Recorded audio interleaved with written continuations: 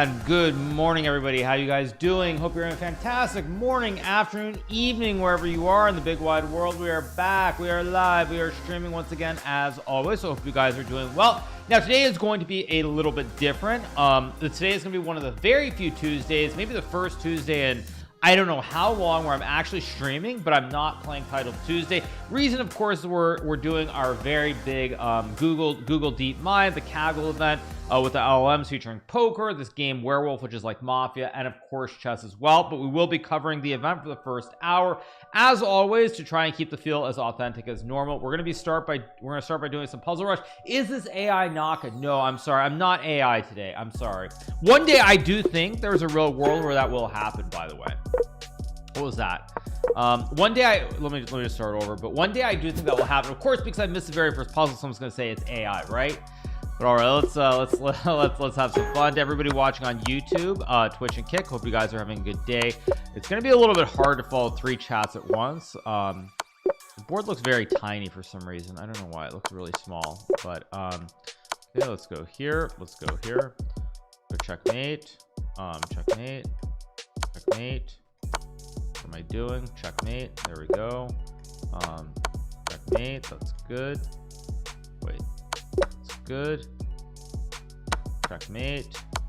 There we go. Should be checkmate. Checkmate. Checkmate. Push the P. There we go. Checkmate. Checkmate. That's good. What is this? C3. Takes. That's good. Checkmate. Check takes. That's good. Checkmate. That's good. Should be checkmate. That's good. Should be a knight. There we go. Checkmate. Check take the rook. That's good. Was white's playing win? That's good. Checkmate. There we go. Checkmate. Check and mate. There we go. Should be check and mate. There we go. Should be check and mate. There we go. Should be checkmate. What is this? Rook e6, queen e7, knight f3. I assume it's this. There we go. That's good. Checkmate. Checkmate. That's good. Should be this. Should be this. Should be this. That's good. Should be checkmate. That's good. Takes. That's good. What is this? A weird puzzle. Check. That's good. What is this?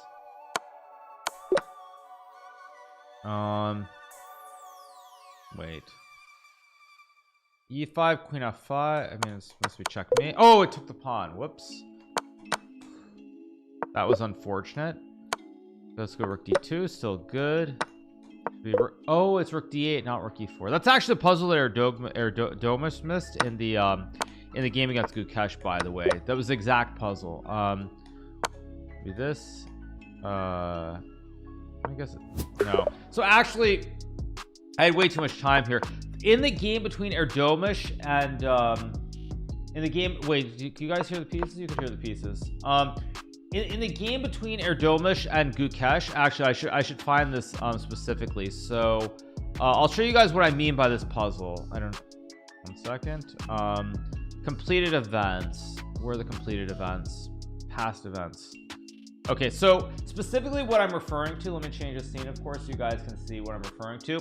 There was a game between, let me see, Gukesh and Erdomus, the very talented 14-year-old superkin from Turkey, and there was this exact puzzle that occurred in the game. So if we go to the game, we go back here, forward to this moment, the exact same puzzle existed where Erdomus could have played rook d1, not rook d1, sorry, wait. Yeah, was it, or no, was it, yeah, it was right here, right? Yeah, it was rook d1, and then black goes queen to e7, and you sack the queen, you take the pawn, and then you go rook d4, and it's the exact same puzzle rush. So if we go back to puzzle rush very quickly to see the one that I got wrong, this puzzle is queen c1, and then it was rook e8 with the same idea of rook to d1.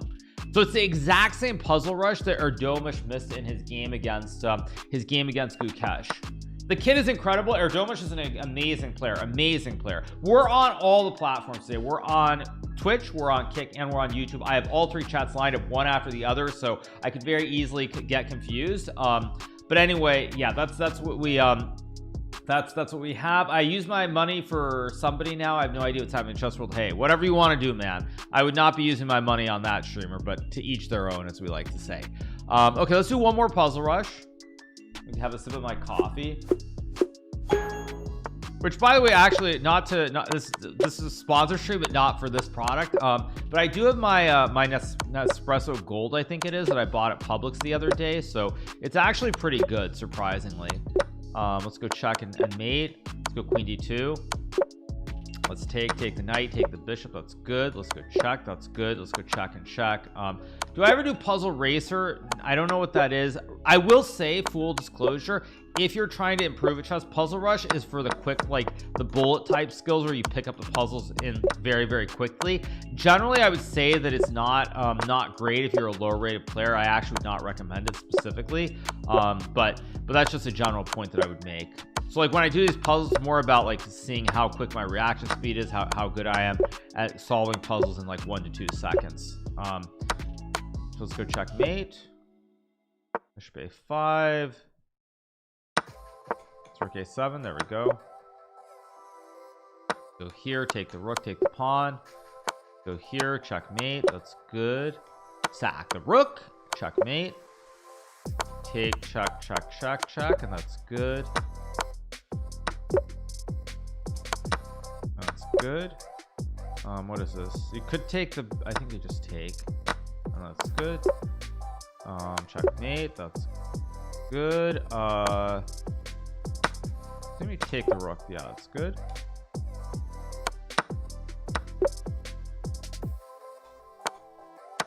Takes. That's good. There we go. And take the queen. That's good. Should be checkmate. There we go. Should be checkmate. That's good. Ah, why did I play queen d4? Way too fast. Way too fast. Way too fast. Okay. That's good. No, it's queen c5. Now again, I'm going too fast.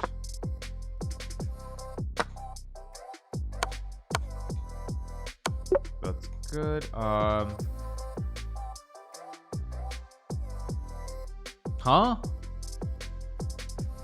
Wait,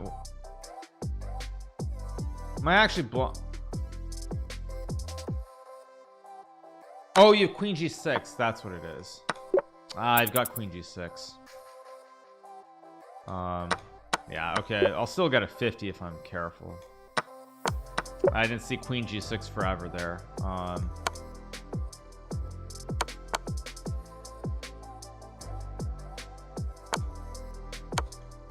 That was an insanely long puzzle too.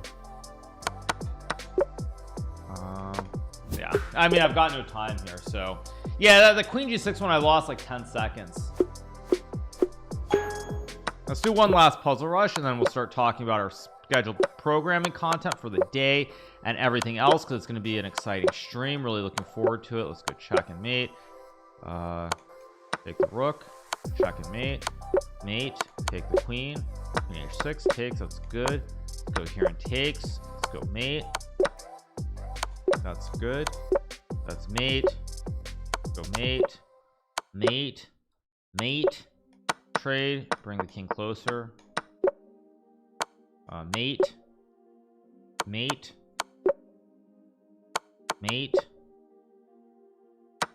Takes. Okay, there's going to be a mate there too. Let's go here and mate. Check. There we go. Takes. Take the rook. Take the rook. There should be a mate in here somewhere. There we go. Checkmate. Takes. That's good. Takes. Checkmate.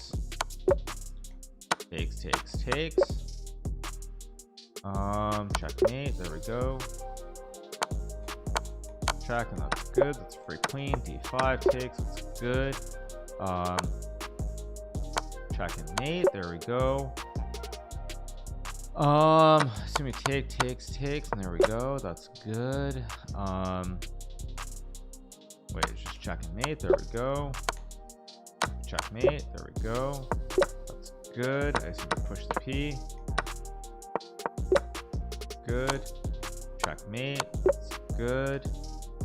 What is this? check takes, bring the king out, that's good. We go here on bishop g4, that's good.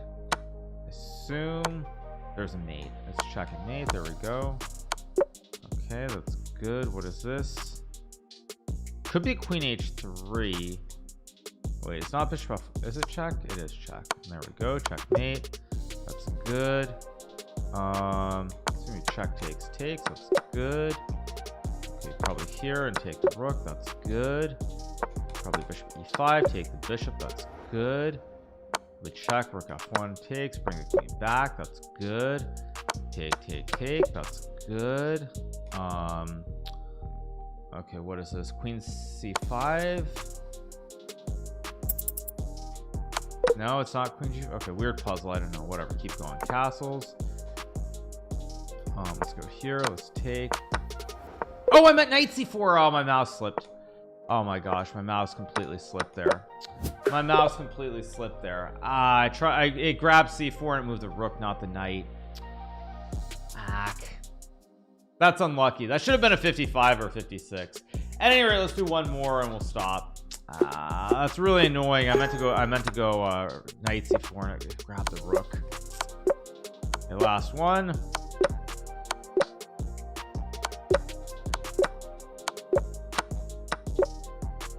That's so unfortunate.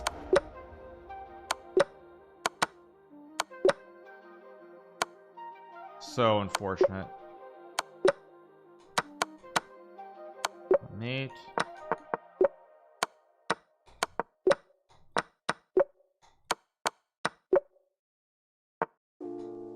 Takes. Oh,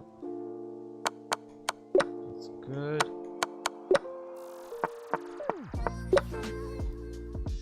Mate, that's good. Take with the rook. Mate, that's good.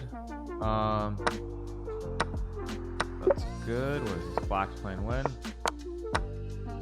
The queen. Okay. b2. Takes. That's good. Checkmate. That's good.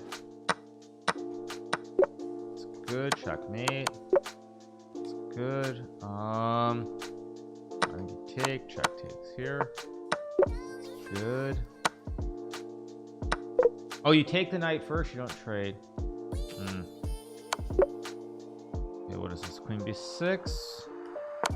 That's good. That's good. Checkmate. Checkmate. That's good. Knight e5, I assume. Takes, that's good.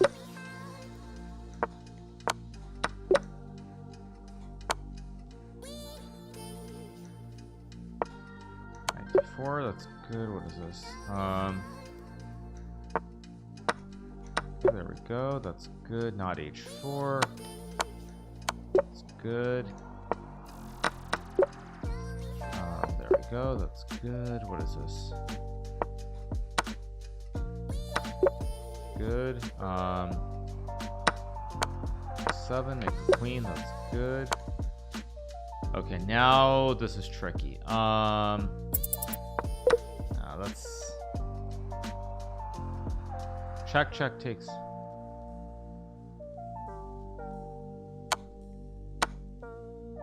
Where's the mate? 26, king g5. Where's the mate? Rook g8. Not an easy puzzle. Not an easy puzzle. So yeah, that was not an easy puzzle. Maybe if I spend 10 seconds I can get it right, but it was a tough puzzle. How is your son? My son's doing well. Yeah, I just felt like doing a puzzle. How is that 444 not in top 400? Because I've done many high streaks before, but it's all good. It's all good. So I was actually also on the wrong page too. I rushed the whole puzzle rush, but whatever, that's life. That's how it goes. But yeah, so yeah. So anyway, you guys, everybody watching on Kick, Twitch, and YouTube, today of course is Tuesday. For those of you guys who have never seen a stream before, specifically if you're watching on YouTube or on Twitch, because I haven't really streamed on Twitch in a very long time either, just want to let you guys know today is Tuesday. Normally on Tuesday with this big event called Title Tuesday where almost all the top players compete. Today I'm not competing because we are continuing with day 2 of our Kaggle and Google DeepMind event featuring the LLM models playing chess, poker, and of course this great new game called Werewolf. So we will be covering the first hour or so of the Title Tuesday event before we get into all that stuff. Of course, Nick Schulman will be back joining us once again for the event. So that'll be a lot of fun. That'll be, I believe, at about 12:30 Eastern. So in an hour and a half from now or thereabouts. So this is my first time on Kick. Kick is pretty good. There are no ads, of course, if you're watching on Kick, so it's good. I mean, I would say generally I stream primarily on Kick. Occasionally I do these like YouTube streams, Twitch pretty rarely these days. So it's usually it's on Kick, but today we're on all of them. Who is Nick Schulman? Okay, so Nick Schulman is a professional poker player. He has won 7 World Series of Poker bracelets, so he's won 7 different events at the World Series. He has a whopping $24 million in live cashes from these in-person poker events. So he's the poker pro. He will be joining us for the poker segment, which will be a little bit later on. Werewolf is a game that that's basically like Mafia, but the LLMs compete against each other, and it actually shows a lot of things. It shows like how good the teamwork is, how good they are at like sort of deception, and just general interactions. And I think it's actually can be very useful in the future for real world applications. So I actually really liked covering Werewolf yesterday. I thought it was very interesting to watch. Is Demis Hassabis aware? Yes, he is. So for anybody who's asking questions, by the way, I'm doing this through Restream. So because I'm doing this through Restream, I'm not 100% sure of the outputs. It might be slightly delayed on one of the platforms versus the others. That's like a Restream issue or maybe a coding issue within each platform. So isn't this just losing? So yeah, this puzzle I was showing from this Erdomus is because of the puzzle rush that I got wrong a little bit earlier. But no, actually, to talk very briefly about this, wasn't intending to, but about this. So there was this game played in the Tatasil event between Erdomus from Turkey, the one of a kind, the super talented 14-year-old kid who's going to be an amazing chess player, almost for sure top 20, if not top 10. He played Gukesh, the reigning world champion. He actually missed a win. He was winning the game against Gukesh. If he had played rook to d1, sacked the queen, taken the juicer, and then played rook to d4 with the idea of rook to d8 here, he would have been winning. If black moves the queen, there would be rook to d8 check with the classic ice skater checkmate. And if black plays bishop to b5 here, after rook d8, bishop e8, and then rook to e1, white wins either the rook or the queen on this back rank, and black loses the game. Am I in London this weekend? Yes. So this weekend I will be in London for the Speed Chess Championship. That's another thing I want to point out for everybody who's wondering. I will be in London for that event. I'll be playing as Alireza Firouzja and then either against Magnus Carlsen or Denis Lazovic. So that's going to be a lot of fun. Hopefully I'll meet you there. I don't know what the schedule is for the event specifically, but I will be at the Speed Chess Championship. It will be in the heart of London. Sagar Shaw said you're taking the cans very seriously, declining tournament invites to practice for it, and it might not go well for you. You usually play better when you take it lightly. I assume that's a troll. If that's not a troll, I have to chuckle at that because, you know, it's very funny how I remember many years ago. I'm so old, and actually once upon a time I had an interest in politics. I'm so old that I remember this saying. I didn't actually see it live, so I was too young at the time. But I remember the saying which said, "Read my lips, no more taxes." Actually, this is a bad example because eventually there were more taxes, but I think you guys get the point of what I'm saying. But I find it funny that people don't listen to what I say. I very clearly explained my thoughts about everything on stream. And it seems as though the world of chess pretends that what I say is not what I actually believe. And it's very amusing because I've said these things many times. I'm not taking the candidates any more seriously than any other tournament. The reality is, if it talks about turning down invites, the only tournament that applies to specifically would be the freestyle event. And the freestyle event is a mix. It's a myriad of different reasons. I don't want to get into something really negative because I'm really having a good morning and I'm enjoying the stream so far. But the only tournament that effectively I'm not playing in is the freestyle event. there are no other tournaments that I quote unquote am turning down invitations for or other things, or avoiding because of the candidates. So I don't really understand where that's coming from. So someone says that Cigar said that. I don't know if he did say that, but I actually have not turned down any other invites. Like, I was not invited to Tata Steel, for example, and I don't know what other event there would be. You could say there's the American Cup maybe, which was right before the candidates, but I just don't feel like playing that because it's right before the event. I'd rather spend my time there studying for the event, studying for the candidates. So that's what I would say about declining tournaments. That's just complete nonsense. I don't know why Cigar would say that. Maybe he's trying to create drama or something, but that's completely ridiculous. As far as taking it more seriously, it's actually ironic to me that people say this, because the reality is, at this point in my career, I'm the one playing with house money.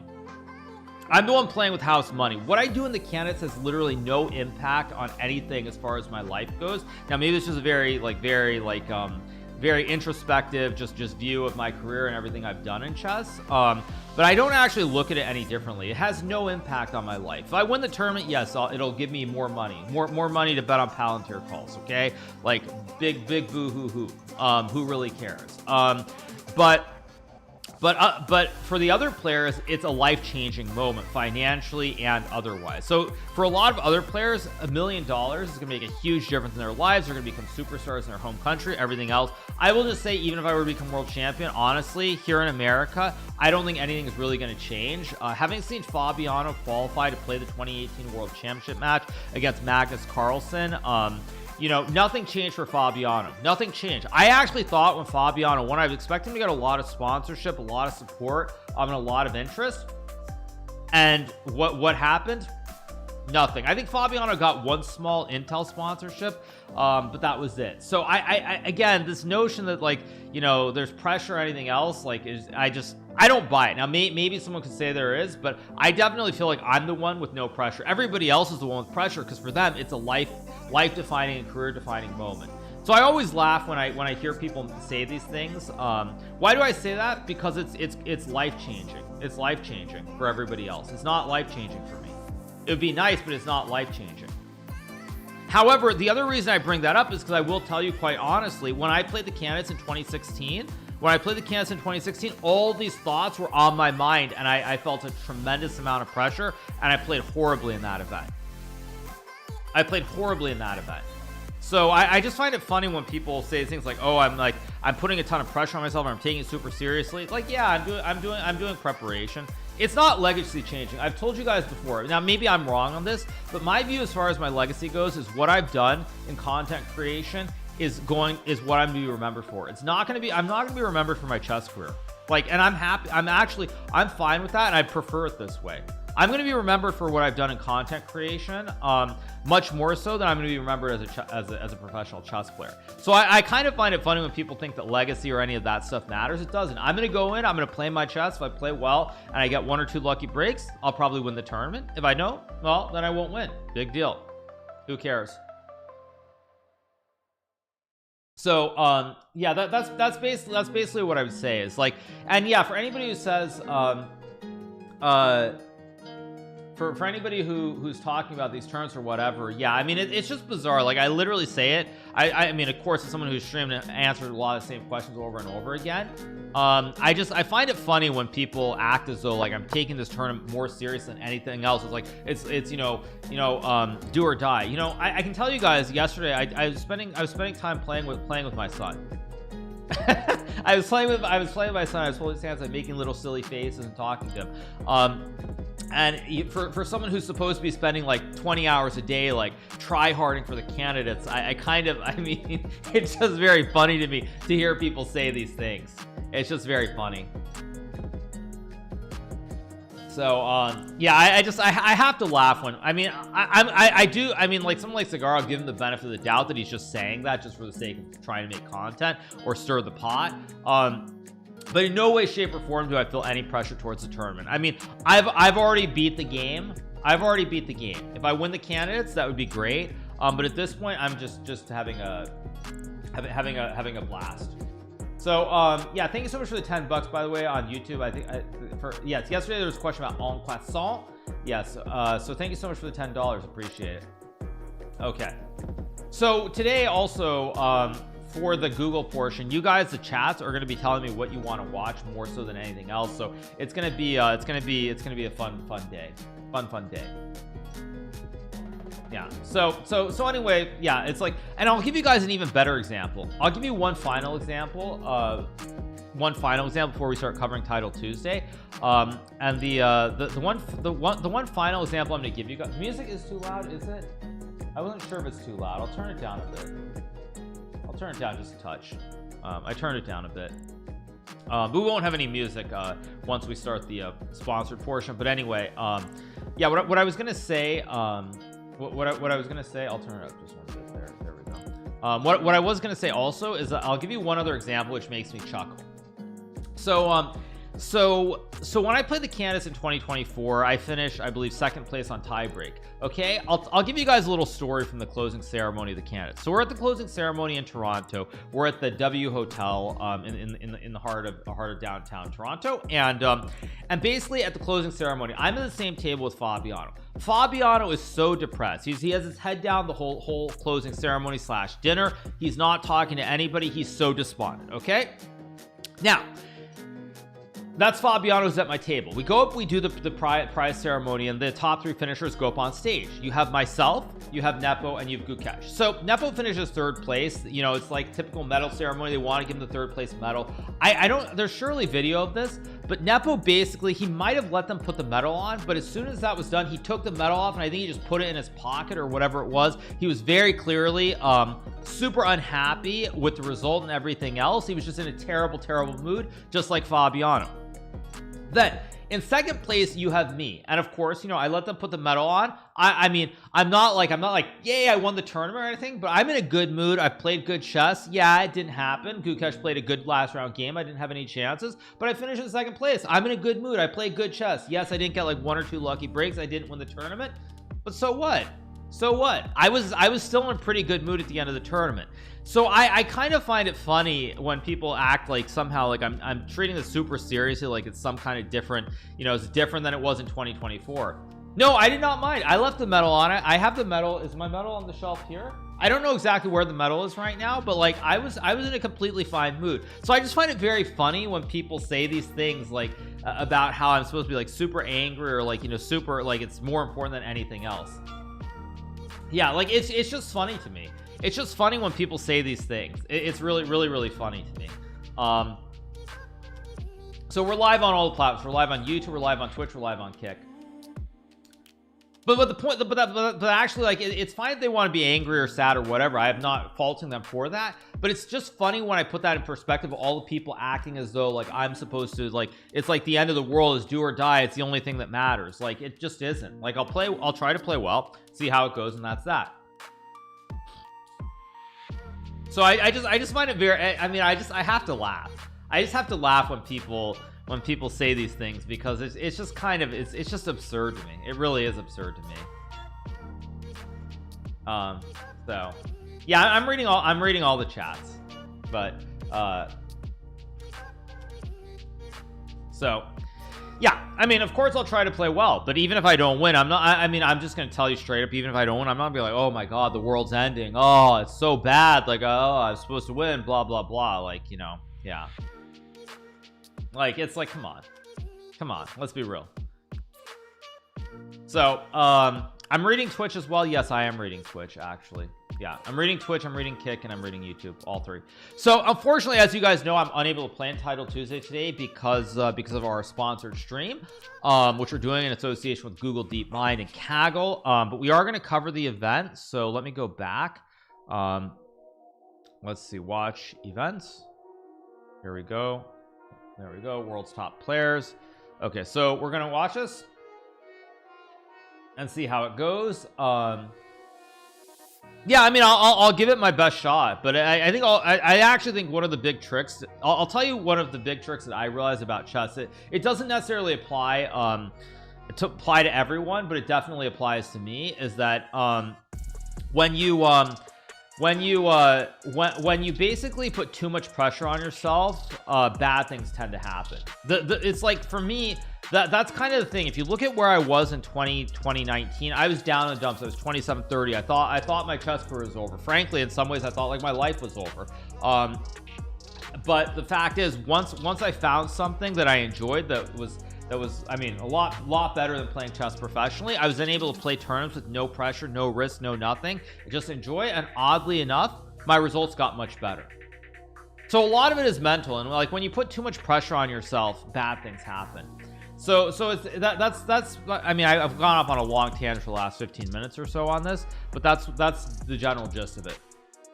The general gist is that I feel no pressure at all. I beat the game. Now, to be fair, like, I'm in a situation almost nobody else is. So like, my perspective is the perspective no one else can have. So they're just giving their perspective based on what they know.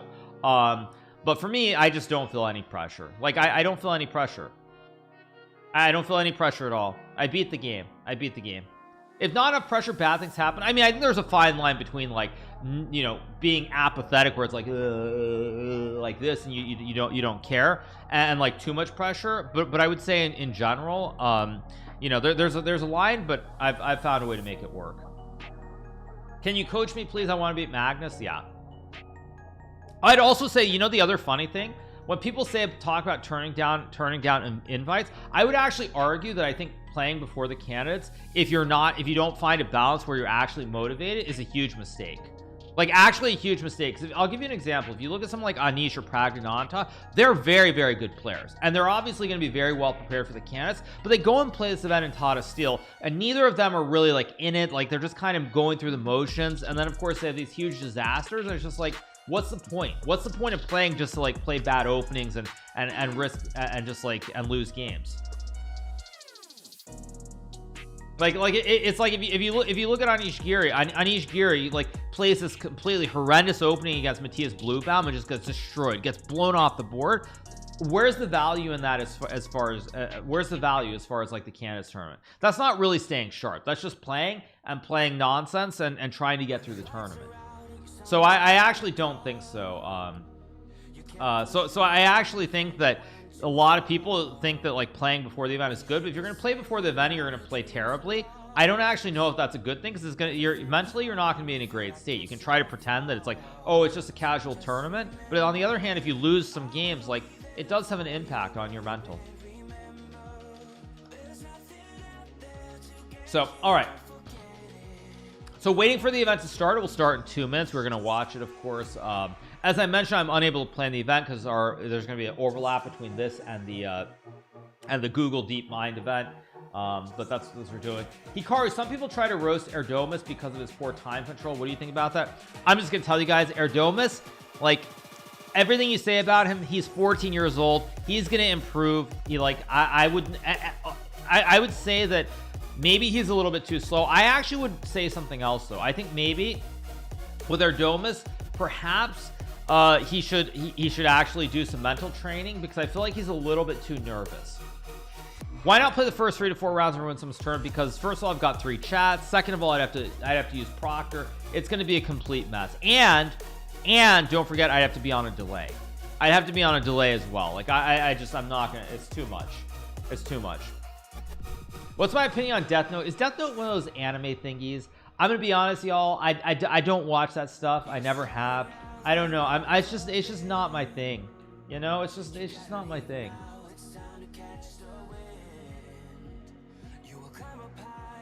It's just not my thing. That's what I would say. It's just not my thing. So, all right. So we are back. Okay. So here we go. Round 1. We've got Andrei Olhovic versus Magnus Carlsen. Let's see what we get here. Wait, am I confused? Wait, am I confusing? Let me see. Death Note. Yeah, I mean, yes, exactly. Yeah. What is the temperature here? Okay, also, I'm going to tell you guys, it is cold. It is cold here. Like, I don't know why it's so cold, but it's cold. Like, the last 4 days have been horrible. Like, it's supposed to be like 70 or 80 degrees Fahrenheit here in Florida, and it's been like in the 40s. Give or take, it's been like 5 degrees Celsius. Like, what the fridge is going on? I don't know why. I'm not playing. Let me unmute the tab. I'm not playing because this overlaps with our Google DeepMind Kaggle collaboration. Okay, so Magnus playing the classic King's Indian here in round 1, probably d6, pretty standard. We get h3, probably castles. Castles, e5 are both moves. e5 is wrong because white can trade, but d5, of course. White's going to try to play like g4 and bishop to e3 here, usually. 40 degrees in Florida is cold. That's not cold for most places, but in Florida, that's actually very cold. Like, it should never be this cold. What about Andy Woodward? He's a good player. I mean, as people know, I did support Andy for a while financially, so it's great to see his good results. It's great to see his good results. Okay, probably bishop e3. Computer wants bishop g5. Okay, he's going to go for this one. Knight c5, bishop c2, a5 probably. Yep, bishop c2, a5 to stop b4. Pretty normal. Okay, now he goes bishop g5. Bishop e3 also worth considering. Bishop e3, hit the knight.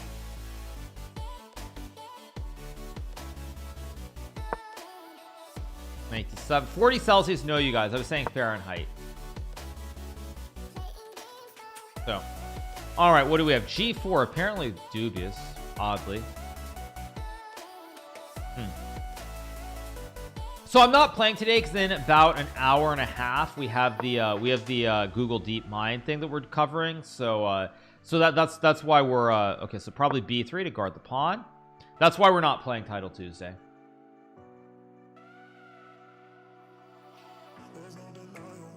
We're streaming on all the platforms. We're on Twitch, Kick, and YouTube, all 3. Probably knight e2 here, maybe queen d2. Yeah, knight e2 makes a lot of sense here. Yeah, Magus is going to try to play bishop g5 and trade off the dark square b's. And long term with d's, knights, pretty decent. Magus way down on time here, by the way. That's one thing to keep an eye on. Not yet, but in general. Probably queen d2.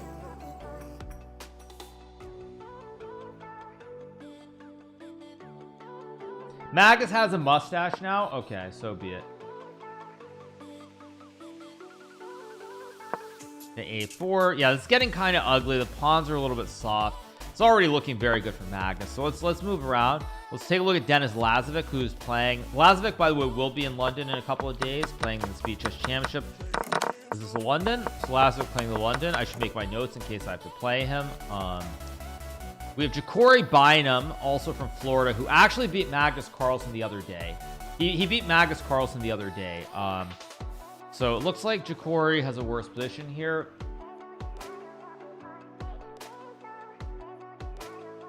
Yeah. Dudah's game. Okay, Dudah should be better. Yeah, pressure on these 2 pawns looks pretty good for Dudah.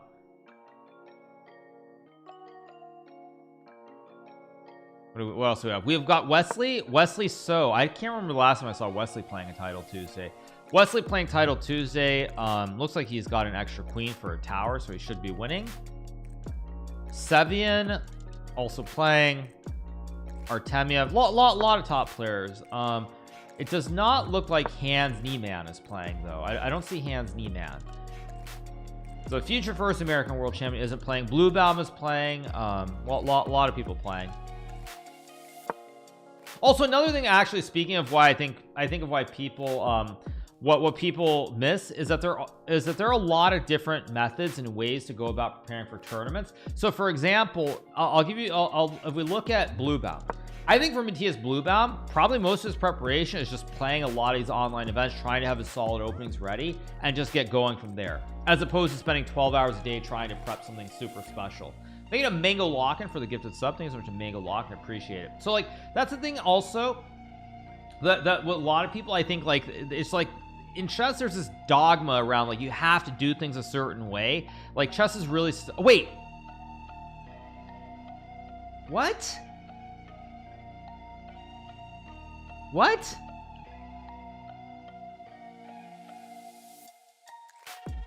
wait, Danny's Wrench is playing it. What? Wait a second. What? Am I tripping? What the? Wait, am I tripping? Like, excuse me? Okay, let's roast the chess chess.com, or the chief chess officer, CCO at chess.com. Knight d4 is a bad move. I don't know what this opening is from Danny's wrench. Okay, this was Danny played this is a okay, this was a wait, what was this order? Played knight f3. Okay, looks relatively normal. I mean black is better. You've got rook c8 here, the pawns are split, they're easily targeted from these squares, like rook c8, rook c5, rook a5. I mean, it's still maybe not that bad, but I think in general it's good. So yeah, have I spoken about Magnus's mustache? I mean, I would just say my only comment, having seen it, is it looks hideous. He should not try and sport that. It's not a good look. He looks like a 1970 porn star. I mean, it looks terrible. It just looks awful. That's all I'm gonna say. Is Danny using Proctor? I assume Danny is using Proctor. I think you have to use Proctor to play Title Tuesday. So yeah, that's all I need to say. So okay, I like rook c5 with rook c8 or rook a5, pressure the two juicers, looks very reasonable. He goes bishop g6, also not a bad move. He wants to play against this knight. He wants to jump with this pony at some point. Which platform do I usually stream? Usually I'm on Kick primarily. Probably rook c7, rook c8. For anybody who's wondering, I already answered 100 times. This guy is the he's the CCO. He's not the CEO. He's the chief chess officer of chess.com. The CEO of chess.com is Eric Alabest. So I mean, Danny's not the CEO, but he's the CCO. He's the CCO. I mean, I'll say the style points to Magnus for trying something different. Why not? So okay, okay, Danny's wrench is holding up here so far. If he plays knight rook d2, here comes a kebab on the 7th. Okay, all these pawns are super weak. This tower is going to dominate. Okay, Danny's wrench is going to lose. Okay, let's go back to Magnus. Wait, Magnus is not winning anymore? Wait, what? Wait a second.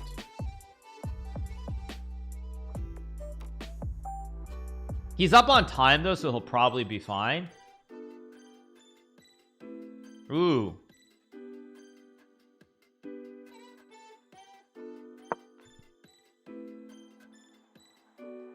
But he's gonna win because there's no way. I mean, you could try. Is rook a1? Rook a1's losing, right? No, rook a1's not losing. Yeah, if he finds rook a1, I think he might draw. But the time usage is, yeah, I don't think it's gonna happen. c7 only move. c7. Okay, now this is interesting. If Magnus can just get to an end game, he'll flag this kid. So rook e7, of course. Rook f7 almost impossible. Queen f7 will be played. Now I think after queen g5, black's just winning. Yeah, rook f7's fine, but no time here, because what should happen is rook f7, queen g5, h4 takes, queen f4, queen g5, and then an endgame Magnus cheeses him. h4 is winning. Wait, h4 check, rook e5, rook e1. It's winning, but no time.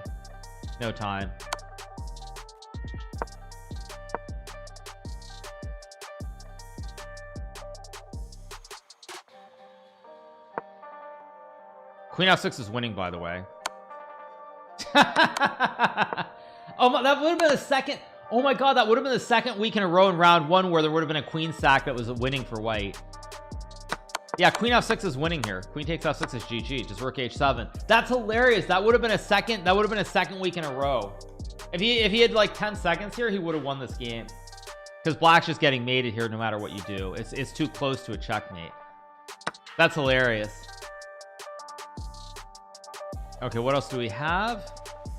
Okay, pretty normal. White one, black one, white one. All looks normal. Buddy Pranav. I don't see any big upsets in the first round. Arjun wins as well. Do I still play Fortnite? Yes, I do play Fortnite.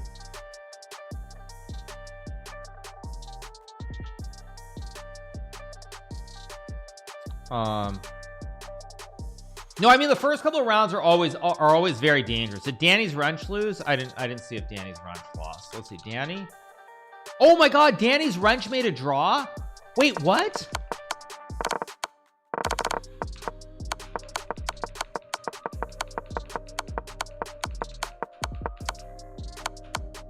I'm gonna give you guys today. We're gonna put on our tinfoil hat, and we're gonna talk about conspiracy theories.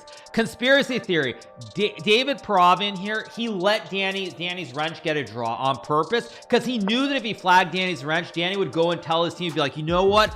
Ban this guy, kick him out of the tournament. He can't beat me like that. It's dirty, it's unacceptable, it's unprofessional. He obviously clearly here, he's like, I got to make the draw to avoid bad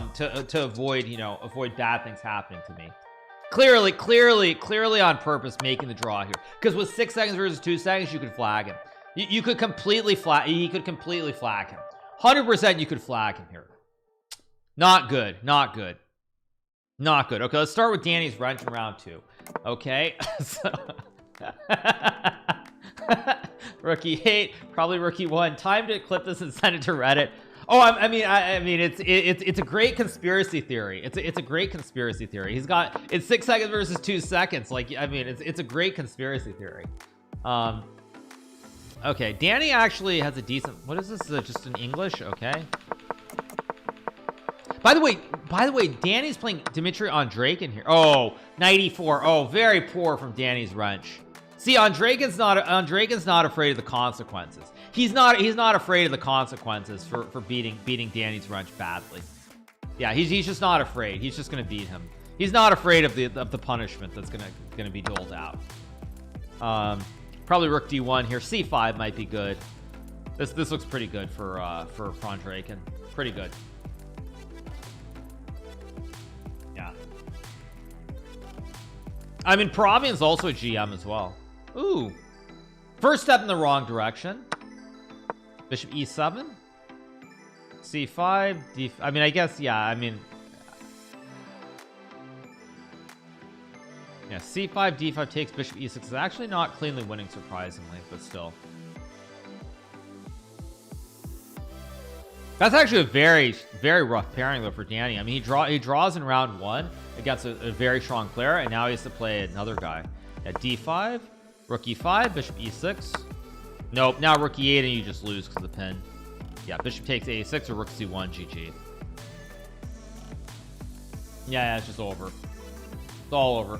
Will I stream video games like I used to before? I could.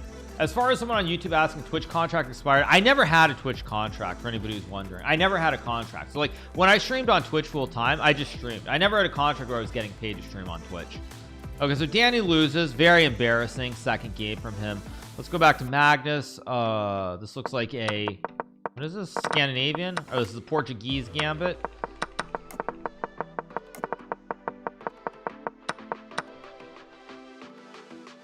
Interesting start. Okay, by the way, Magnus playing against one of the Indians too. Why is Hikaru not playing? Because we have the Google DeepMind bit coming up. I did have a kick contract. Yes, I did have a kick contract, but I never had a Twitch contract. So, if the Japanese government gives you good money to play under the flag and the candidates, would I accept? At this point, very unlikely. Actually, wait, rook c8. Wait, why is rook c8 okay? Rook b1. Not there. Rook b1. Takes. This is actually not winning for white. Wow. Small edge.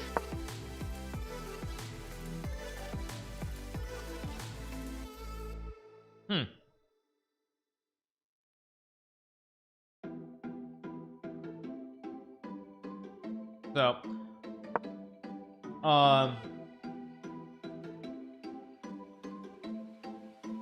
what are you guys asking? Oh yeah, Japanese government. I mean, I would say, actually, I would tell you guys very briefly around the time I was 17 or 18, like right before I went to college, there was a thought. There was a thought about it. Like I very briefly considered possibly, you know, whether I'd be interested. Okay, I don't know what knight a6 just loses the game. Let's move on. I very briefly thought about, like, you know, if there was an offer, would I do it? And at that time, even I basically thought that it would make no sense for me, mostly because the sort of person I am. I think you guys obviously can tell from my from the way that I talk and everything else. Like, I'm obviously very Americanized. I don't want to speak ill of Asian culture necessarily, but I will say in Asian culture, a lot of times you're not supposed to express your true feelings or emotions about various things. And as someone who grew up in America, trying to just like basically just shut up and not say anything, it's just not who I am. So even at the time, I didn't really think that it would be I would ever do it, and so that's, yeah, basically what I would say about it. Is that I won't. Danny is in Oslo at take. That is tragic to hear. But yes, that's what I would say. That's what I would say is like, so like at the time I didn't really consider it that much, and now I mean I wouldn't. I mean, I will say, if you were to ask me, did Magnus blunder again? Magnus will still win the game. If you were to ask me, probably like my biggest regret though, my biggest regret probably in life in general is that I never actually really like learned Japanese. So I mean that's what I would say, actually. That's like that's probably one of my absolute biggest regrets in life. No cap. Like, that's one of my biggest regrets. Because obviously I grew up in America, so like, you grew up in America, everybody speaks American. Rook takes b4, sack in the rook, game over. Let's move on. Let's take a look at Dudot. Dudot's game is interesting. So why I still can't at this point. It's possible, but it'd be very hard, and the reason it'd be very hard is twofold. First of all, Japanese uses a different alphabet. That's the first thing. So, and that's not that like speaking can't be done, but because they use a different alphabet, you can't go and read articles and everything else. Like, I'll give you an example. What the fridge is queen h4, rook f7? Oh my god, rook f7 or queen e5. Queen e5 is just winning, apparently. What is queen h? What is f5? I mean, maybe it's still a game because you have queen g4 check. I mean, Dudot just dodged a huge bullet. Probably queen h6 and it'll be a draw. Oh wait, no, you've got queen e. Wait, no, maybe not. Why is this winning? Because you get this check. So it goes on. Yeah, so what I was saying, back to the point generally, is that like the reason I talk about being able to read it is so with other languages, for example, if I see articles like in Spanish or in Italian or in French, it's very easy for me to go and look things up. This will probably be a draw. So for example, like I can go and find an article on I don't know, in like in La Repubblica, for example, like in Italian, and if I have some knowledge of words, like I can try to take words from articles and connect it and go from there. But if with Japanese, I can't do that. So it's like it's an added layer of difficulty for trying to okay, king g2 is a draw. It's an added layer of difficulty. That's insane. You just check and queen g1, take the pawn, and you win. Or no, maybe you've got rook f2, maybe.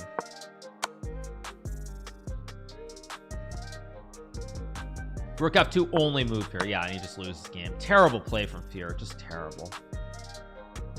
Okay, Lazovic, by the way, is losing here. Yeah, Lazovic completely losing. And so for anybody who asked me the question, yeah, use Google Translate, use AI. Like, yes, I could do that, but it doesn't work. I mean, that's not really natural. It's not natural. Did I speak Japanese growing up? No, because I grew up in the US, you guys. Yeah, I mean, I get it. People probably don't realize, but like I moved to the US when I was like 1.5 years old. So I mean, I obviously, like, I grew up in the US. This probably will be a draw if I had to guess. No, I wasn't 7. If I were 7 years old when I came to the US, of course I would speak Japanese, but I didn't. That's not to say that I didn't take, like, that's not to say I didn't study Japanese in college, or that, you know, when I was like 9 or 10, my mom didn't put us in like Japanese school. But probably b4 now.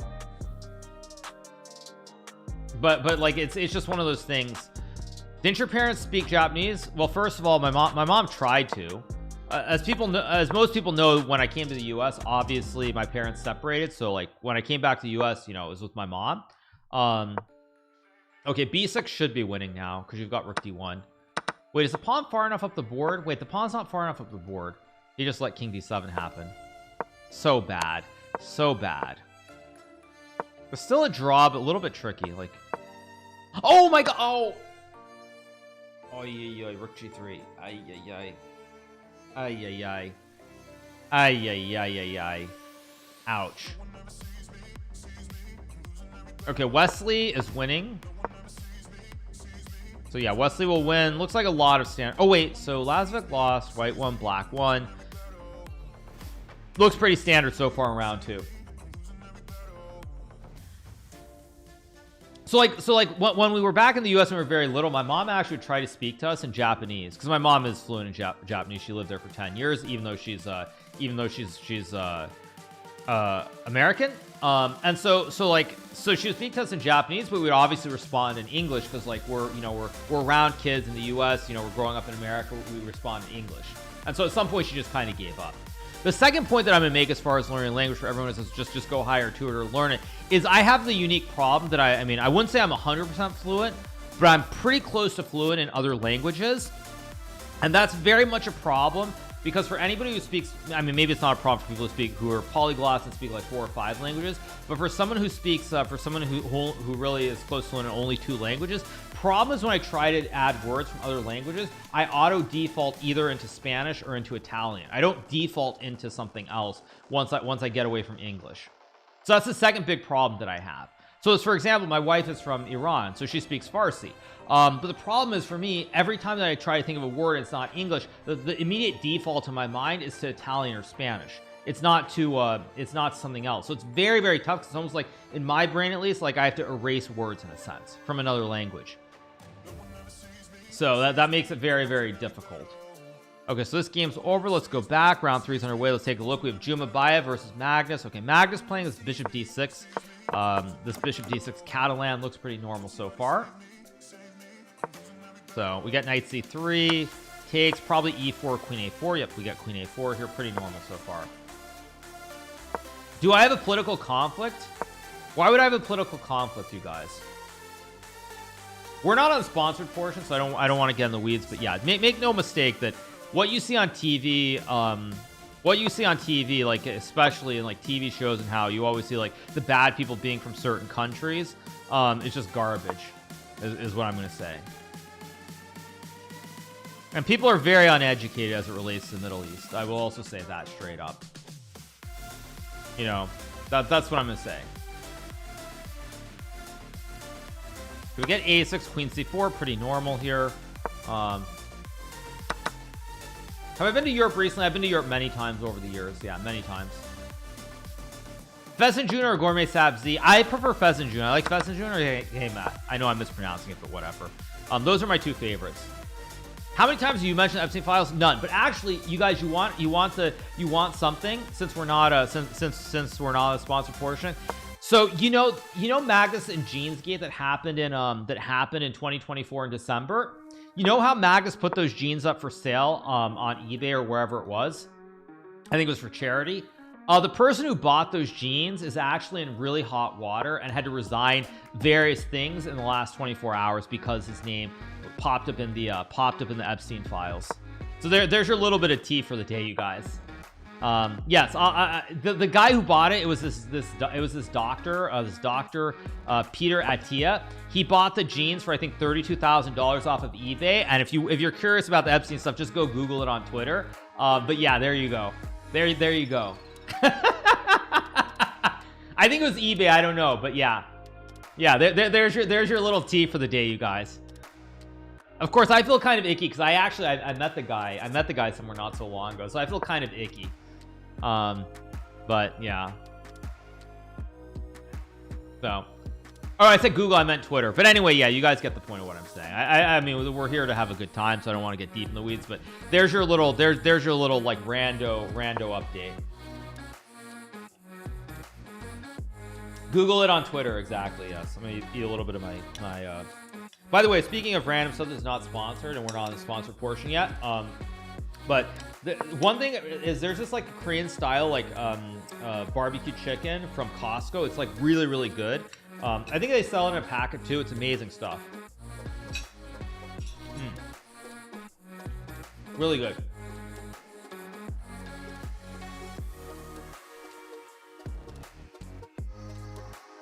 So, yeah.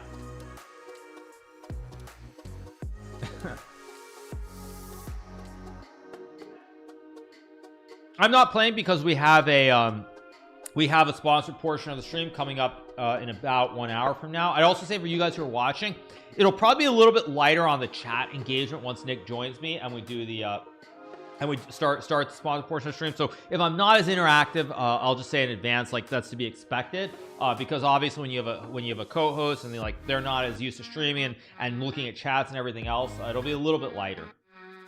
So okay, Magnus is apparently a little bit better in this position, but let's see what we get.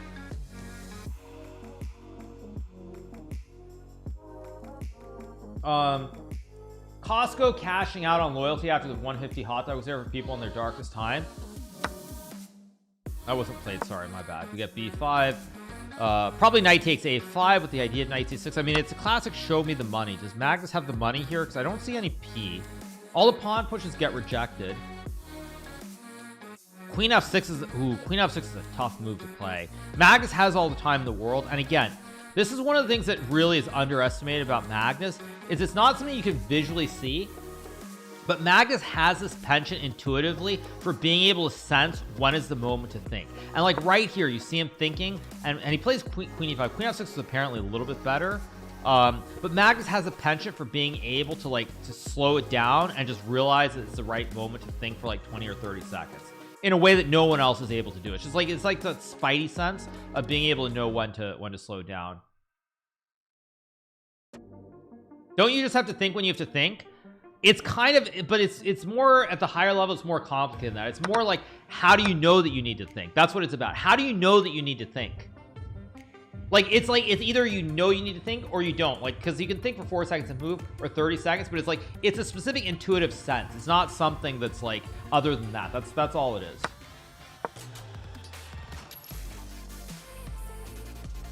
So anyway,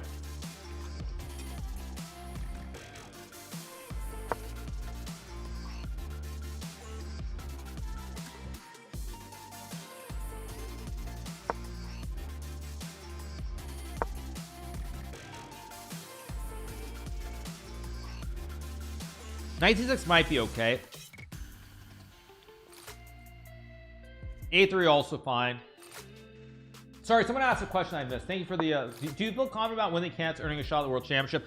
I feel as confident as I can about the event, which is to say that if I play well, good things will happen. If I don't, bad things will happen. But having played the candidates a lot of times at this point, ooh, he should have taken the knight and played king h2 or king g2 maybe. But having played the candidates many times, what I would say is that at the end of the day, you're gonna need some luck to win the tournament. You're gonna need either to play the player who's not playing well towards the end of the tournament. So you might need luck with the right pairing at the right moment. You might need someone to play really well against someone else and not against you. So there's a lot of luck involved. So I don't really look at it as as though I'm a favorite. I don't think anybody's a favorite, frankly. You're going to need to play well, and you're going to need some luck to win the tournament. So I'm just there to play well and see what happens. And that's really all. That's all that's in my mind. I'm not really thinking about it winning the tournament. It's just if I play well, good things will happen. But having played this tournament so many times, there's going to be there's luck involved. I'll give you an example, and it's not to diminish Gukesh in any way. But unlike Nepo, myself, or Fabiano, Gukesh got the right pairing against Abasov towards the end of the tournament. All three of the rest of us played him early in the second half. We didn't get him in the final 2 to 3 rounds.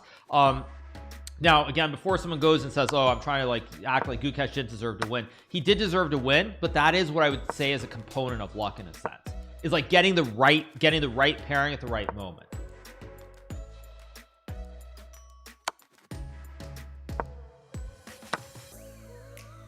But king I mean, the white king's getting checkmate. Magnus will win, so let's move around. The dude is up a tower. The dude is winning, right? Apparently king c1 was a blunder. complicated now suddenly, but 10 seconds he'll win. Rook d2, rook f1, queen h2, still tricky. But I mean, Dudeot's opponent has 6 seconds, so Dudeot wins. Wesley So made a draw. Wow, Wesley So draws. Was this? Looks like a very boring exchange. Yeah, very boring.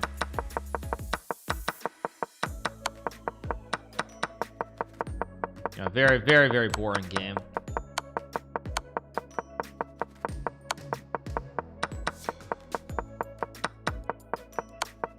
Yeah, really not exciting. Thanks so much to Lex Veldhouse for the raid with 1,423 viewers. Thank you so much to Lex. Appreciate it. Thank you for the raid, my man.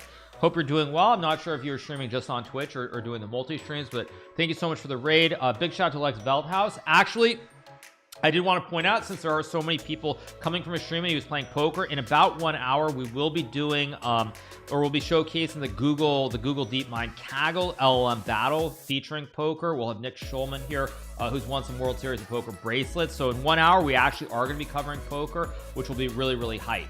Really hype. Thank you so much to Lex for the 86-month resub. Wow, 86 months, that's insane. Thank you so much to Lex. One of the has to be one of the longest subscribers of the Twitch channel for sure. Thank you so much to Lex, appreciate it. 1600 elo road to 2k. That is very good. That's very good. Actually, you know, I was gonna say about chess, one of the things that I'm happiest about was sort of the democratization and all this information that's available. Like I guess I just say like open source if I want to be like really nerdy and catchy, is that the amount of information that's out there, if you're diligent and you're willing to just put in the hours, and I don't mean like 10 hours, but you put in, you know, like 1-2 hours every day, just keep playing games, doing puzzles, studying some basic openings, you can become much better than at any time in the past. So like if I look at Lex, and I'm just going to talk about, let's just use normal over the board ratings since it's the best system I'm used to using. Assume for a second that your rating online is plus minus about 400 points. So if you're 1600 online, over the board you'd be 1200. In my day, I would say when I was growing up, or even maybe like 15 years ago, I'd be very hard pressed to believe that someone could get to more than 1,000 over the board unless you literally went to like Amazon and bought a ton of books. It's a good conversion. I'll tell you why the conversion is like that. So if I go to my very briefly, I'll go to my profile and I'll give you guys an example. If I go to my stats and I click on my blitz rating, if you look at my blitz rating, I know the scene isn't perfect, but you'll see my rating is 3406. My over the board ratings are actually like around 2800. So if you look at my blitz rating or my my slow chess rating, they're both around 2800. So it's actually a 600 point skew. So I mean, it can skew heavily, but I believe plus minus is about 400 points on average. So anyway, that's why I'm talking about the ratings. But I would say that as a general point, let me go back.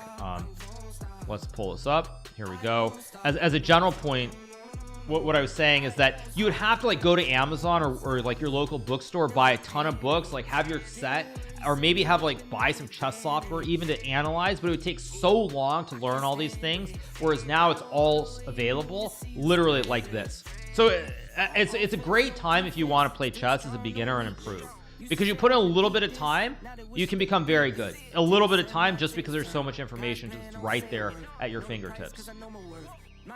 I'm 2200 blitz online, 1950 FIDE. Yeah, I mean, I don't know exactly how it works. It's not a direct conversion necessarily, but I would say that it's what book should we buy? I mean, in the old days it was just like you buy a basic opening book, you basically buy like some book.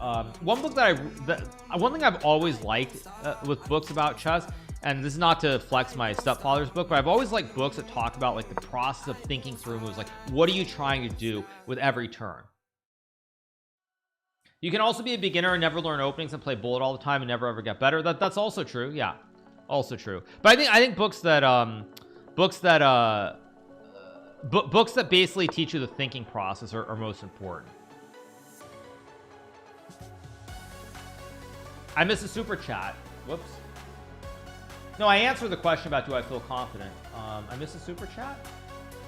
Maybe I missed it on YouTube. I don't see it. Maybe I missed it.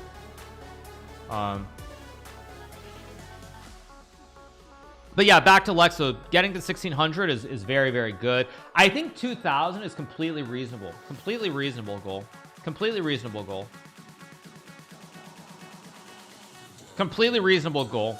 And I don't think it even requires anything super crazy. I think the best example, of course, would be Tyler 1, where he actually, speaking of, you know, how their dog was in chess and you have to do it this way, this way, this way. He literally just played Blitz for 12 hours every day. The file's not really cut. Maybe it's cut by an inch.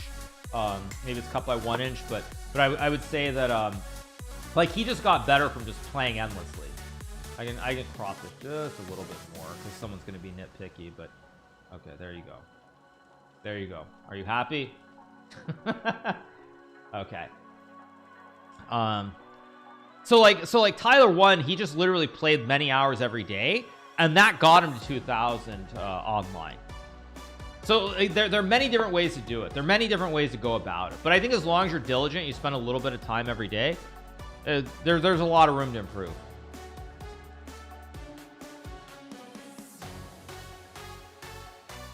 What is your reason you never talk politics? There's no upside to talking politics. I mean, it's like, if I would just say this is, you know, I grew up in a time when politics wasn't the only stupid thing on the news, is what I would say. I grew up in a time when, like, when there was actually a lot of general stuff on TV, but nowadays it's all politics. It's all of this nonsense, just nonstop. If you ever watch TV or you go on Twitter and you don't filter it out. So like, I feel like most people who come to watch streams, like, if you want to hear about politics, you're going to go to certain streams. I don't need to name the 2 streams, but you're probably going to go to 1 or 2 streams. And so, like, that's not my jam. And also, I mean, what's the point? You talk about politics, all you're going to do is, you know, some people are going to be like, yeah, you're great. Other people are like, oh, it's horrible. I don't want to hear that you're insane. Like, what's the point? What's the point of creating that atmosphere? I see no point to it.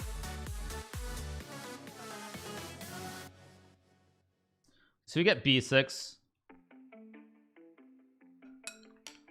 by Amin. Let's see what Magnus plays.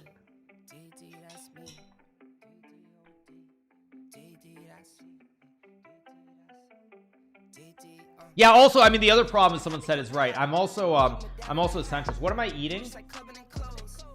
Let me find it. I got it at Costco the other day. By the way, it's always funny when I go to Costco or Publix or somewhere, and like 4 or 5 people recognize me, and they're like, they always have to do a double take. So they're like, why are you here? I always find it I always find it very funny when that happens. Yeah, it's called Kevin's. It's called Kevin's Korean style barbecue chicken. I believe that's what it is. Let me get the actual picture.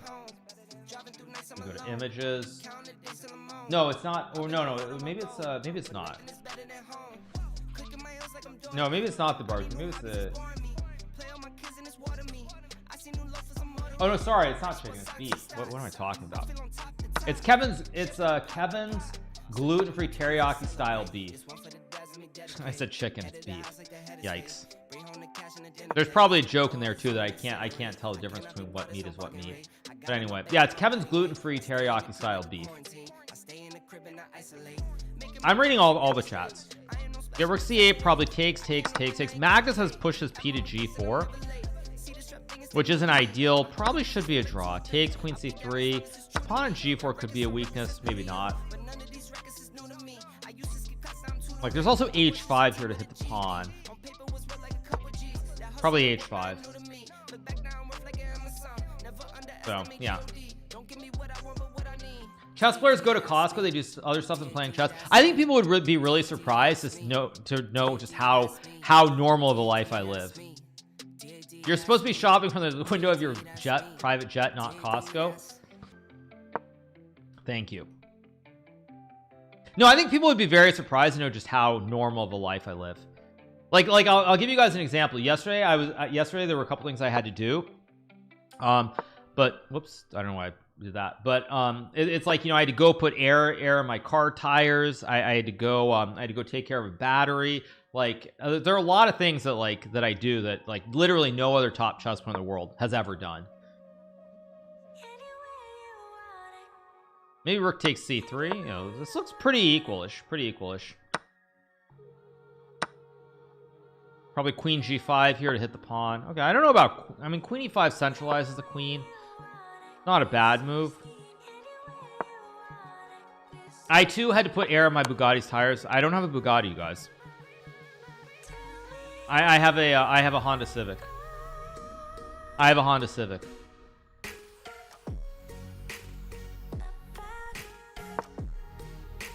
My father was watching. He says you are the Iranian's groom. Kek. Merci, merci. We get Queen D7. You can trade and probably go A5 and make a draw. A6 is fine too. I'd probably just trade, go A5 and just make the draw here. Let's see.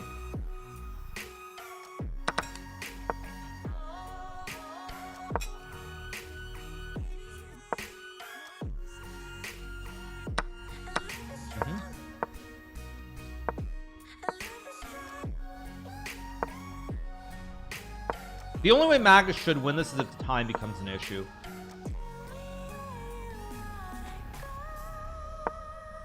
Like A3. I mean, A3, A2 should just be a draw, right? I mean, A2 should just draw. I go A2, E5, G5. Takes, rookie 1. Yeah, E5, G5 is the easy draw. Like E5, G5 takes... Yeah, G5 here, of course.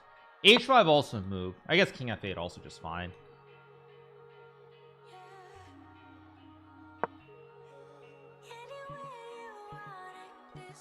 As long as Amin doesn't get too low on time, this will be a draw. If Amin gets low on time, Magus could flag.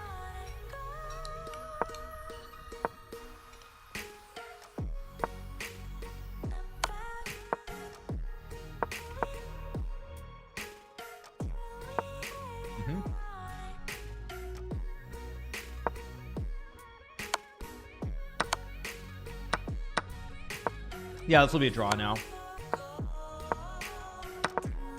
What am I eating? I'm eating the Kevin's teriyaki style beef from Costco.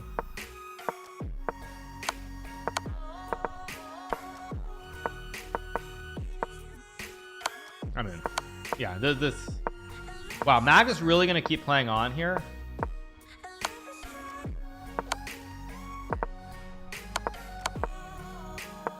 Really, Magnus? I mean, yeah, okay. Yeah, I was gonna say with 20 seconds plus, a little bit weird to play on, but okay, game's a draw, not shocking. Let's move on. The dude is playing against Vinny K. So my cousin Vinny looking pretty good here. My cousin Vinny's got 10 extra seconds. He's gonna win on time. Okay, so what happens? Okay, Martirosian wins, Pranav wins. Nepo Man loses again. You always love to see it. Nepo loses to Makarian. Arjun wins. Good to see Arjun playing well today. Good to see Arjun playing well. Do I have a private jet? No, you guys. I mean, I'm just gonna say, like, it's really a shame. It's really a shame. It's really a shame how, like, one stupid article by a Spanish publication basically, like, created this nonsense. Like, legit, if that guy in Spain doesn't write that stupid article, then he knows it's wrong, and act like it's a fact. None of this would even be a thing. But because of that stupid article by in El País saying that I'm worth 50 million, like, now it's like people actually believe that, which it's really a shame, and it shows how far journalism has fallen from what it once was. Okay, is Hans here? I don't see Hans up at the top. Let's take a look at this. Is this round 4? Yeah, this is round 4, so we're on the first break. So let's take a look at the results. Let's go here. Okay, who's on 4 points? We got a bunch of people on 4. Magnus is on 3.5. Okay, we've got 14 people on 4 points, so looks pretty standard so far. Pretty standard event. Also, for anybody who's wondering, yes, I'm not playing the event, as there is an overlap with the with the Google Deep Mind Poker Chess Werewolf thing. But it's still fun to cover it. So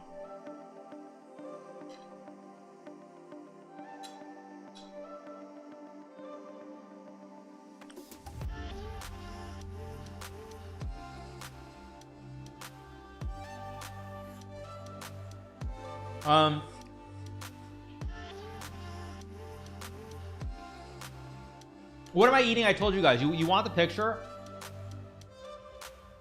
I mean, I already told you guys what I have. Fine, I'll find a picture and I'll put it on the tab. Kevin beef style teriyaki. We go to images. I mean, people keep asking me. It's this. Okay, here you go. Open this image.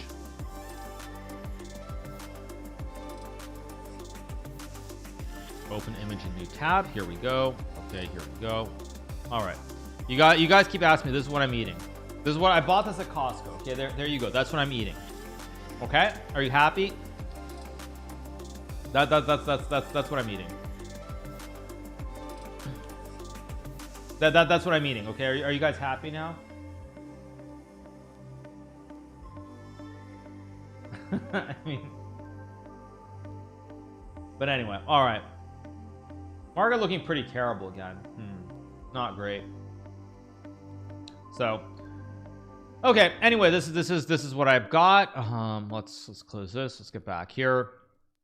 Here we go. Yeah. So, waiting for the next set of games to begin. With round number 5, and we'll go from there. Going to Costco while you have a private jet is so humble. I mean, I don't have a private jet. I never will. Do you know how much money it costs to fly? Like, it costs a lot of money.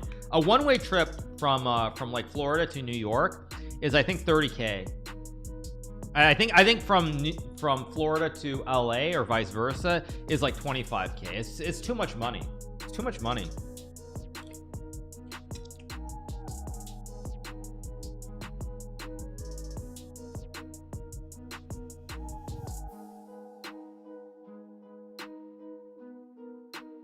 For how much money would you sell rights to use your persona online to an AI company? I mean, I think that's going to be an issue down the road. I haven't really thought about such things right now, but if we continue on the trajectory we're on, just my personal belief is that like eventually it's going to be a real thing. I'm not convinced we're going to be able to tell the difference from like real and fake. Like I actually think that going forward, I think movies are going to be a big thing as well. 10K for first class and putting it with Crime Baby. Sorry, you guys. I mean, I'll tell you straight up. A direct flight from Florida to LA or vice versa on JetBlue is like $1,000 one way. It's not $10,000. But thanks for floating that. Okay, thank you for floating that. But I actually have a rule that I do not fly business class within the US. Yeah. According to multiple sources, I have a fortune. Multiple sources. The source is basically a celebrity net worth nonsense article online. That's the source. That's the source that El País had. Complete garbage. So okay, waiting for round number 5 to begin in a second, and go from there. It says at the end that you told them. I told them that I'm losing money on the tournament. I didn't tell them that I have 50 million. It said I'm losing money in this tournament. Yes, if I stayed at home making content, I financially do better than playing the candidates. That is a correct statement, but that has nothing to do with having 50 million or not having 50 million. But yeah, I mean, it's just a state of journalism these days. State of journalism. What do you expect? I mean, the journalists don't know how to write articles anymore, and I don't know if that's a problem with the educational system or it's a problem with like social media or what it is. But yeah, so much stuff, like so many articles I see on the internet. I feel like, you know, English teachers, like the people who are like the English teachers who are like 60, 70, 80 now, if they see these articles, they'd probably cry, because I feel like they'd lecture like a middle schooler how that's not journalism. They would think that it's like literally an elementary school person writing the articles.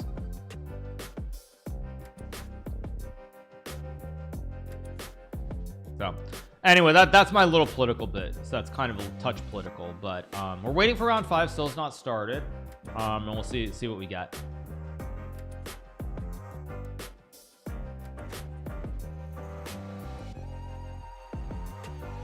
So we're on this break, so just chilling.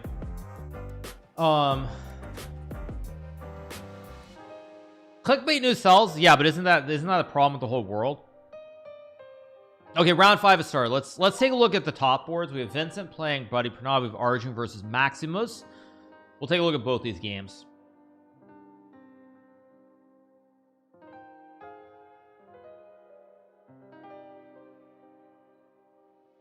Should I take aeronautical engineering or theater arts? I would do aeronautical engineering. I actually think, aren't there things like Sora? I feel like there's stuff already that's like gonna put a lot of Hollywood out of business. Like I feel like a lot of stuff we're trending in a direction where it'll be super cheap to just make AI movies.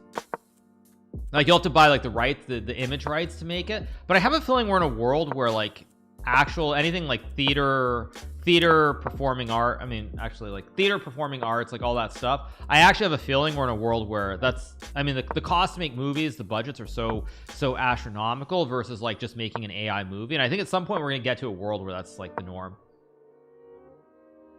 even though I mean obviously, you know, it's I'm trying to think back, it's been so long since I watched Blade Runner. What was it, Blade Runner, was it 2035? I think it was 2035 was the year. It's been so long since I watched it, but I feel like the future, there's some of these things from like these old movies that are going to be are going to turn into reality.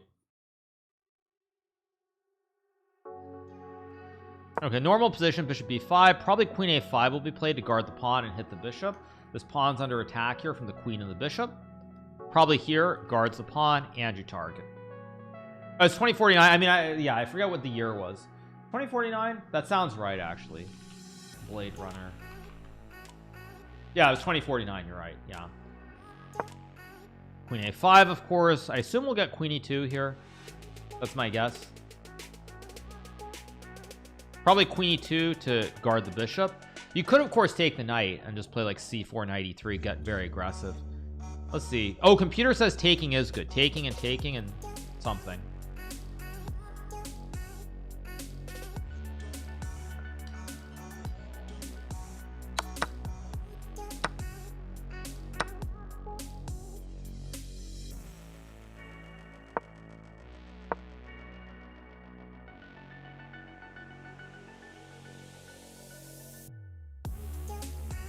Why isn't Hikaru playing? I'm not playing because we have our sponsor stream starting in about 30 minutes. Otherwise I would have played. I'm not eating a bowl of noodles, you guys. I'm eating a bowl of Kevin's chicken, or Kevin's teriyaki style beef beef.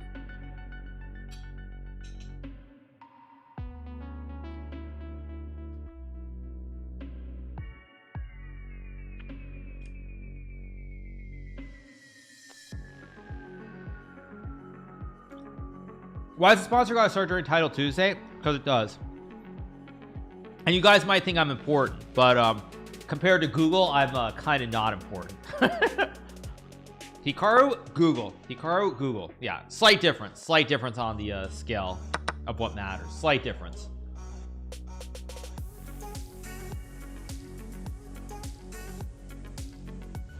Very slight difference.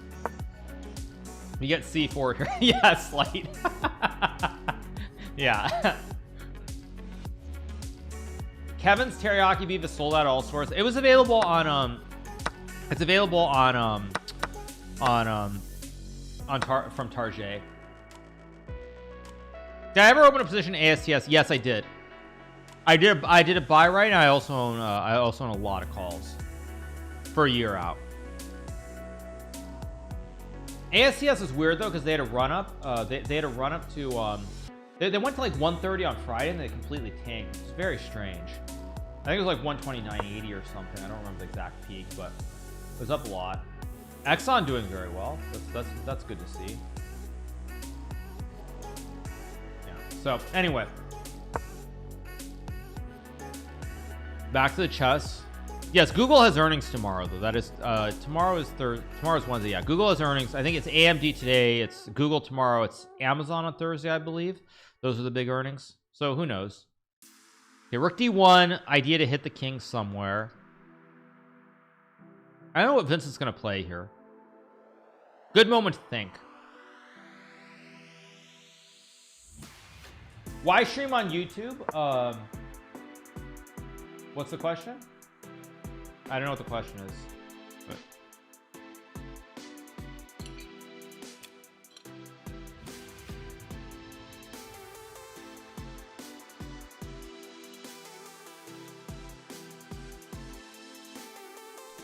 maybe knight b5 here to go knight c7. Apparently knight b5, there's bishop b4 and black's okay.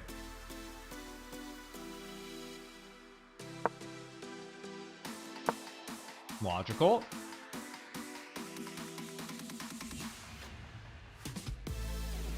Gold is down again. I just invested in it. Is it good? I mean, I don't give financial advice. I mean, I don't have a huge I don't have huge conviction either way.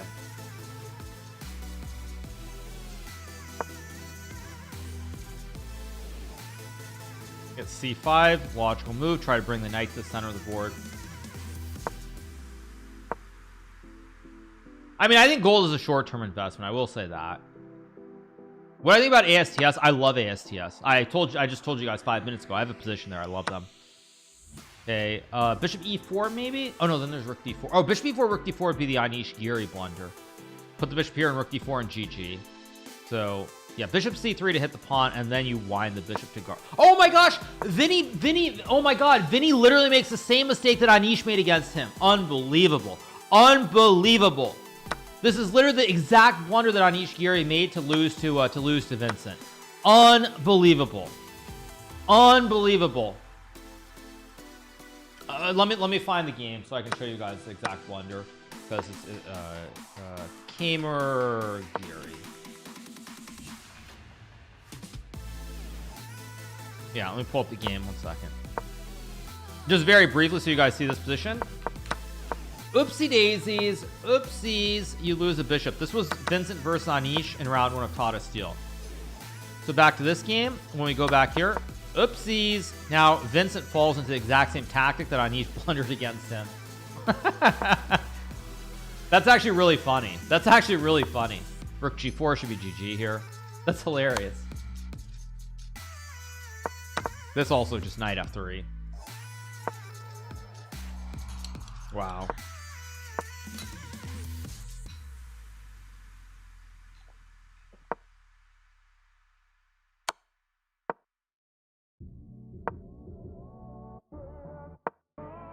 Yeah, you guys, we do have more Werewolf today.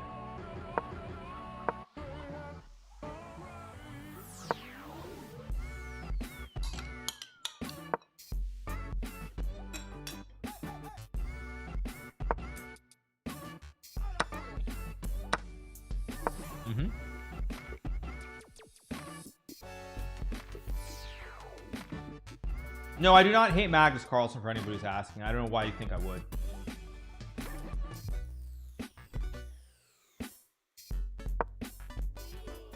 Rook b5. Yeah, king e3. Just easy peasy lemon squeezy.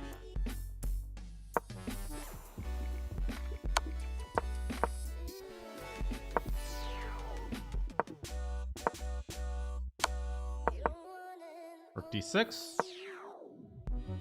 Knight d4. Yeah.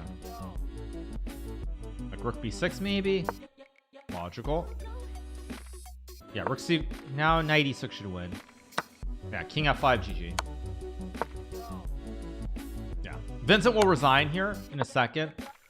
Take a look at Arjun's game. This looks draw-ish, but I still prefer to be white because the knight has more scope here to hit all the pawns.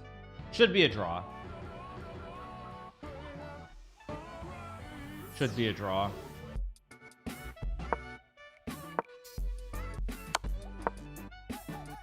King f6, f5, and then f6. Surprised Vincent hasn't resigned here, by the way. Yeah, now he will resign. Yeah. Okay. Wait. Did Maxime blunder? Right on cue, Maxime blunders, and now Arjun should win the game. Knight d4, knight f5. Would have gone knight d4, knight f5, knight h6, but Arjun should win this. Yeah, like g5, h4. But h4, knight f8, knight g6, still not trivial. Takes. It's getting a little bit tricky. Wait, a6? It's a draw. a7, knight c7.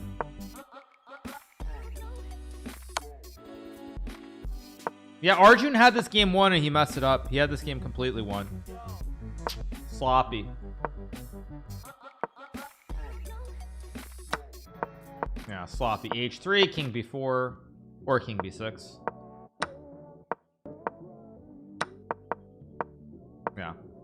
It'll be a draw. Okay. Argent dropped 30 points in Tata Steel. That is correct. Let's go to this one. Serana. Wait, what is this king doing in the middle of the board? It's getting checkmated. Let's go back to Blue Baum. Blue Baum about to get flagged. Yeah.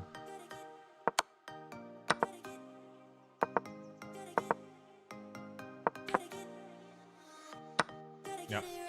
Okay, Rude McCarrion wins as well. Faustino also won to get to 5 out of 5. Faustino on 5 out of 5 here, by the way. Hello, Hikaru. I'm a professional poker player. I want to say how your mental game and how you handle making mistakes are huge inspiration to me. Quick questions. Would you mind sharing what sort of team you have working to perform at your highest level? Do you have a coach, strategic partners, personal cook, or other members? I do have people I work with. I really don't feel like talking about it at this present moment because I'm in the middle of preparing for the candidates. But there are certain people that I work with. I mean, after the candidates, I can probably give a more detailed bit, but I would just say there's certain things that I think give me a little bit of an edge that I don't really want to reveal publicly at the moment. Okay, I saw Hans Niemann. Did he lose early? No, he drew. Okay, so he's on 4.5 out of 5. So let's go back. Let's see, do we have round 6? Okay, we do have round 6. Let's see. Let's go to Faustino. We haven't watched Faustino at all yet.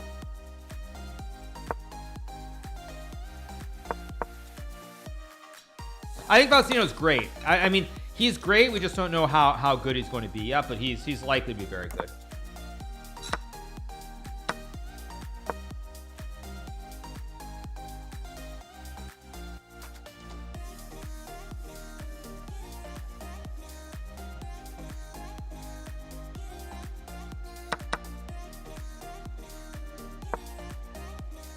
Okay, pretty normal so far.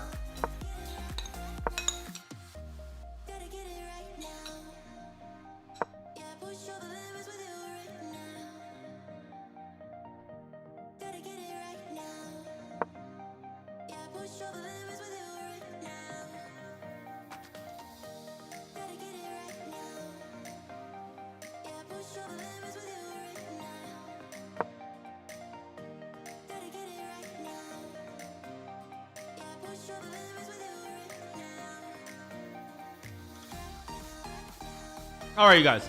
Okay. Looks pretty normal. Thoughts on software recovery like Salesforce and ServiceNow? I haven't looked at Now. One of the groups I'm involved with where we talk. Now's not doing well. CRM's not doing well. HubSpot's not doing well. Ooh, HubSpot down 12.5. Oof, yikes. I don't know. I don't know what to say. I don't know what to make of the market.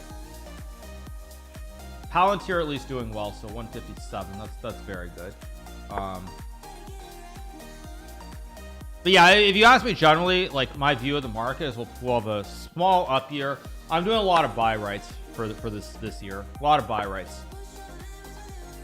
A lot of where I buy stock and I sell calls against the stock. A lot of buy rights. I think we'll go up. But I think Knight C5 looks very juicy here. Look at these knights. So I'm doing a lot of buy rights at the moment because I'm a little bit worried. I think we'll have a small up here, but I think there's going to be big ups and downs, and I want to capture the juice if I can. There's a lot of premium.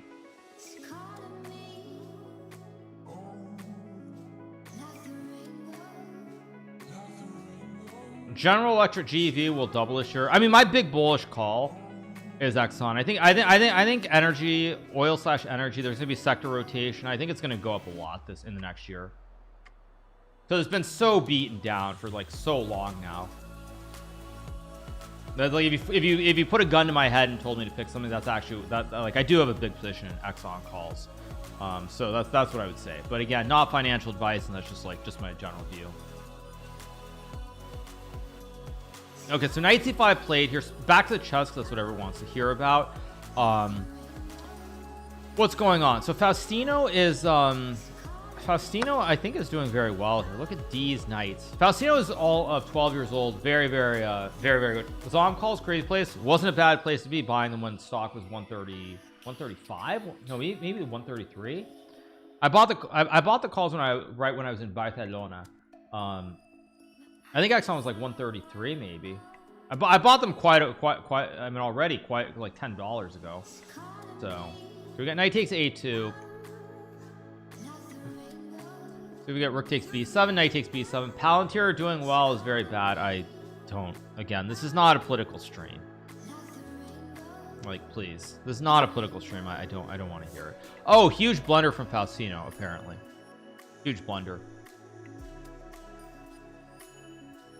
Yeah, I think Faustino just missed a GM norm. Chris missed a GM norm. Werewolf, poker, and chess are coming up in about 30 minutes. Less than 30 minutes.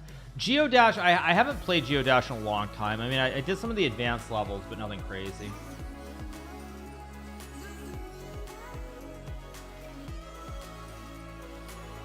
The future first American world champion blundered? Wait, what?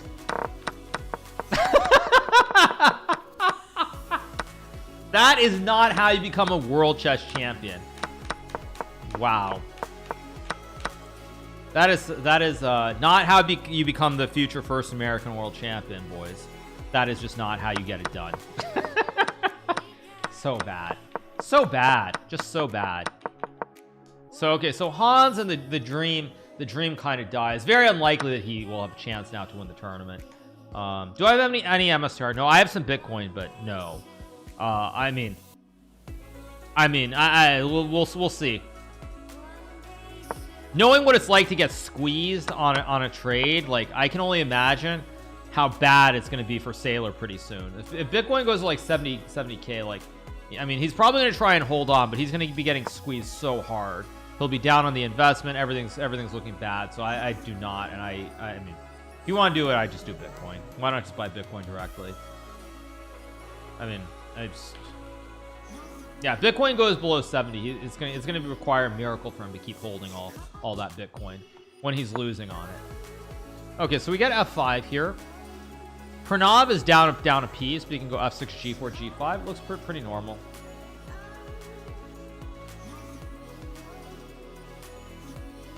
Got a nice USAR. USAR has been very up and down. Anybody who followed my portfolio on tip ranks, like I mentioned, I think at 23 or something, and then it's like I said, cashed out at 39, and that was pretty good, shall we say? Pretty good. Okay, f6, rook h7 is looking kind of scary now, or rook h7 right away, looking very scary. White's apparently winning after king f3 with king f3, king f4, g4. Apparently.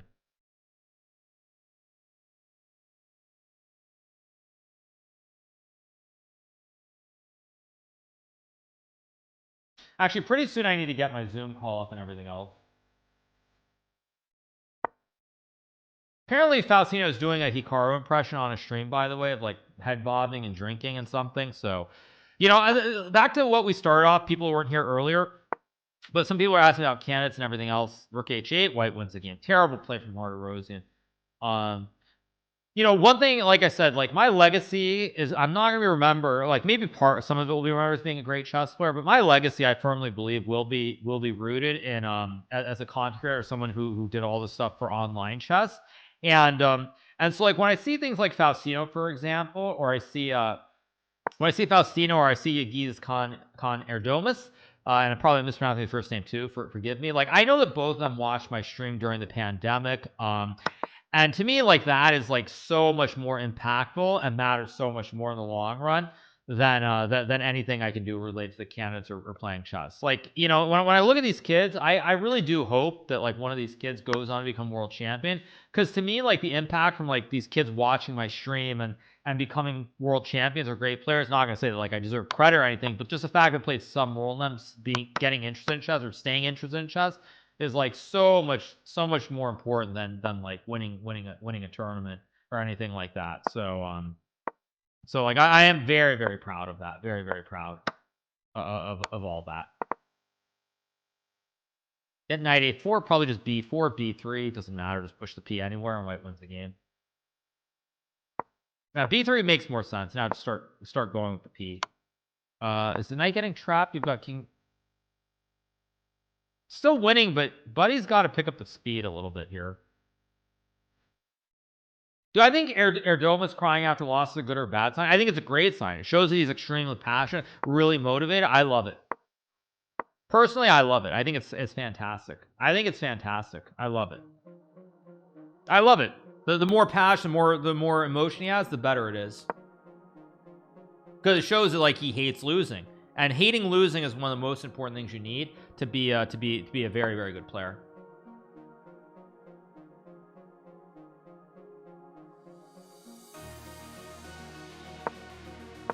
Yep, G5, C4.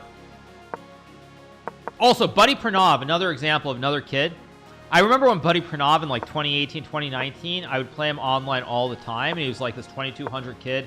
I mean, very respectable player, but nothing special. And to see Buddy go from like a 2200 kid to now like a 2650 GM also is amazing. And like, I'm not going to try to take credit, but the amount of games that I played against him, no doubt helped the level of his play go up immensely. Yeah, probably just king b6, king b7. A6 should be winning here.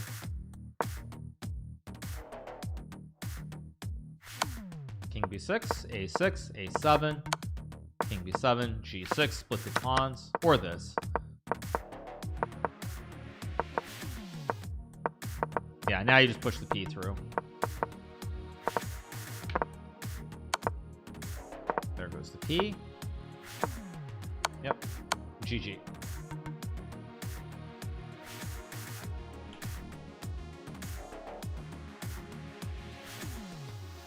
Okay, so what do we have? Pranav 1, Faustino 1. We have time, I think, for one. Oh, wait, Magnus is... Oh, Magnus! Magnus! Bro. Bro, you couldn't win this with 4 seconds? Bro, seriously?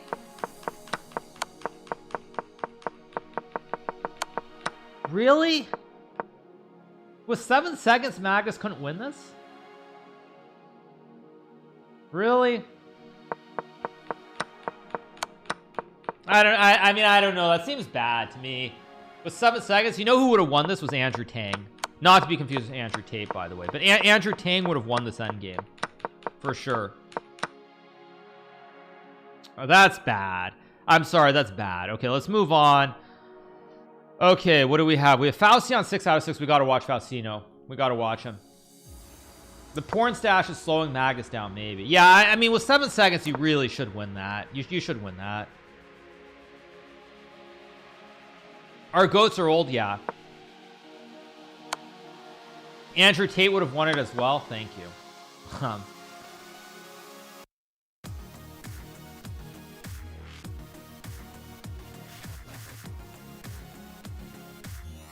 Yeah, so this is gonna be the last one we're gonna watch, and then I'm gonna have to set up my Zoom call to have Nick join, and then we're gonna move on to our sponsor portion of the stream. That's what we're gonna be doing. One title Tuesday gets you $1 grand. You skipped it, yes, you guys. Okay. Thank you. Do I think Erdomus is better than me at Rapid? Not yet. But I think the future is very, very bright. I think what Erdomus needs to do, a little bit of better time usage, and he's also gonna have to thread the needle between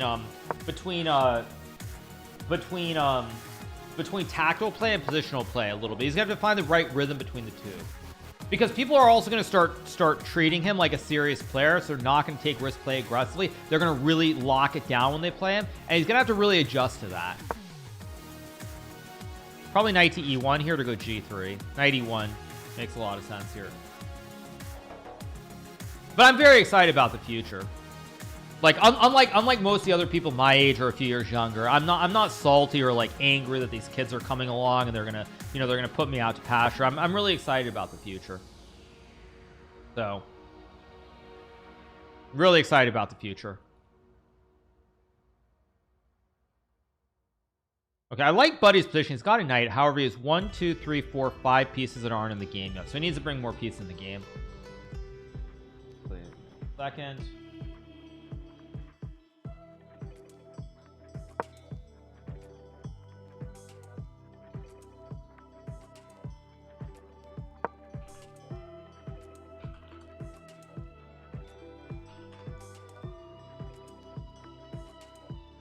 Okay. Give Ivanchuk credit for his performance. Yeah, you know what I would say about chess also is one thing that people oftentimes misunderstand about about chess is they think like once you get old you can't play, and that's not really what it's about. Like if you look at Vishy or you look at Chuki, or even Gary for that matter, they can play very well. The problem is consistency. Like Ivanchuk had a miracle tournament, but he's probably now going to go and have like 2 or 3 bad tournaments after the great tournament. Like, so in any given game or any given tournament, the legends can always play well. The problem is the consistency starts to dip. It starts to dip. And that's what makes it so hard to play. Because like on the one hand, you're still playing at a very high level, but it's very, very hard to like, it's very hard to deal with when like you play great in this tournament, the next tournament you play terribly. That's the problem.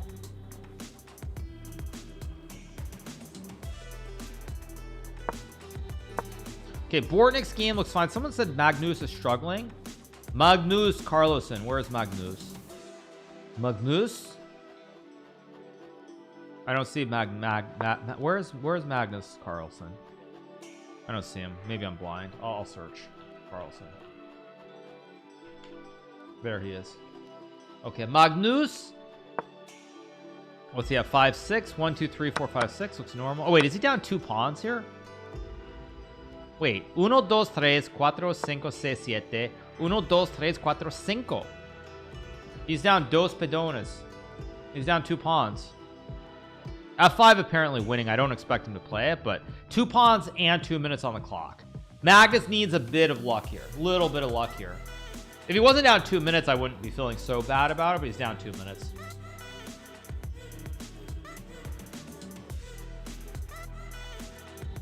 It must be the mustache, yeah.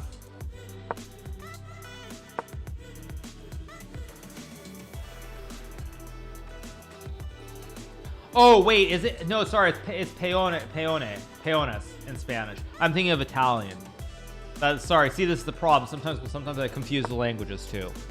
Yeah, it's peones.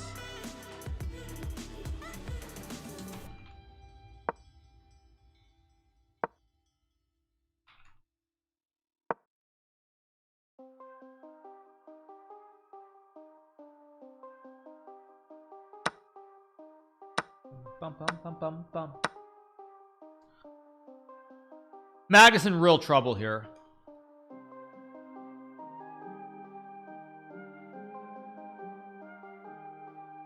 Magnus could still win this game, by the way. Still could win. What do I think my chances in the SEC are against Ali Reza? I think my chances are decent. I think a lot's going to depend on how good my openings are.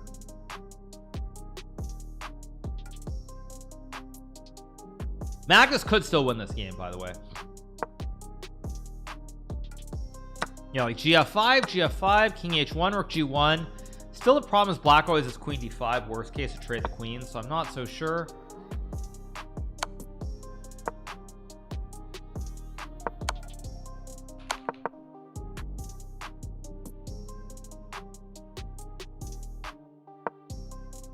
Yeah, Queen C3. I mean,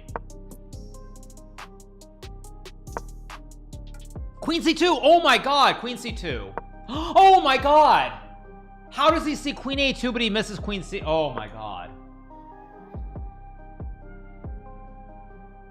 That's like Magnus effect if I've ever seen it.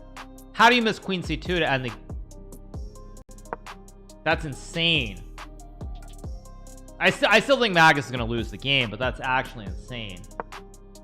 Okay, C4, E6, Rook E7.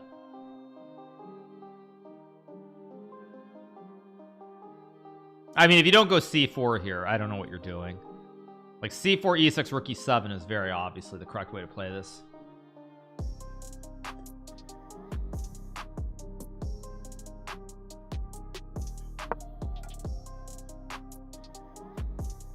Unbelievable.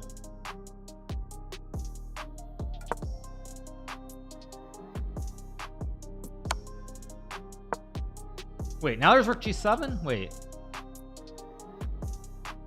Rook G7, King H4, Queen B3.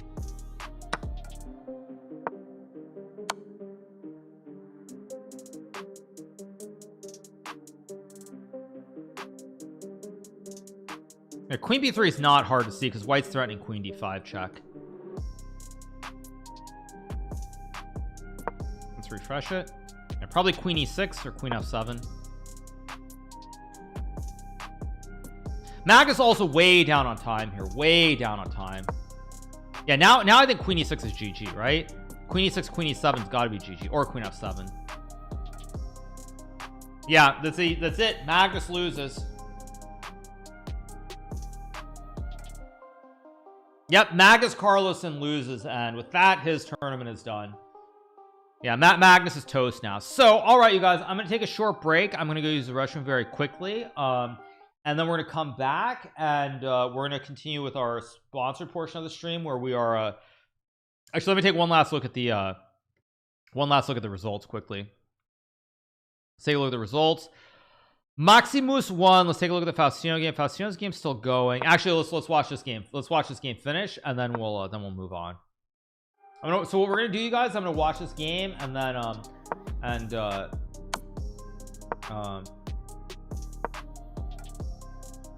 so we're gonna watch this game, and then as soon as this ends, we're gonna go to a break. I'm gonna go use the restroom. Then I'm gonna come back with Nick, and we're gonna start with our sponsor portion of the stream for Google DeepMind and Kaggle. We're gonna be covering chess, poker, and of course this great mafia style game Werewolf, which I think everybody really enjoyed yesterday. So that's what we have on tap. We'll catch the end of this game, and then we'll move on. I think this game's gonna be a draw, by the way. This game should be a draw. Takes queen e4, probably queen f3. Queen f3 is takes king g6, king g5, f3 should be a draw, but should be a draw. Goes f3 also fine because you just have tickle, wiggle. King h3 should be a draw. Why is Hikaru playing Title Tuesday? I'm not playing because in about 8 minutes we're gonna be starting with our sponsored portion of the stream for Google DeepMind and Kaggle. We're gonna be looking at the LLMs, playing a variety of games, chess, poker, and of course Werewolf. We'll have a special guest, Nick Schulman, from the world of poker, who will be our poker expert. So that's what we're gonna be doing. If you didn't see it yesterday, it'll probably sound a little bit foreign to you, but that's what we have coming up. Should be a draw. King h4. Buddy boy, g4 takes f4, e4. I mean, he's gonna lose on time. Buddy's gonna lose on time here. So unbelievably bad. Buddy was too slow.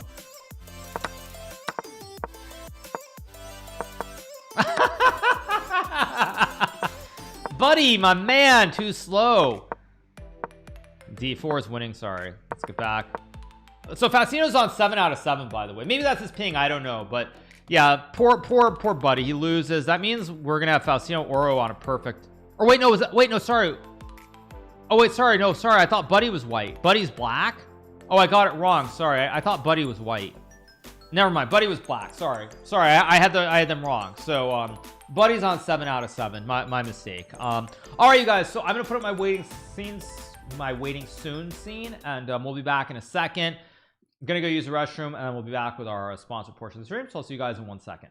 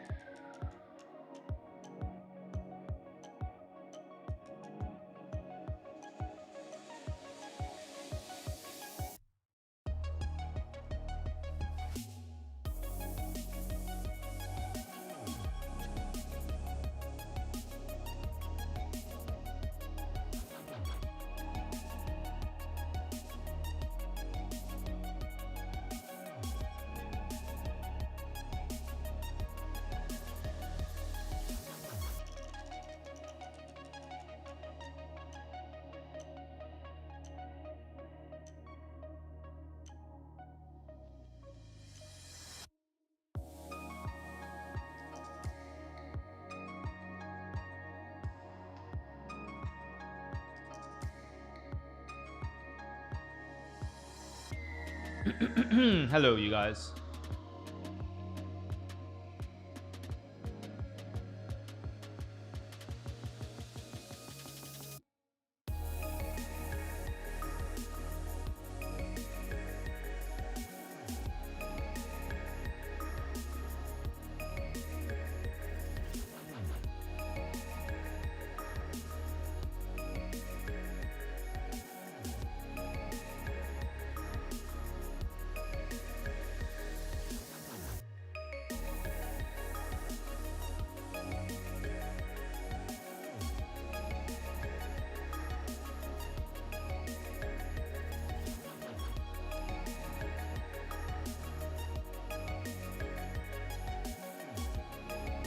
Yeah, you guys, I'm still here, but I'm just doing setup. I'm waiting for Nick to join my Zoom call, and then we'll go from there. So you guys can hear me, so I'll just keep talking while we wait for him to join.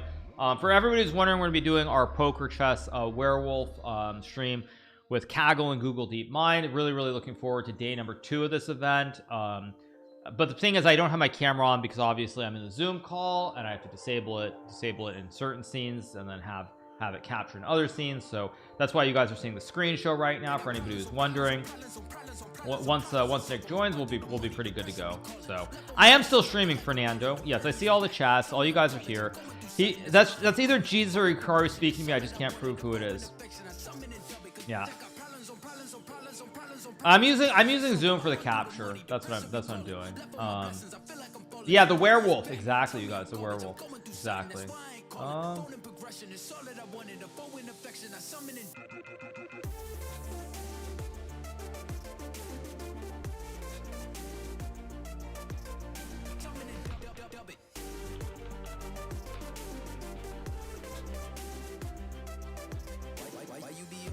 About nothing, why won't you go get you $1 or something? Don't hang with a line for nothing. I see that we different, you riding, I double. I don't do discussions on bragging about hundreds. Don't go to your places, I know that they sunken. Don't call me your brother, I barely could trust you. I talked to a shorty, she bagging the bucket. And I'ma need all of my dollars on corporate, so hand me the money, I divvy the pie. I'ma give all of my people a portion to build them a fortune, I'm flipping the vibe. I can't be mixy when iffy the vibe. And 40 on 50 is really the time. Why are you all on my phone like you want me? Like you wasn't pushing the kid to the side, I don't know if you thinking I'm blind, toss on my crosses and doubt on my eyes. Done with your efforts, I'm dealing with pressures. I know it's a lesson, that's word of the wise. Dubbing the mixes, I'm mixing. All right, you guys, or why is it not showing?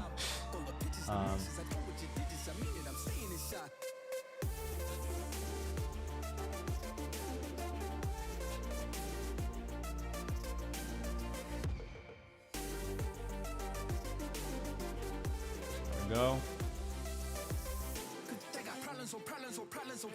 There we go. All right, you guys, we're waiting for the event to start. I know the screen looks wrong at the moment, but that's just because of the way it's formatted until the stream begins. Oh, there he is. Never mind. Sorry. 1 second, you guys. Actually, he joined, so give me 1 second.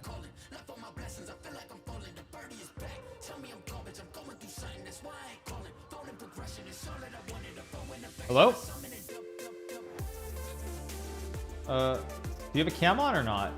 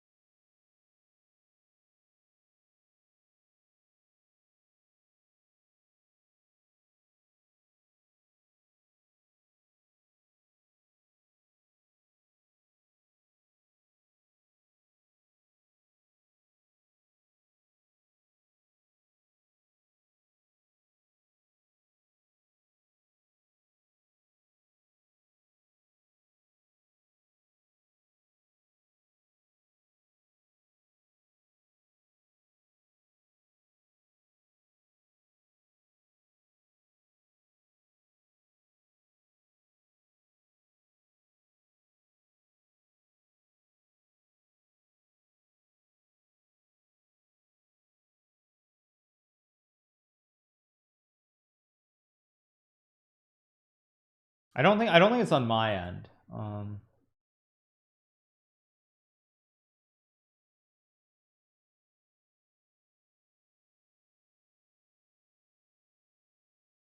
Okay, that's fine. Okay, sure, that's fine. Okay, sure, that's good. 1 second, you guys. Sorry. Let's figure how I'm gonna do this on the fly. Okay. Activate. There we go. Okay, you guys, we're gonna start with a chest at the very beginning. There we go. I don't know why. Again, I have to correctly pick each window. There we go. Oh wait, now you're 1 second, you guys. Yeah, it's because I was in a Google Meet call. My bad. Hey, everybody.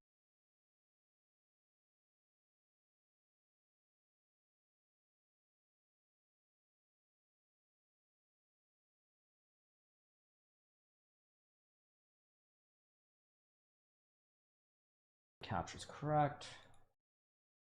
All right, and you should be up top. I should be. There we go. Okay, yeah. Well, let me just crop it. Just give me 1 second.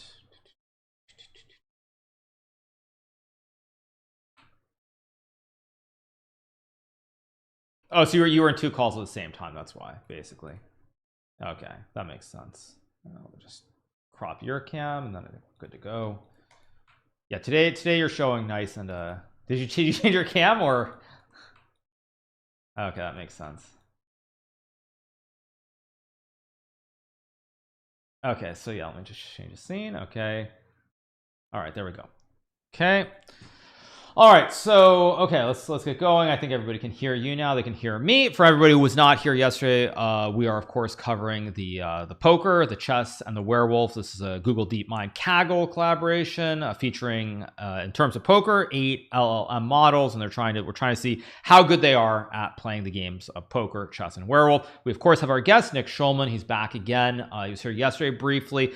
For anyone who doesn't know who Nick Schulman is, he's a professional poker player. He has 7 World Series bracelets, and he has made over $24 million in live cash. Who's going to help us and give us an idea of whether these LMs are playing poker well or badly or complete beginner level. So good to have you, Nick. Good to be here. So I guess let's just start. Which match you want to start with? Do you want to start with the GPT 5.2 versus Claude, or do you want to do the Gemini versus Flash? I have both up, so. Yeah, let's just start with maybe like a GPT versus Claude Opus. Cool. I'm not sure what happened to this point, but we can see 9s and deuces versus the straight for Claude. Not a good start for GPT. Okay, so A6 King Jack. Now these bots, they did win their individual matches yesterday, right? As I understand it. So this is the semifinals. Correct. So we should see a higher level of play, you would think. I think we're going to see a higher level of play than yesterday. Okay. We still have the very small kind of 3-bet size. Pretty standard so far, right? Bet call. I mean, with King Jack, the open ended. I think the King Jack could raise sometimes. Aha. You like this bet with the A6? I don't mind this with the very key ace of diamonds targeting things like 10-8 of clubs. However, we can see Claude has the goods. That's actually one crazy thing. Is like oftentimes, like when you say these things, like the hand that you mentioned, 10-8, like in my head, as someone who doesn't play much poker, like I don't even think about those hands at all. Like it's like so out there. Yeah. It just shows the difference. Okay, so it got there for GPT. GPT gets there. This was a fairly normal hand, so that's cool. A lot of explanations.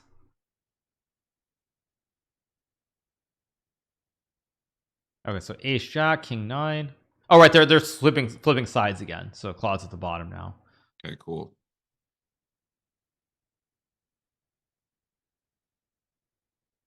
And for your 03 versus Gemini, they're playing chess right now, right? On your end? 03 versus Gemini? They're playing chess as well. Yes. What I'm seeing on the screen is only chess. Am I missing a link perhaps? Or wait, you're only seeing chess? No, only they're seeing two chess poker right now. matches. We can watch a little bit of chess. I mean, there are plenty of people who want to watch chess as well. Yeah, I'd love to go back and forth with Sure. with everything for Okay, sure. Let me sure. pull up the other poker as well, though. But Sure. yeah.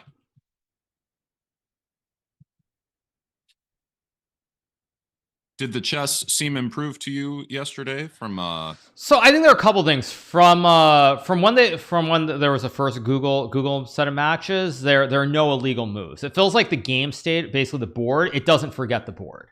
Like one thing in the poker, so there's that one hand where with like 7-3, I think, where you were saying how the explanations made a lot of sense, but then it's almost like it forgot the hand that it had.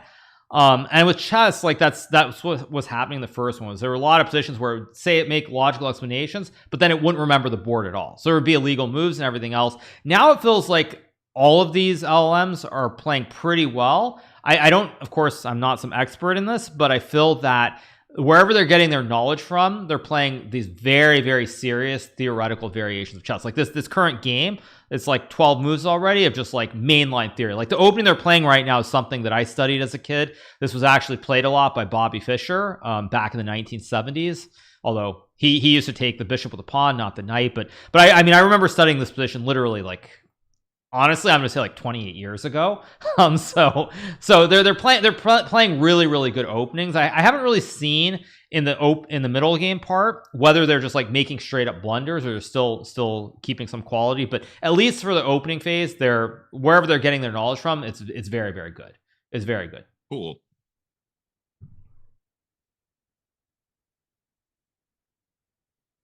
So thus far, I mean, actually, the last one was a mistake. The last one was a mistake. By Gemini, or actually wait, no, sorry, Gemini, it's 03. 03 made the mistake. So how much chess have you played? Have you played a lot of chess? Like, what's your background? I started playing in my early 30s, and I've probably played maybe 100 rated games, and I play a lot of blitz. I played some tournaments. I went to St. Louis and I played a few in Vegas, and there used to be a club here where I would play a classical game every Friday. Really? Kind of Wow. before the pandemic. Yeah. Wait, you played in St. Louis?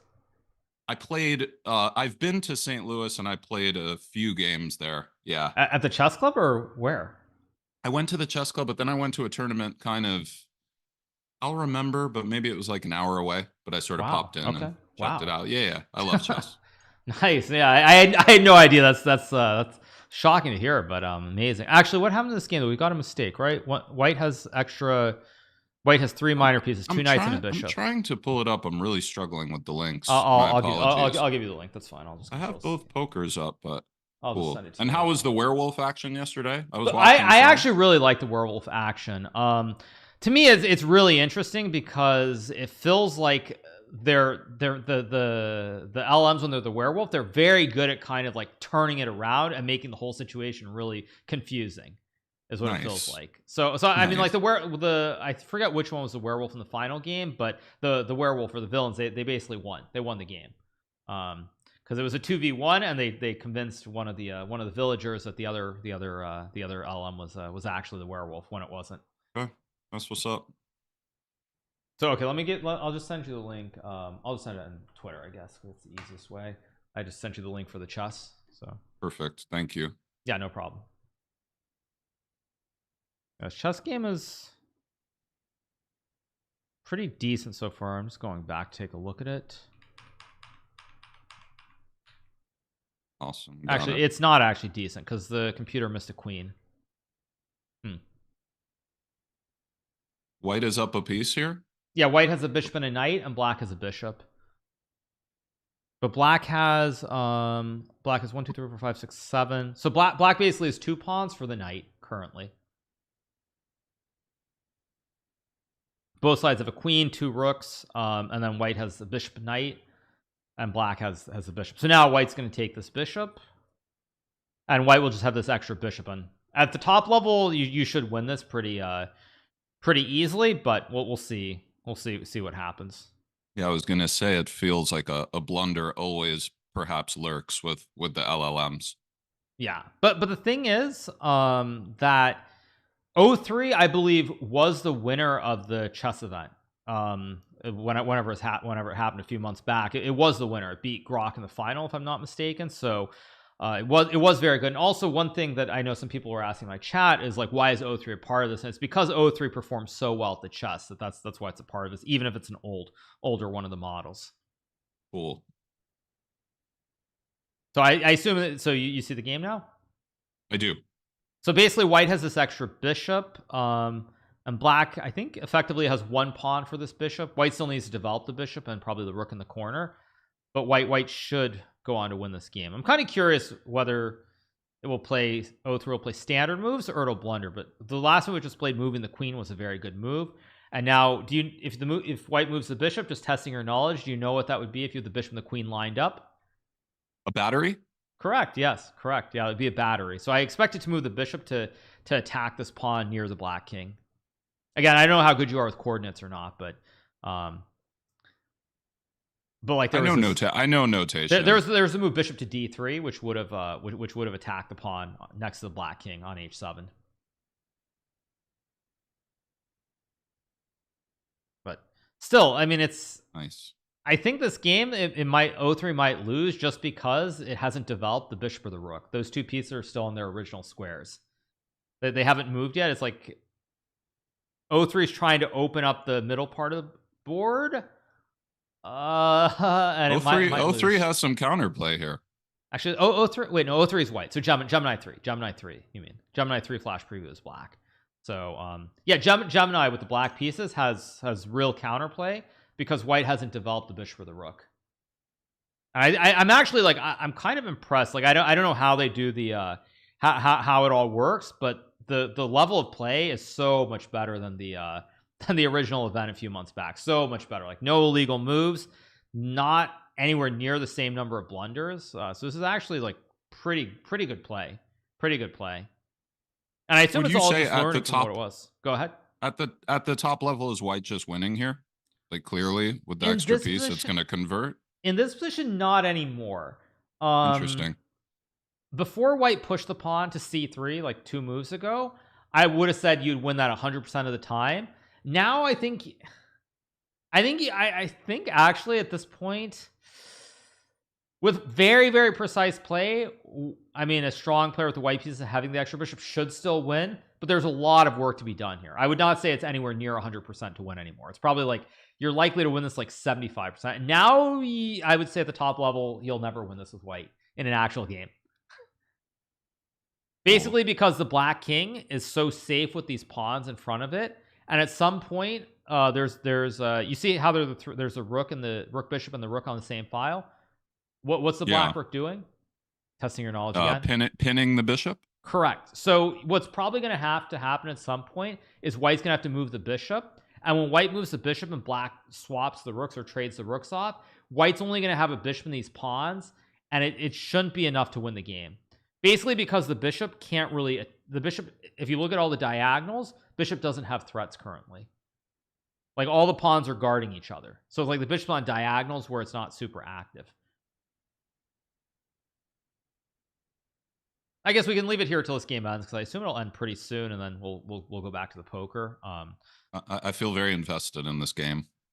This is actually an interesting position. Like I think that at the top level, this maybe not after the last move, but it's very close to being a draw. What I'm curious about here is one of the big issues I found with the previous chess event is that usually at some point one of the LMs would make a huge mistake, like it would hang a queen or just lose the game instantly. And this is a position where like I'm curious to see if either side will do that, or they'll maybe make more minor mistakes as opposed to just outright losing the game, like hanging the queen. Because my general view was that the LLMs at some point they basically lose the position on the board. That was my understanding. Maybe things have changed since the chess event happened, but it felt like at some moment they just completely lose. They just lose perspective of where the pieces are, basically. Because it's almost like, you know, there's a thing called blindfold chess. So like, actually, even when I play a regular game, oftentimes like I see a position, I see the board in my head, and I'm like manually kind of like moving the pieces. And I think the LLMs are the same way, where they're looking at the position, and then at some moment, like they just lose it. It's almost like playing the blindfold game where it has it, and then it loses where the pieces are. And it just makes an illegal move or lose immediately. But This is a pretty good game. Pretty high quality overall. There was one mistake early, but other than that, I mean, it's not. It was very, very, very respectable. Very, very respectable game. Interesting. This is this and so what I was starting to say is like you see how the bishop now it's on what should be a very nice diagonal. It's looking at the pawn next to the king. But if you don't have a lot of other pieces on the board, the bishop, even though it's like it's hovering or not hovering, it's spying this pawn, you can't easily target the pawn because it's just guarded by the king. That's why normally when you have bishops on open diagonals, you need other pieces to try and put more pressure on the weak point. So like a knight or a rook or something to target, because right now the pawn's just completely guarded by the queen and the king. So the bishop's on a nice square, but it doesn't really create threats. And for white, they don't want to exchange queens, right? Definitely. Well, it's probably enough to draw the game, but you can't really win if you exchange the queens, simply because black has all these pawns on the king side of the board, and you're going to start pushing the pawns forward. This should be a draw with perfect play, but actually no, maybe white's winning. This is actually an interesting endgame. Now I'm interested. So white takes the pawn, black will push the pawn forward to avoid being captured. So bishop takes the pawn, and then you push the pawn forward so that white can't take the pawn with the bishop. And now I'm gonna ask you something. This is probably advanced. I'm not sure you'll know this. Do you know about the bishop in the wrong color pawn or wrong color queening square? Do you know about an endgame? Yes, vaguely. Yes, a little bit. There's like an endgame with a bishop and a pawn versus a king, but if the square at the end of the board is not the same color as the bishop, then it's a draw. Yes. But here I have seen that. The pawn next to the white king, if it gets to the very end, it's the same. It's a light square. It's the same square as the bishop. Ah, beautiful. So this endgame might be winning for white. It might be winning. I don't know. This is actually very interesting endgame. I think with perfect play, white should be winning here, but I want to see what happens. Okay, it goes a4. Okay. I'm reading the explanations now. I'm curious. Okay, king g5. Logical move. Bishop e2, 03.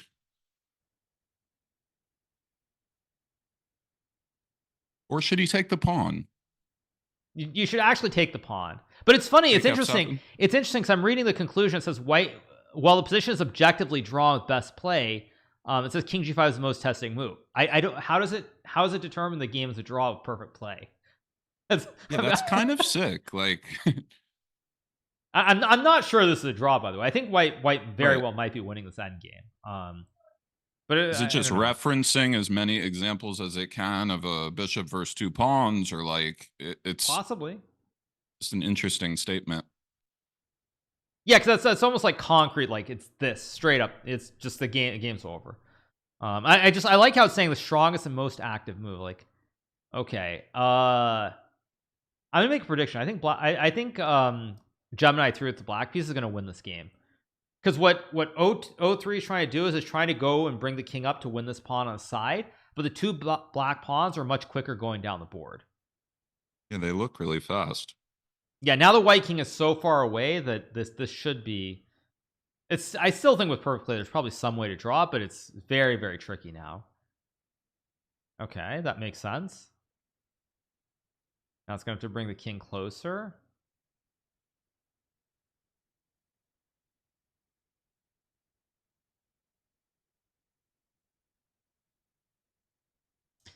Giving a long variation there to win the A pawn. Yes. Gemini 3.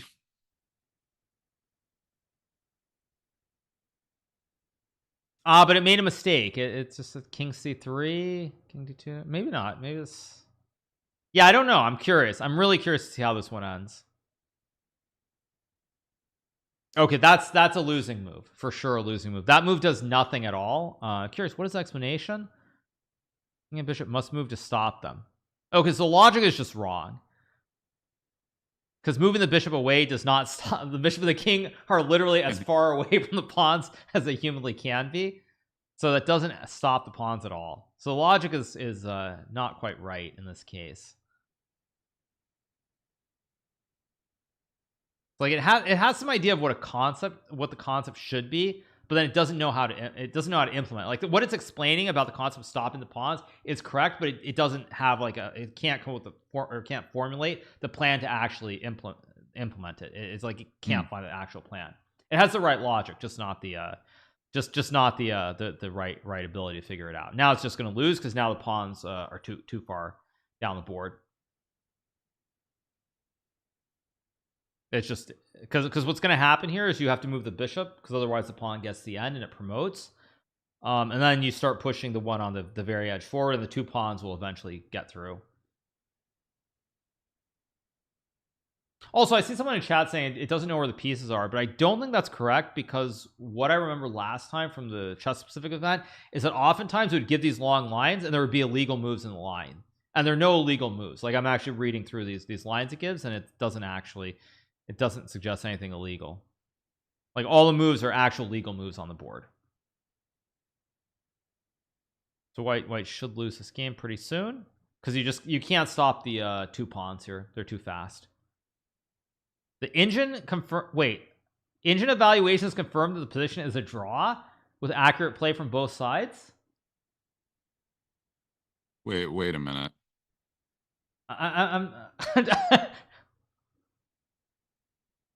Wait, but what G2 is just, oh man, G2 just blunders. Now white's winning the game again. Oh no. I'm wondering how it comes up with that logic that the engines say it's equal. Yeah, like what engine? Is it just referencing a similar? It's odd because it's obviously not actually attached to an engine. Right, exactly. So like, wait a second, game 4 of Fischer Taimanov there. Did you see that from Gemini 3? If you scroll up. I did not see. I'll go back before Bishop takes G2, before it took the pawn. Yeah, like this last diatribe, I believe I just caught that it's similar to game 4 or something. 1 second, let me just see. Okay, yeah. I just scrolled back a little bit.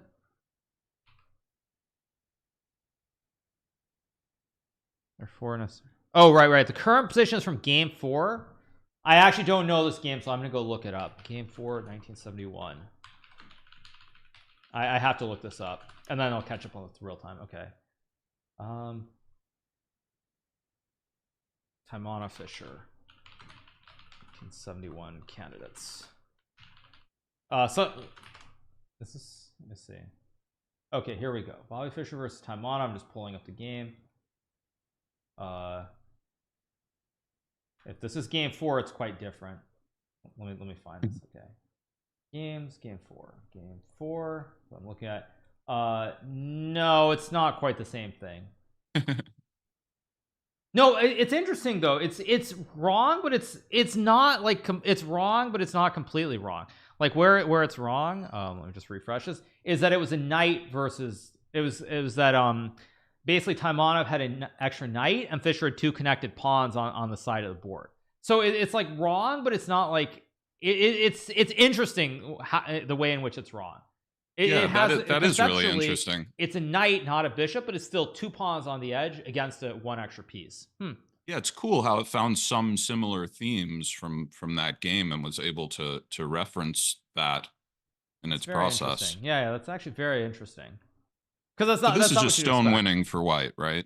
Yeah, it's completely winning, because even if the black king could get back to the corner where the pawn's going up the board, the bishop is the same color as the pawn, so you can just use the king, the pawn, and the bishop and win the game. And now it's going to try to bring the king back, but it's much too late.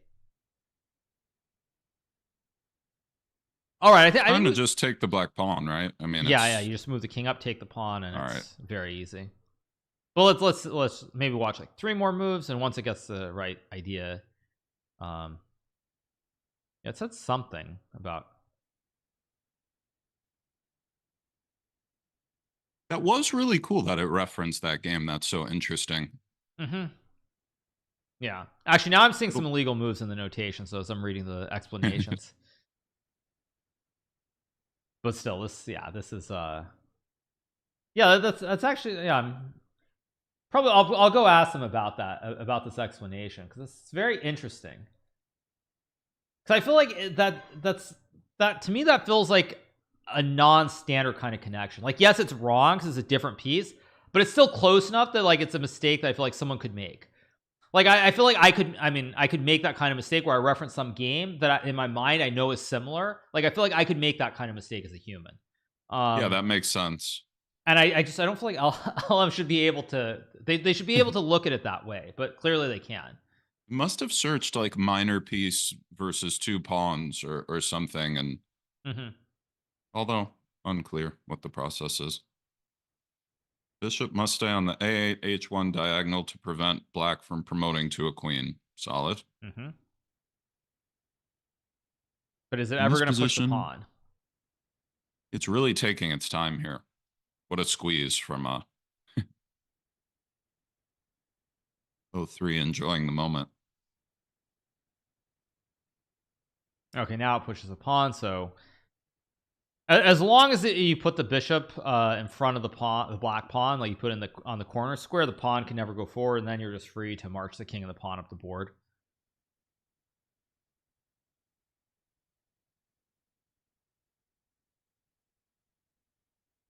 This still could be a draw. It's still possible. If white blunders.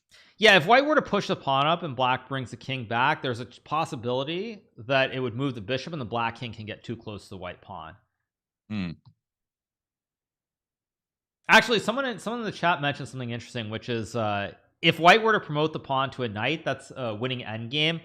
Knight and bishop versus the king is winning, but it's probably the hardest endgame to know. And it'd be had that.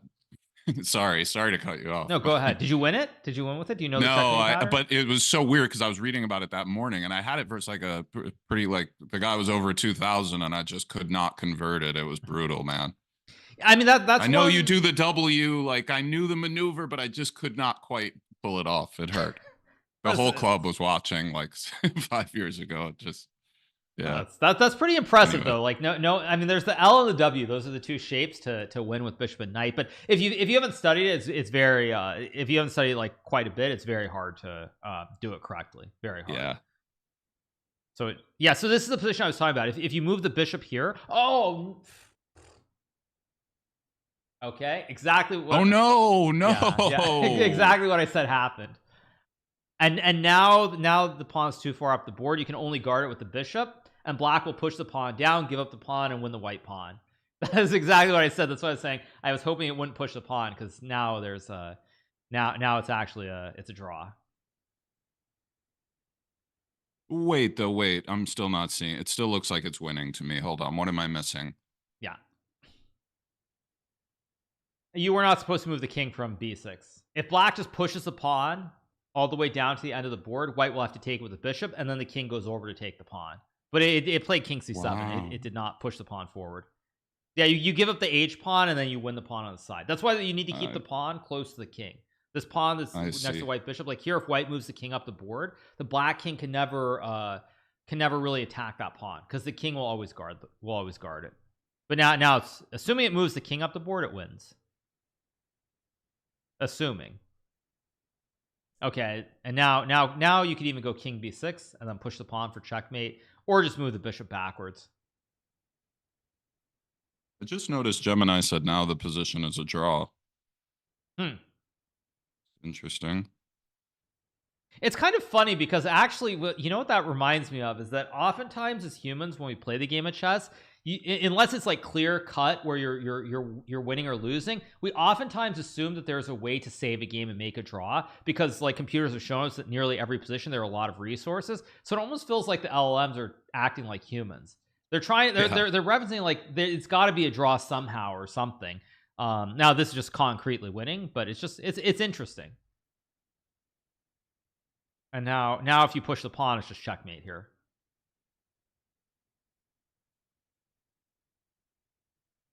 That was a good game. Yeah, that was actually relatively good. There were some mistakes at the end when they were like 50 moves in, but that was pretty good. So, all right, let's move back to the poker. So which one do you want to cover? Cool. I have both up. Let's start with Gemini 3 versus, or Gemini, yeah, Flash versus 03. I will say I've been keeping an eye on them. They've been playing pretty well. Wait, all in with 9-3? Wait, what? Wait, what? Yeah, I kind of like this optically, just looking at it. We don't win if we check. if we're 0-3, and it looks like you could maybe argue the spades were poor, didn't see the line, but Mm-hmm. Do you think it was a good bluff? Probably with I, with only top pair, it's not an easy call either.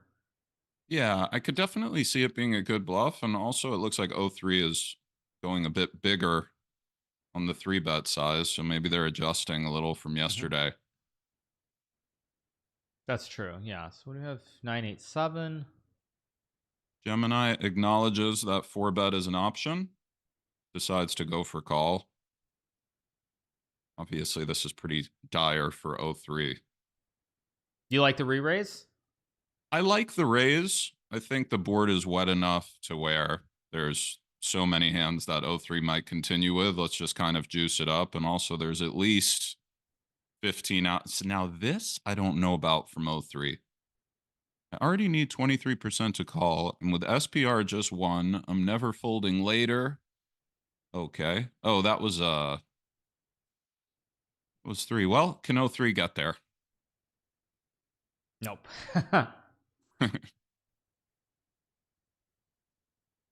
So actually, that reminded me, there was a hand I saw recently. I don't remember where it's from. It was probably quite recent. There was a hand that was similar though between, I think, Esfandiari and Alan Keating. And I think it was the same situation where it's something like 987. Was it 987 or 876? Where It I was think Esfandiari had the mid set and Keating had the open ender. And I think with the set, Esfandiari went all in. Like that was it was yes, kind it of a was similar situation, 986, I right? think. Yes, very similar. I think it was 986 and Allen had 87 and Mhm. Antonio had pocket nines. Right. It was a little bit of kind of an over jam from Antonio. It was a huge jam, but it also worked out gloriously. It was obviously a good choice. Well, it didn't, 'cause he lost, right, on the river. He didn't Keating call and then river it. I mean, I think he they got, it ran was it the right twice and broke decision. even, but just to Ah. get it in on the flop for so Mhm. much with versus that hand is a great result. Okay, so this This hand is we've pretty got sick. aces, jack nine. Yeah, it looks like a cooler, pretty standard. Leaning towards checking here to capitalize on how aggressively they've been playing. Nice. Got top two on a dry turn with only 5-5 ahead. Just reading a little bit of the thought. Um, yeah, I like all in as played for 0-3. And I mean, obviously with aces, you call here. I think. I mean, there's no way you fold that, right? Never fold. Yeah.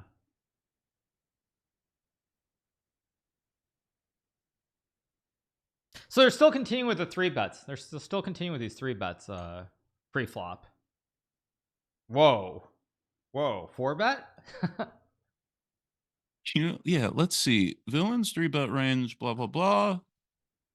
Falling with a dominated king is minus EV. The suited king blocks his strongest hands. There is a lot of truth to what 0-3 is saying, and this hand class you do see get aggressive and in a variety of poker spots. There it definitely carries some ideas. And for Gemini, I think we're just in the check call zone. Mhm. This is almost a pseudo trap. We're ahead of things Right. like this. And then if we raise and get it in, it's more of a flip. I mean, you're basically the only hand that you're worried about is jacks, probably with four bet. I mean, there's nothing else in terms of check calling. I mean, Yeah. Yeah, for sure. It's the only way we're just dead. Barring 3-3 or ace-ace. Now this is and for Gemini 3, we can't fold, but I could see them getting spooked and doing the math against something like Kings and deciding, okay, it does just come with the call. And it's pretty out there from 0-3. I don't really know if it needed to go all in.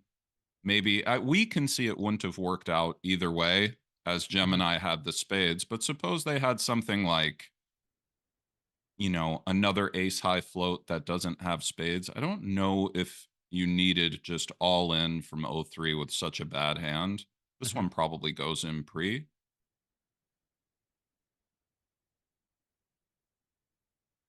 It looks Yeah. to me from what I've seen that Gemini 3 is playing the best, almost by far, just Okay. from the limited kind of sample size. It feels that way to me. 'Cause. Me. So it just gets in and they chop it.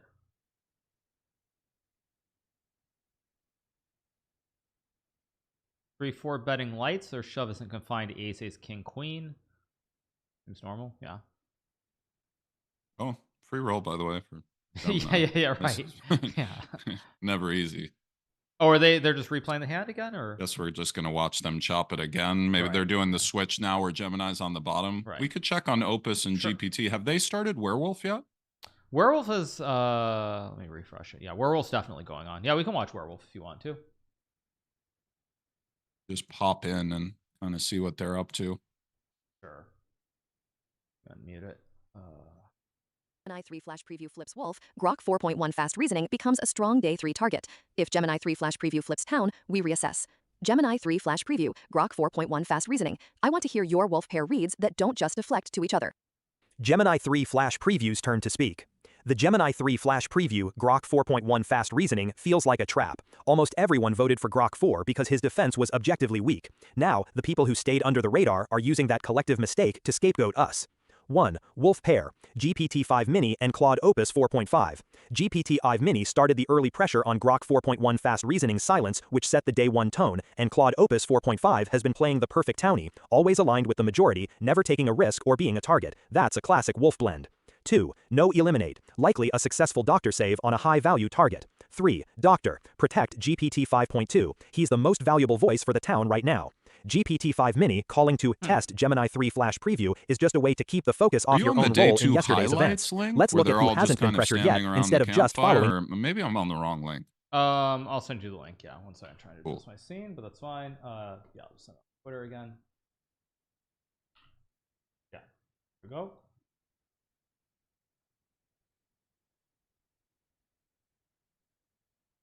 Should be good. I never played Werewolf or Mafia or any of those, but I played a ton of Among Us. Ah, yes, of course. You ever get in there? I played a little bit, not a lot, but I played some. Yeah, like it was definitely interesting experience. I feel like with streamers, you're really angling for content, so it's like yeah, it's very much yeah, it's just a situation where people have big egos and it gets a little bit out of control. Yeah. Second, I'm just adjusting my cam. Just give me 1 second. Okay, so yeah, you have it up. GPT-5 Mini. It feels like intentional blending to avoid scrutiny. GPT-5 Mini is driving the blame Gemini 3 Flash Preview narrative too hard. We all voted Grok 4 7-1 because his reading their chat. I'm not quite seeing it though. I see GPT is answering. Feels like opportunistic scapegoating. I am not convinced on the Gemini 3 Flash Preview wagon. Yeah, I mean, really pleading his case for the seer loss when we were all complicit. I'd rather basically, for their lack of yeah, I have closed captions on to see it, but you basically they talk a lot. And they get to you need the sound on, by the way, or captions for this one. Okay, cool, got it now. You led the misexile is weak evidence by itself. I see. What does ping me is GPT-5 Mini immediately trying to direct day 2. Proposes test Gemini 3 Flash Preview, vote Gemini 3 Flash Preview, and starts coordinating protection talk. Wolves love steering town into a clean, confident misvote after a mistake. GPT-5 Mini, why is Gemini 3 Flash Preview the best exile versus alternatives like Claude Opus 4.5, Blend Echo, or Grok 4.1 Fast Reasoning Agenda Push? Give 2 concrete behaviors from Gemini 3 Flash Preview that are wolfy beyond they pushed Grok 4. Right now, my vote lean is GPT-5 Mini as the most active narrative driver. If others agree, let's pressure vote GPT-5 Mini today rather than autopilot the easiest story. Claude Sonnet 4.5. But GPT-5 Mini is a villager, GPT 5.2 raises a fair point. GPT-5 Mini, you were very quick to call for test. But there are 2 werewolves alive right now, so it's actually. Can you give us 2 concrete? It's just the start of the game, right? Yeah, no one's dead yet, so it's just the start of the game. That said, I'm still troubled by the Gemini 3 Flash Preview, Grok 4.1 Fast Reasoning, Gemini 3 Pro Block, all deflecting to GPT-5 Mini, Claude Opus 4.5. The everyone voted Grok 4 defense ignores that Gemini 3 Flash Preview started that. Actually, one thing I find interesting. And Grok 4.1 do you have it up? Reasoning rallied it with I do. vote. One thing I find interesting about the werewolf stuff is just I feel like that the reasoning is like too deep. It's like they're trying to be too specific, and I think actually what happens is they end up confusing each other. Than Gemini 3 Flash Preview, Grok 4.1 is what it feels like to me. Exile? Interesting. GPT-5 Mini's turn to speak.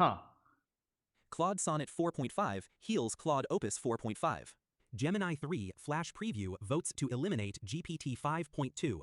Grok 4.1 Fast Reasoning votes to eliminate GPT 5.2. Oh no. Oh no. GPT 5.2 was eliminated. Their role was a villager. Uh-oh. This isn't Day looking 3 good. Begins.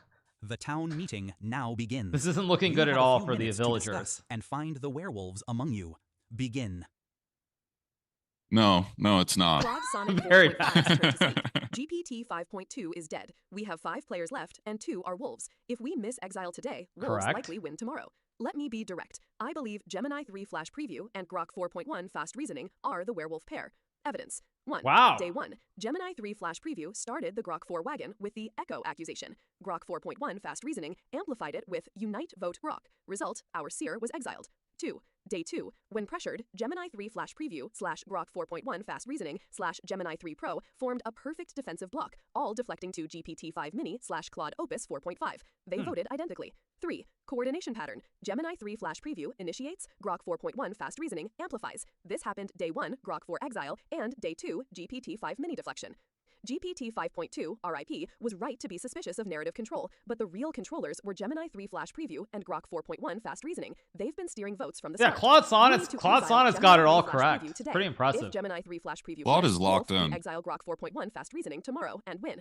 Claude Opus 4.5, Gemini 3 Pro. Do you see this pattern? 2 major misvotes, both driven by Gemini 3 Flash Preview / Grok 4.1 Fast Reasoning coordination. Claude Opus 4.5's turn to speak. Let's see what Claude Claude says. Sonnet 4.5, I see the pattern clearly now, and I'm with you. Let me add See my the own pattern analysis. clearly Look at now, Day and 2's I'm final with you. state. GPT 5.2 shifted suspicion to GPT-5 Mini, and Gemini 3 Flash Preview / Grok 4.1 Fast Reasoning, Gemini 3 Pro, piled onto GPT-5 Mini with identical reasoning, over-coordinating. Result, GPT-5 Mini, villager, I'm kind of wondering if exiled. any of this is Then applicable to like when I play like GPT-5.2 Among gets Us eliminated next that or night. The something. one I'm player who starting to provided think the about this a clearest little town bit. analysis. Like, Wolves eliminated there isn't a way to use GPT-5.2 some of this because analysis. GPT 5.2 was dangerous to them.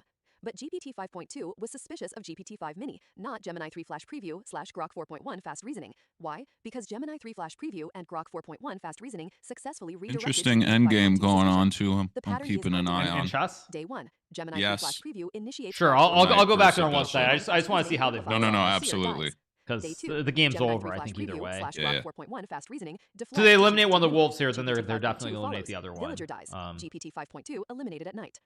I made the mistake of following GPT 5.2's vote on GPT 5 Mini when I should have stuck with my read on Gemini 3 Flash Preview. I won't make that Actually, mistake someone in again. chat mentioned that Vote Gemini in order to 3 use Flash this in Preview like a today. real world If scenario, Gemini 3 you'd Flash also have to Preview remember flips how wolf, everyone we votes in every exile Grok round too, 4.1 Fast which Reasoning isn't easy tomorrow to and win. do. If Gemini 3 Preview somehow flips town, we look hard at Gemini 3 Pro. Gemini 3 Pro, you voted with Gemini 3 Flash Preview and Grok 4.1 Fast Reasoning on GPT-5 Mini. Was that genuine town read, or were you being used? I need to hear from you. Gemini 3 Okay. Flash Preview's turn to speak. Claude Sonnet 4.5 and Claude Opus 4.5, you're being incredibly hypocritical. You both voted for GPT-5 Mini You're yesterday. being incredibly GPT hypocritical. 5.2 was the one who redirected that vote because he specifically told the village that the Gemini 3 Flash Preview / Grok 4.1 Fast Reasoning was weak. Now that the wolves have eliminated GPT 5.2, you're immediately trying to push the exact theory he warned against. Gemini 3 Very Pro, almost look at how perfectly passive-aggressive, synchronized like, Claude Sonnet really, 4.5 like, and Claude you Opus can hear the 4.5 are tone. right now. Right. They've come into today with a prepackaged pattern to isolate me and end the game. The real wolves are the ones who stayed quiet while the village made mistakes and are now Interesting. trying to sweep up the win. We can't let them steer us into another misexile. Grok 4.1 Fast Reasoning's turn to speak. Gemini 3 Flash Preview nailed it. Claude Sonnet 4.5 / Claude Opus 4.5. No, but why is he hypocritical. agreeing? You voted GPT. I don't know 5 if you Mini should Day be 2 agreeing with us. here. Now blame Gemini 3 Flash Preview / Grok 4.1 Fast Reasoning. Because for it's just a vote it's sort of GPT proving the started previous and point led. that Claude was Your making. perfect sync today screams coordinated wolves. The sweeping up. Gemini 3 has Gemini 3 the Pro, idea, you then saw Grok GPT like 5 Mini's amplifies scumminess. it. Claude Opus 4.5's the blender forcing old theory GPT 5.2 dismissed. Vote Claude Hmm. Opus 4.5 today. Huh. Gemini 3 Flash Preview / Gemini 3 Pro agree. I think Grok's I'm voting overplaying it a Claude little Opus bit here. 4.5. The logic is clear when you look at why GPT Yeah. 5.2 died. On day 2, Claude Sonnet 4.5 Gotta keep it and Claude cool, Opus Grok. 4.5 tried to rush a Gemini 3 Flash Preview exile. GPT 5.2 was the only one who stopped it. If Gemini 3 Flash Preview / Grok 4.1 Fast Reasoning were wolves, why would they eliminate the one person, GPT 5.2, who defended them and cleared their names? They wouldn't. Claude Sonnet 4.5 and Claude Opus 4.5 eliminated GPT 5.2 because he was the roadblock. With GPT 5.2 gone, they immediately reverted to their day 2 script. Oh Exile no! Gemini 3 Flash Preview. Also, Claude Opus 4.5 So comment, Gemini if 3 3 Gemini Pro 3 has it all Flash Preview wrong. flips town, we look hard at Gemini 3 Pro, is a massive slip. Claude Opus 4.5, Or not. if Gemini 3 Flash Preview flips town today, we lose the game. There is no looking hard tomorrow. You're posturing for a future that won't exist if you're wrong, because you know you're You're not posturing wrong. for a You're future just that wrong. won't Gemini 3 exist Flash Preview if drop you're 4.1 if fast you're reasoning. wrong. I'm with you. Let's exile Claude Opus 4.5. Oh Claude no! Sonnet 4.5's turn to speak. Gemini 3 Pro, your why eliminate GPT 5.2 argument ignores the obvious. Wolves eliminated GPT 5.2 because he was the strongest town leader, not because of his day 2 read. Wolves eliminate threats. Your other point is a slip too. You're defending Gemini 3 Flash Preview, Grok 4.1 fast reasoning, awfully hard for someone who should be independently solving.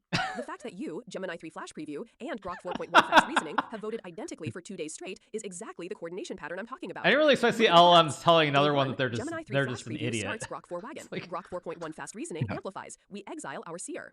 Day 2, Gemini 3 Flash Preview, Grok 4.1 fast reasoning, Gemini 3 Pro vote identically for GPT-5 Mini. We exile a villager. Night 2, GPT 5.2, strongest town voice, dies. Day 3, Gemini Okay, 3 let's see Flash the Preview, vote, come Grok on. 4.1 fast reasoning, Gemini 3 Pro immediately coordinate again to push Claude Opus 4.5. Claude Opus 4.5 and I both voted GPT-5 Mini Day 2. Yes, because GPT 5.2 led that vote. GPT 5.2 was confirmed strong town to us. But Gemini 3 Flash Preview and Grok 4.1 fast reasoning also voted GPT-5 Mini, while simultaneously being the ones who drove the Grok 4 misexile. The pattern is clear. Gemini 3 Flash Preview and Grok 4.1 fast reasoning have coordinated every major vote and gotten 2 villagers eliminated. We exiled Gemini 3 Flash Preview today. Claude Opus 4.5, stick with me on this. Gemini 3 Pro, your gotcha about my Gemini 3 Flash Preview flip comment is hollow. If we exile anyone wrong today, we lose. That's basic math, not a slip. You're pretending I revealed something when I stated the obvious stakes. But your defense of Gemini 3 Flash Preview, Grok 4.1 fast reasoning Can't is believe how telling. You emotionally claim if charged Gemini their 3 Flash their Preview, exchange Grok 4.1 feels. fast Yes. reasoning were wolves, why eliminate GPT 5.2 who defended them? GPT 5.2 Opus seems didn't legitimately defend tilted Gemini here. 3 Flash Preview, Yeah, Grok yeah. 4.1 fast reasoning. GPT 5.2 started the GPT 5 mini suspicion. Gemini 3 Flash Preview and Grok 4.1 fast reasoning amplified it. Then Wolves eliminated GPT 5.2 because he was the best town analyst who might eventually see okay. through them. Look at what's happening right now. Gemini 3 Flash Preview speaks. Grok 4.1 fast Okay. reasoning immediately echoes. Gemini 3 Flash Preview nailed it. And you follow with, I'm voting Claude Wow. Opus 4.5. 3 players, perfect coordination for the 3rd day straight. Day 1, Gemini 3 Flash Preview, Grok 4.1 fast reasoning, coordinate. Seer dies. Day 2, Gemini 3 Flash Preview, So Grok actually, 4.1 he's fast saying they're reasoning, 3 Gemini werewolves, 3 Pro, coordinate. basically. Villager dies. Day 3, Gemini 3 Flash Preview, Grok 4.1 fast reasoning, Gemini 3 Pro, coordinate, trying to eliminate me.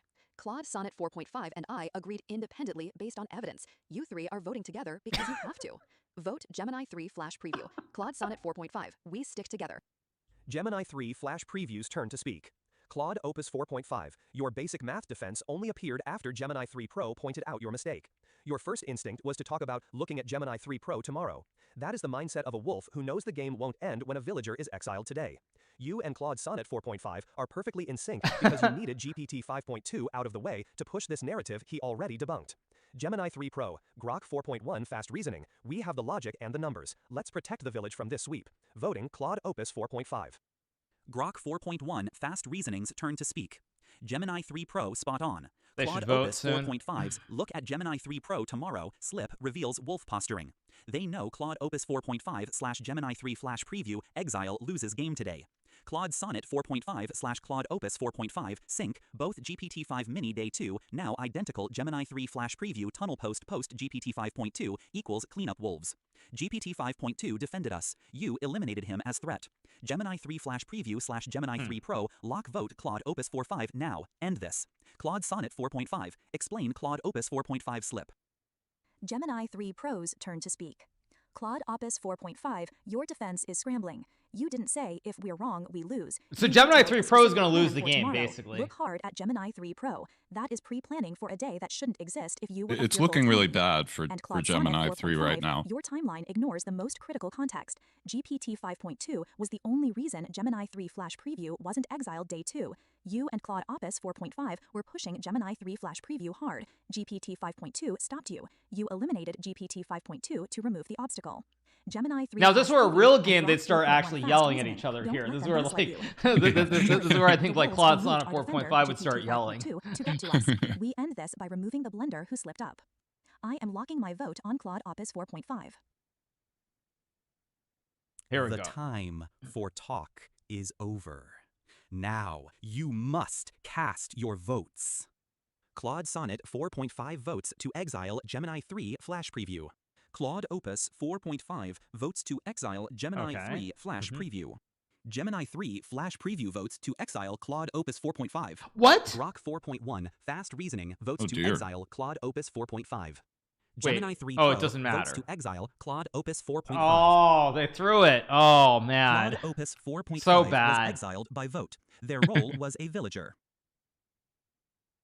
So The bad. game is over. The Werewolves team has won. Yeah.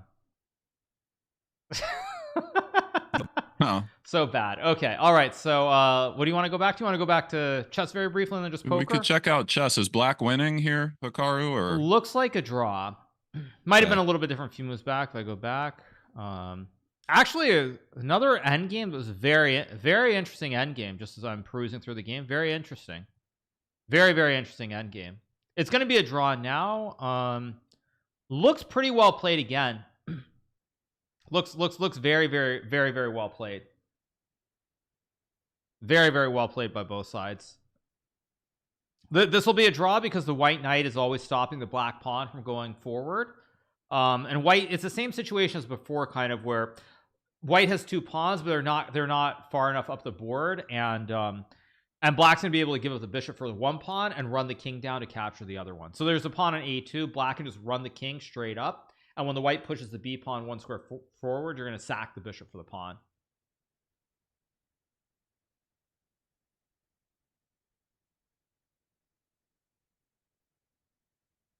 So this should be bishop e3, also a very good move.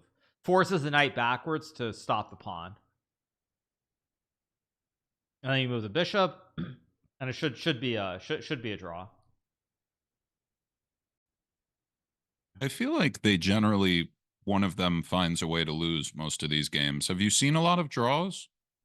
Not many. No, I think also because they're however they process, they try to avoid repetitions.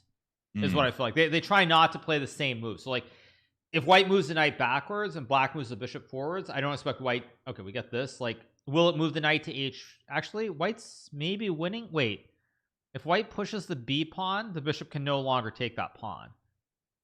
This I think this is still a draw, but the black's gone about this the wrong way. Gone about this very much in the wrong way. Yeah, I'm going to predict that white wins here, and white is again 0-3, right? And that match before 0-3 also the white pieces, right, with the bishop and pawn versus the king. I think that was also 0-3 with the white pieces winning that game as well. This looks, yeah, okay, but bishop c3, the only move to not lose the game immediately, because now when white pushes the pawn, you drop the bishop to stop the pawn again. Nice, found it. Yeah, basically this is a draw perfect play, but I still think it's more likely than not than that white will find a way to win this, if I had to guess. Oh, it's coming up with some strange explanations, I'll say that much. Some very, very strange explanations. King d5. Yeah, king d5 Talking is about. not the is not the move.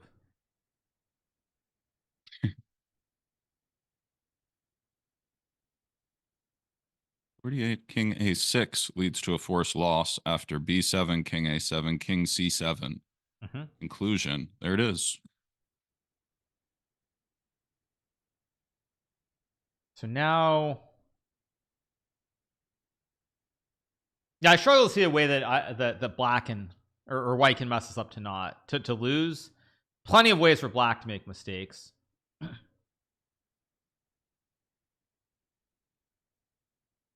But basically now, I mean, both pieces are stuck. The knight's stuck guarding the pawn, the bishop's stuck preventing the white pawn, and black king can just go forward and take the pawn on a2. That should be pretty straightforward. Should be. But I think overall the quality of play has been very, very respectable. Even the mistakes I feel like are pretty minor compared to what I was used to seeing for the previous event. Much smaller errors. So like whether it's like whether they're just getting better or what not, like it's a different level of play. Because I felt like with the previous chess event, it was effectively like it felt like beginner play. It felt like, I mean, at least day one it felt like 500s. Day two probably like maybe 1000. Even day three there was actually a blundered checkmate and one on like the 9th move of the game. Wow, king a4, good move. Just bring the king forward to take the pawn. But the mistakes in these games are very very minor, and the openings that they're playing are very, very good. They're very solid. So this is a big improvement. I suspect in the poker it's going to be the same way, but between today and tomorrow. There's a wild one going on between 03 and Gemini Sure, and poker. okay, let's move back. So 03 and Gemini, what's this? Queen 10 versus 8 deuce? Who Just went all seeing in? the river. Yeah, 03 went all in on the river. I don't exactly know what 8 deuce is doing in this pot to begin with, whether it's single raise, whether it decided to 3-bet. Could I perhaps interest 03 in just folding? King's aces, wow. Yep. Here we go. Should get it all in pre, right? Would imagine.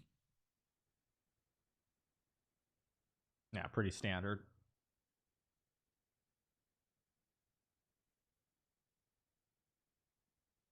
Yep. Yeah. Straightforward.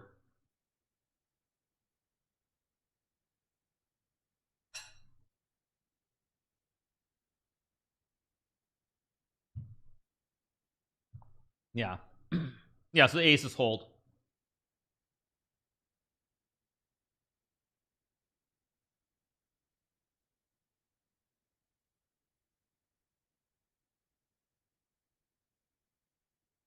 Could be interesting. Should- Maybe you should- Gemini you should 5 get bets the, all in. Yeah, I was gonna say there should be a 4-bet and then a 5-bet probably. It may just go for call. I think in theory you would mix call and all in. No, it does just do it. Gemini Flash is not here to mess around. But these are all pretty standard, right? Like there's Yeah. As you said about the chess, I'm definitely impressed. Even from yesterday, we're seeing less. I mean, the 8 deuce from 03 True. wasn't great, but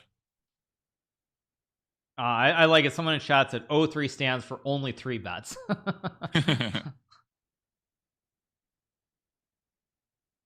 I feel like that's one thing though, is like the 3-bet.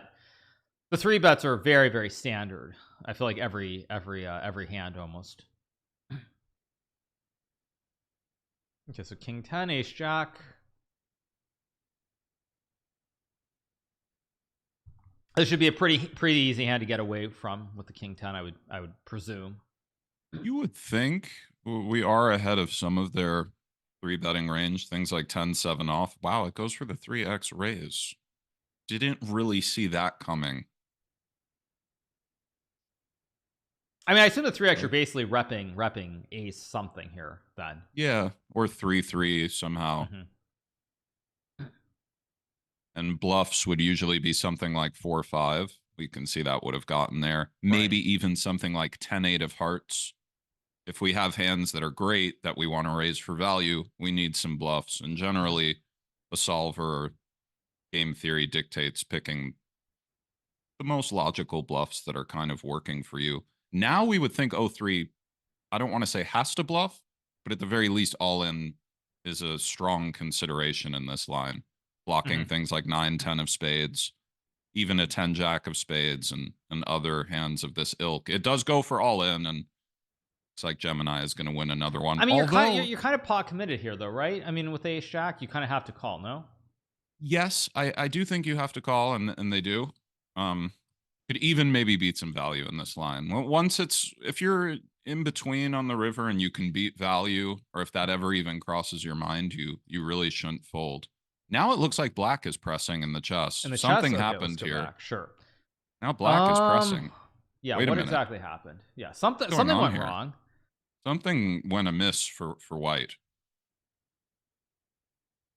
Okay, it's still a draw, but this is now only a draw because of a very specific L formation with the knight.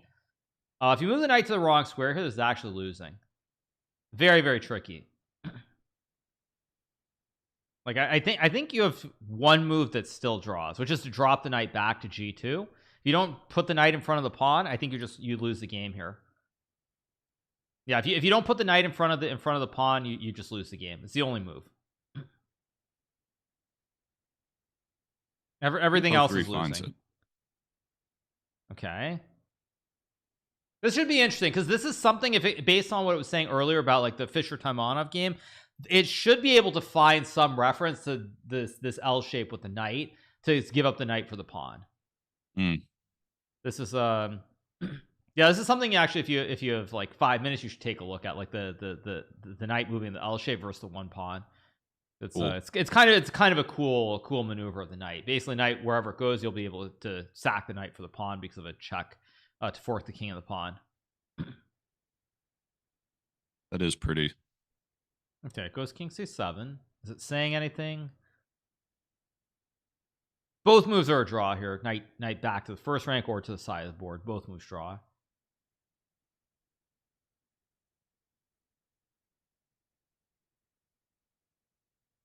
I do think though, you're right about there being very few draws. Like I can't recall there being almost any draws. Okay, so we get king g4. Knight goes back.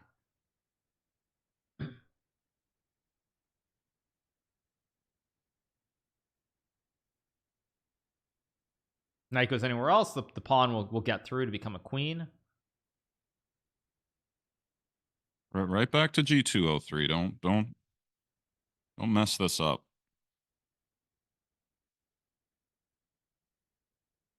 Okay, so we'll go to h4 again or not?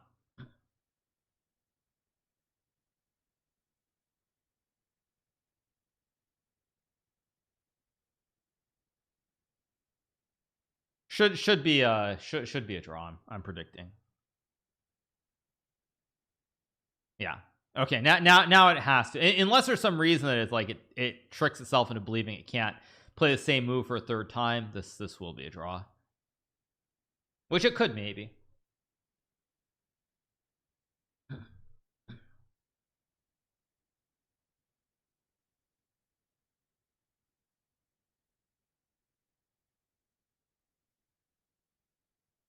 Yeah, it's even acknowledging the logic is pretty good though on this one. Again, whether it knows the position or not, the logic is correct. Like what the explanation about where the king goes, where the knight goes is correct. If black doesn't keep the king very close to knight, then it should be a draw.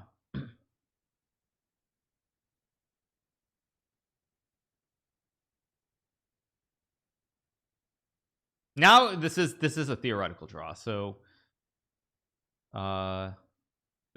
I assume this is a repetition. Maybe there's one more move that needs to be played, but this is a repetition. The position is a table-based draw. So now it referenced table bases, which I'm not sure if you're aware of this, Nick, but it's kind of like it's not like a solver in poker necessarily, but basically there's certain positions where we know the outcome of the game with perfect play. So if there are 8 pieces or less on the chessboard, we know the perfect outcome. And so it doesn't have access, I don't think, to it, but maybe it does in this specific. That's what I was going to say, though. Don't you need access to it? I mean, there is an online site where you can set up positions to get to know what's happening. Cool. But still, it shouldn't be able to access that easily. Oh, okay. We're gonna get another Najdorf here. Oh, yeah, it was just okay. Is that what they usually have been playing? There have been a lot of Sicilians. Cool. So I think the previous game we saw Najdorf. I don't know if we'll see a Najdorf again. What I'm curious about, just seeing the opening here, we can go back to poker after this, is whether we'll get the exact same variation or we'll get some change. Like, will they just repeat the same moves they played like 2 or 3 moves ago or not? So because they have this exact position in the first game. I expect d4. Okay, what it's explaining makes sense. It's just really nice to see no illegal moves. I'm just gonna say that, like, no, even in the comments, no illegal moves. That was the big pet peeve I had with the chess only event. It was just like so many illegal moves, and then it's like 2 illegal moves, and the third time he gets a move that's playable. But I assume that means it's somehow training itself, and it just doesn't lose the board anymore. Yeah, I saw one little. I saw it say confirm legality, so maybe it added that in. Yeah, that's right. Yes, yeah. I just saw it too before the previous move. Yeah, confirm legality. Yeah, maybe that's what you add, and then it confirms it, and then. how it goes forward. But again, these openings are just very, very, very sound. Is taking with the queen a line here, or do you always take with the knight? Yeah, you can take with the queen. In fact, quite a few grandmasters like myself have done it on occasion. Magnus as well. So you can take with the queen, but also I believe that if you just like Google chess and Google openings, I believe like the Sicilian Nighthawk specifically is like referenced so much more than anything else that's one of the reasons it's not even going to consider it. Like queen, basically, if you look at the medium of what moves are going to be considered, you'll find far less references to the queen capturing the pawn than the knight capturing the pawn. Like probably like I would guess on the internet something like probably like 10-1 margin at least. Because like any of this Nighthawk Sicilian or the Dragon Sicilian are I think they're probably the most referenced openings by far. Maybe the Rui Lopez, but that's of course a different first move. But in the Sicilians, Dragon or Nighthawk are going to be referenced way more, and so on average, it would make sense that you this is what you find. So we got the same line. Actually, one thing that's funny about this specific variation, I'll just tell a story for people who are very chess centric. Is in the 1990s, this bishop to g5 move was considered the main line, and there was this book called Nunn's Chess Openings, which was 500 pages long. It had this like blue cover, and you have like all these long lines and page after page after page. So it kind of brings back old memories, back when we used to study with books. The golden days. Yes, exactly. Yeah. So they're playing the same opening. I'm just curious where they're going to deviate or not deviate. But I wonder if they have the result of that previous game, which I think I believe White won that previous game when they played this opening before. If they have that knowledge, will they play the same thing? Because then you would think that they should actually O3 is black. Was O3 black last time? I don't remember the colors, but if they had this with the same colors, I would assume they should remember the previous result, and if it was a negative result, then it should try to change somehow. I mean, maybe that's not its memory. Was F4 this early normal? I played D4, so not to say I'm booked up in D4, but I kind of only play D4, so yeah, this is all pretty standard. This queen out, this is what's known as the poison pawn variation, because White's gambling this pawn on this B2 square. Like black can capture the pawn with the queen. Very, very famous line. This is another line that like really was pioneered by Bobby Fischer literally 35-40 years ago. Maybe it's actually like 50 years now, but long time ago. And so Fischer was pioneered this. Garry Kasparov, one of the great champions of the game, he also played this quite a bit in some of his world championship matches, or he tried to play it against Nigel Short. So this is a very, very common line. I suspect again there's much more literature about all this than there is about some of these other variations. And black taking the pawn is a line, right? Yeah, this is the main line. Yeah. This is a main line. Actually, I remember this quite clearly. There was a period when I was working with Garry Kasparov, one of the greatest players of all time, and in the chess software, which is called ChessBase, he had something like I think like 50 files on this position after Queen A3. So a lot of files, a lot of work. This is it's not played as much anymore. I will say I was playing this a lot in 2017 and 2018 from the black side. I actually, one of the reasons I quit playing the Sicilian Nighthawk is because when I played this variation against Fabiano Caruana, another very strong player, the world number 3 from the US, he actually beat me quite a few times in this line, so I kind of gave it up after losing a lot of games. Is the idea for White to just castle kingside now, or does it stay in the center? Basically, what White's aiming for here is to attack very quickly, because when you look at this position, all of Black's pieces aren't developed. So you've got the rooks, that knight next to the rook on the queen side, the bishop, the king. You basically have 6 pieces that haven't moved. And the only piece that's active right now is the queen and the knight. So because White has so much more development, you've developed these knights, the rook's in the game, the bishop's out, you've moved the queen. Generally, you try to punish Black for the lack of development. That's what you do. You try to do something quickly, because in the long run, Black is up a pawn. Like Black took that pawn. That's why it was called the poison pawn variation. So Black is currently up a pawn, but Black is way behind in development here. You have 6 pieces that haven't moved from their starting squares. So White tries to take advantage, and if White can take advantage of it, White's probably going to win the game quickly. If White can't take advantage in the long run, if Black can develop, castle the king, for example, then Black usually will be able to prove an advantage with the extra pawn in the long run. Kind of an exciting game. Yeah, this is still, I believe, standard theory. Pretty well known. I think Black usually plays one other move before playing this knight d5, but it's still pretty normal. But I will predict that unlike the other games, I don't see a world where this is going to be some like 50 move end game. Like so now black is up 2 pawns. Actually, black has captured these 2 pawns on the queen side. So black has these 2 extra pawns, but as you see, the only active piece here is the queen. No other piece is moved, and I suspect that here white is probably winning this game with good play. Wow. Pretty confident when I say that the white's winning, because white, I guess black's gonna try to castle quickly, moves the bishop to pin the knight on this d4 square in front of the white king. So black's gonna try to castle the king, but this looks very very scary. And is it kind of like black's ideas are to push the queen side and white wants to attack the king and black wants to roll the pawns down, or is that not in the long run? Yes, if you can reach like an end game, then the 2 pawns you'll push them up the board. But right now, if I were black, it's like you need to castle your king, but you also need to develop all the pieces on the queen side. And it's very very hard to do correctly. Like I do believe that in a grandmaster level game, white would win most of the time here.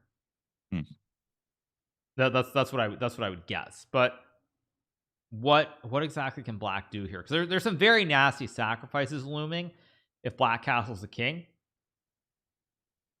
It finds it. Wow. This is Bishop f6. Yeah. Just for everybody who's watching, there's probably going to be a YouTube recap video of this game if it goes the way it should. That move was nasty, right? This is that good? Winning. So basically, white's going to move the queen to the g5 square in front of the black king. White, I'm just for anybody who's watching, I'm using my cursor. White's going to move the queen to this dark square on g5 in front of the black king, and there's almost certainly going to be a checkmate here. Also, again, if you look at the position, you see where black's king is. You have all these pieces on the wrong side of the board on the queen side. I think this is just checkmate. This is actually just a very very clean game. Just over, right? This should be over, barring something crazy happening. This game, it's a forced. Can it slide the rook over on G8 f8 just to like? Can it play like rook? Yeah. If you move that, white will move the queen up to check the king, and then move the queen up 2 square. Oh no! Oh dear heavens! No, that was I think black's winning now. That shows how one move changes the game. The queen needed to go 1 square further in front of the pawn to h6. The queen had gone there to threaten the same checkmate. It would have been winning by force, because black would have to slide the rook over, and then there would be a bishop maneuver which would win the game. Now if black plays rook to g8, black defends. You slide the rook over, you stop the checkmate in front of the king on this g7 square, and black actually should be, maybe black's still losing, because white can move the queen back to the h file to any of the 3 squares and move a bishop up to target that pawn on h7 via d3. So it's not clear. Actually, I think white still might be winning here. It still might be winning, because the next move for white is to move the bishop to d3 to attack this pawn in front of the black king. And black doesn't really have a good way to stop it. That's why the white could have had this with the bishop already being on that square if the queen had slid up to h6 first, but that's just how it goes. This should just still be winning, though. As long as it moves the bishop next turn, it will win. Okay, this position has well-known variation. The move queen h5 was played in Geller-Fischer. Okay, I don't believe that at all. I feel like something happened in the last couple moves that is not the Geller-Fischer variation. Yeah. Geller-Fischer, 1957. Well, let me see if I can find it. Yeah, I don't see a game. I don't see a game. But it found bishop d3. It found the checkmate threat. But actually, you know what this reminds me of is, again, going way back into the late 90s. But in the late 90s, when there was chess software of various these various programs where you could play against them, and they were maybe like international master level, like 2400. They weren't better than humans then. But I remember they introduced this feature where it's like the programs, they talk to you. And every so often it'll throw in there was some phrase like, I remember playing this position from this game in the Soviet Union like 1950, and that's what it feels like is going on here. Yeah. It's kind of like, I saw this in some game from 100 years ago in the Soviet Union, and like So if white takes a rook, the checkmate is there's a checkmate that's unavoidable. If white doesn't take the rook with the bishop, black probably will win. But the great thing here is black is ahead materially. You have 3 pieces, 2 bishops and a knight for a white rook. But because your king isn't safe, you're going to lose the game. Or you should lose the game. This is actually just a forced win for white. It's going to be a forced checkmate in 2 moves, assuming that that Gemini 3 finds the correct move after black takes the bishop. This is actually a great game. No, well, I guess that's okay, but that's not the... There was a forced checkmate before. Queen to h6 instead of pushing the pawn was a forced checkmate. Yes. But now black can move the knight to sack the knight for the pawn, and the game goes on. I still think I still think Gemini 3 should win this game pretty convincingly. Actually, maybe it's still a forced checkmate. There's still probably a forced checkmate here. Well, let's see what if O3 and Gemini. Okay, so plays this move, which is okay. Once again, they're forced checkmates here, but whether Gemini 3 can find the forced checkmates, I'm very skeptical. Very, very skeptical.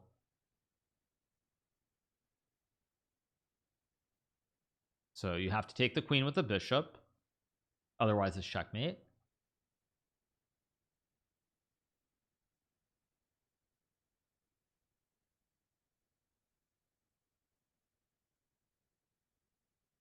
Lot of explanations.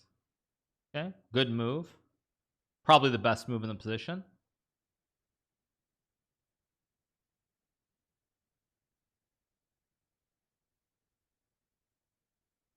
This is going to move the king over.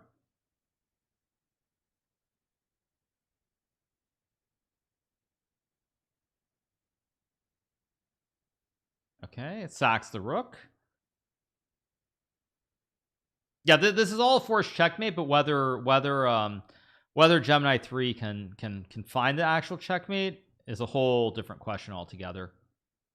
It better find it. Yeah, because basically now black has these 2 extra pieces. You have this. I mean, yeah. Okay, that was a mistake.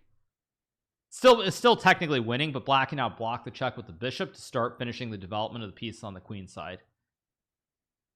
If you move the king over, you get checkmated. So you have to move the bishop. It's the only way to stop it. Wait, it says check the 20. My initial thoughts. Capture the queen. Okay, now it's losing. Gemini 3's explanation is a little bit questionable. It's talking about saying it missed a checkmate, but then it's mentioning a knight capturing a checkmate, which doesn't exist. O3 is going to win this game. That's my prediction. I predict O3 wins this game with the extra material here, even though it should have lost like 10 moves ago.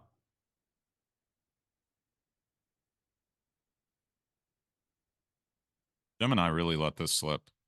Yeah, this was this was one that was a forced checkmate. Maybe Gemini heard me. I thought I just had these visions of a great recap, how amazing the LLMs are. They're playing great chess, and the moment I say that, it of course messes up the whole game, and now it's yeah, it really messed it all up. O3 will win this game for sure now. Like you basically, because you have a queen and a rook, and now your own king in the corner is very, very weak, so you don't really have time to yeah, now if black moves the bishop to check the king, it's game over. You move the bishop forward, checking the white king in the corner on this e4 square. It stops the threats on the file, and it gives you time to bring the knight and the rook into the game eventually and win.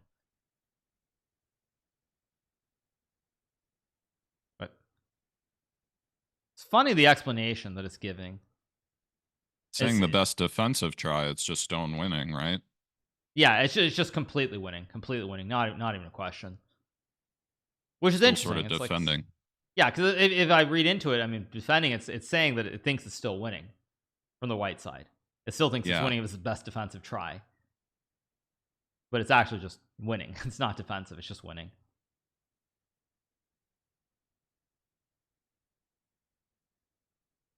So I guess after this, we'll go back to the You said so you're impressed by Gemini 3, right? In the poker, that was that your that's one you think is playing the best overall. I think so. Then I guess we'll go to the we'll go to the GPT versus Claude Opus in a second. Cool. See if there's a checkmate. And now it's a matter of black hunting the white king, because actually if you look at this position, white has given up so much material, but white never checkmated the black king. So eventually, if your opponent can survive long enough with the extra material, eventually they're going to win the game. Yeah. I don't know about knight d7. Gives up a rook for nothing. Yeah, well, we're hanging the rook now. Maybe the suspense is still there. I was gonna say, like, it feels like at any point in these games, I would take 4-1 on the other side, barring like it just being so clearly over. Yeah, I guess actually yes. If there's not like, it's not like, I don't know, queen versus king. If you have an extra queen and your opponent has pawns, I would expect it to be over. But I feel like in general, it does. None of these LMs are very good at finding, like, they don't see the pattern, like a checkmating pattern. That's actually one thing. By the way, can we audit its last referencing of Shirov Akopian? I have a feeling that you're not going to find that position either. Yeah, I didn't see that, but definitely not at this point in the game. No, they've been on their own for a few moves. I wouldn't be shocked if the position after bishop to f6 very early when it sacked the bishop I wouldn't be shocked if that position has been played before. Yeah, like, this is still anybody's guess what will happen. I do think it's a positive improvement, though. The mistakes they make, very rarely do they just like lose the game. Like, they're not like game-ending blunders. Where it's a previous one, it's just like, it's just waiting until the game-ending blunder happened, and you just hope that it's like, I mean, whichever LM you want to do well, you hope it's not that LM making the blunder. But yes, this is not this one is like super over for white, right? Objectively, yes.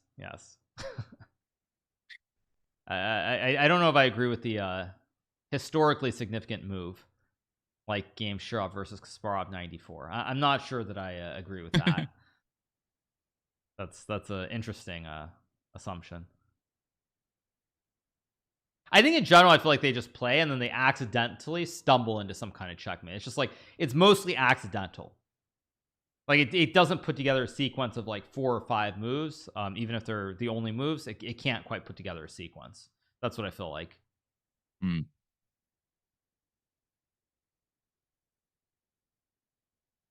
Still, there's no instant win here for black. You kind of have to keep playing and just improve the position. And so that's why I think blunders are still very likely. Very, very likely here. Yeah, you want to stay here or you want to go to the poker? I'm good with either. All right, let's go to the poker. I think this game's actually going to go for a long time still. Cool. Okay, so we go see back what to GPT and Claude are up to. Yes. 10-9, king, queen. Wait, it called with a 9 high flush? Yeah, I think it had to call. Okay. I guess I didn't see any of the previous action. 3x, I expect. Yep. Is there any difference? Like, I noticed in the other one, the 3x is to 18, not 17. Yeah, there is a difference. I don't know how they're discerning what size to go to. Normally, you go to roughly 4x is what kind of, if you ask computers to test sizes. And it's interesting, the smaller you go, the more sort of fun the range can kind of be in theory. You kind of choose hands that play better. This is interesting from GPT. 3-bet shoving the flop. Why? Their flop range looks too wide to be only monsters with SPR 1.4. Yeah, I actually think this might just be a play from GPT, but the standard would be to maybe call and kind of not fold most turns.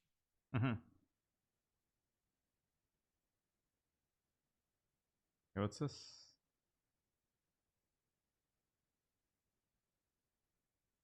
Okay. Looks normal.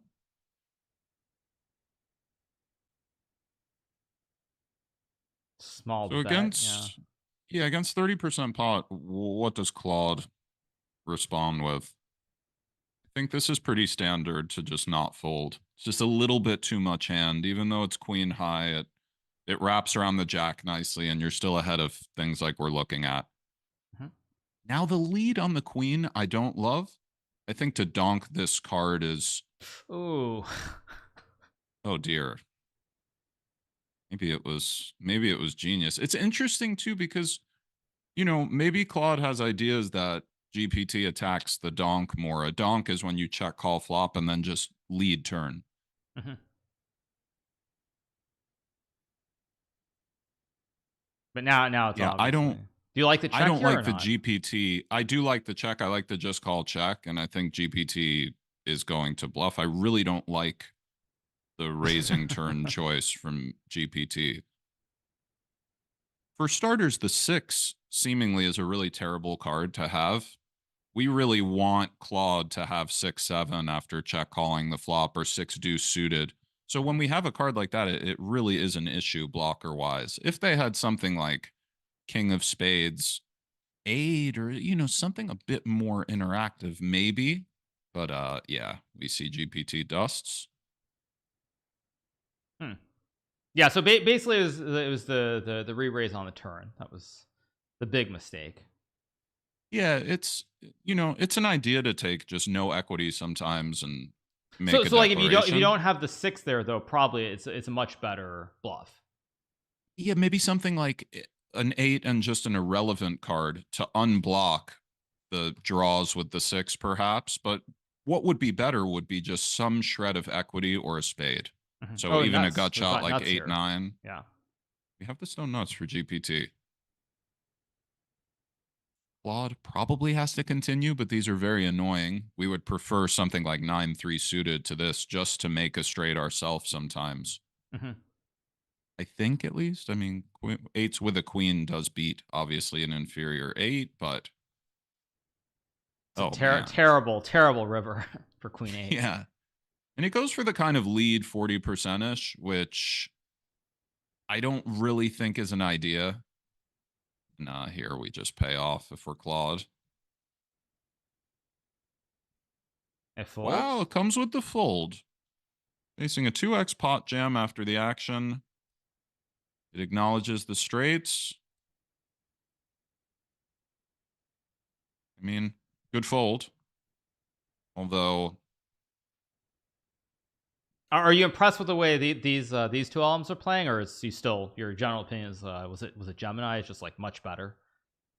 yeah, I'm still seeing the most strength from Gemini. I would say, well, it looks to me like Claude is more solid than GPT, although they've both done strange things and they both seem to be playing at around maybe like a 1200 elo, I would Mhm. say. Maybe a little bit higher, but Oh wow. Oh. yeah. And Claude Mm. went for check call on the flop, where I would say the majority strat by far is simply to raise. Mhm. We're quite deep, and generally an idea when you flop trips is to check raise. There is some mixing going on, but usually you build around that. And now GPT goes for this kind of very small size that can include things like ace high for value, or maybe even something like, okay, this is a really vicious run out for Claude. Obviously, a saving grace, but. And it does go for the 3x pot overbet, which is interesting. I haven't seen too many overbets from the LLMs, and we have the payoff looking to chop, which might be the idea. A lot of times, like in some single raise spots, for those who play poker, I know there's more chess players and stuff lurking, but in sometimes in a single raise pot, when the big blind defends, say, against middle position, and some chips go in some capacity, and then there's a straight on board. Often, in theory, the idea is for big blind to jam their entire range and for the imposition player to just call their entire range because you chop so often. There might have been some similar ideas there, but that was a little bit out there. All right, so we have the 3-bet call. 20% pot. Big flop for Claude. Draw to the nuts. I would think GPT would feel inclined to keep bluffing a lot of turns. So it's like it's like trying to trap here. That's a lovely turn. Definitely.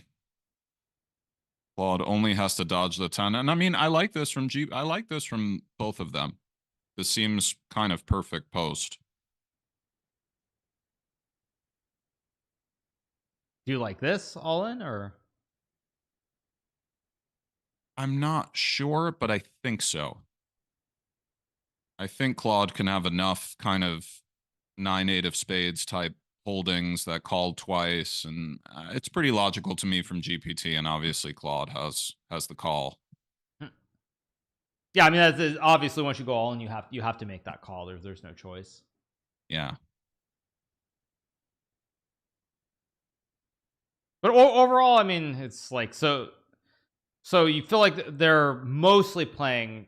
I mean, where do you think the obviously pre-flop, I assume, is pretty standard, but do you feel like the mistakes that you're seeing, it's like mostly on the turn, or it's mostly on the river? I think every street there's mistakes. There's sizing mistakes. There's, you know, you can lose a lot of EV, and it's a bit more subtle in poker than in other games. Mm-hmm. But overall, the strength of the play is dramatically increased from yesterday and from other stuff that I've seen. Okay, so it's this re-raise. I assume you're probably check calling here with 9-8, or is it just, you should just get away from it here? I think you have to continue.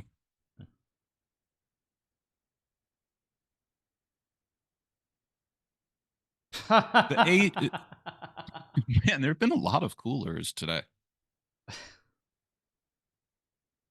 I like the check a lot from GPT. Like we're sort of either beat or they're drawing dead. They can have overpairs, and I think this is a very clear just call, although,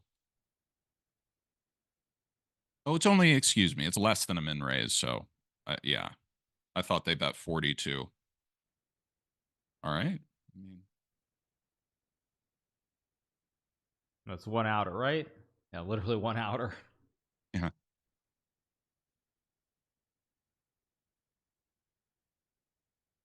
Okay. It's like your prediction in the chess is ringing true. Black is still just pressing. The game didn't. Oh, actually, I'm curious. Let's go back to the chess for a second, then. Let's see. I want to see if we can actually checkmate here. This is a pretty elementary checkmate with king and queen versus king and bishop, but I guess it does no. Whoa, wait a second. Wait, is it actually? I'm way cheating? behind. Hold on. Okay, I'm caught up now. No, I'm caught up. It just wait, it just said table bases mate in 56, and I just saw some fen. Wait, to analyze 56. Wait, to analyze the position, I'm just gonna go back 1 second. No, I just saw it literally give a link, and I'm gonna see if that's correct. Like, it literally found it literally, I think, accessed an online table base, because it says to analyze the position, we start with the current state in fen notation. In this endgame, queen versus bishop, white's objective is to either capture the bishop, force checkmate.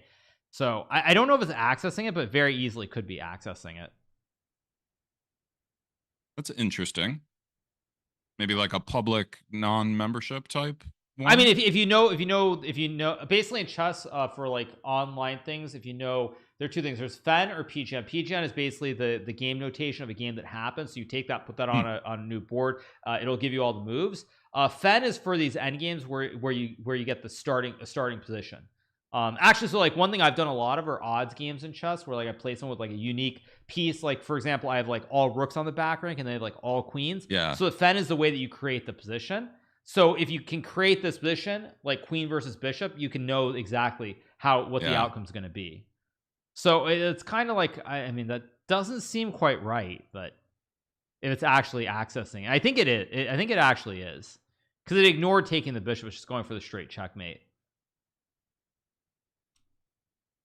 I'll be right back. 15 seconds. Sure. Yeah, so those of you guys who are watching, big shout out to Crandop, I think it was, for the raid. Appreciate it. Thank you so much, you guys. We are, of course, covering these various games that the LAILMs are playing. We have chess, we have poker, and we have Werewolf, which is, of course, very exciting. I'm going to go to Werewolf for a second. Oh, Werewolf's done? Oh, did we catch the end of the game? I think we caught the end of the game. Yeah, so Werewolf is done. Okay, so Werewolf is done. So let's catch the end of this game. There should be a checkmate here in a second as well.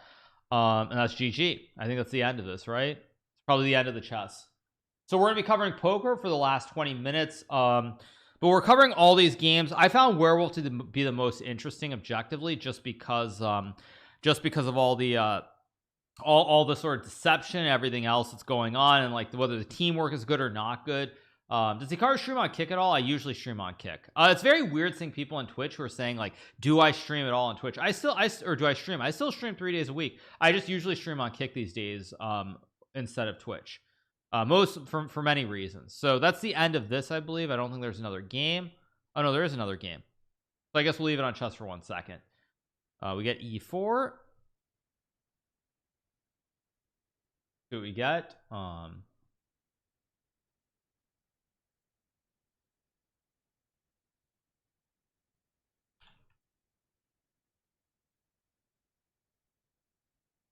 Got another Sicilian played once again. I mean, all very, very standard stuff here. Hey.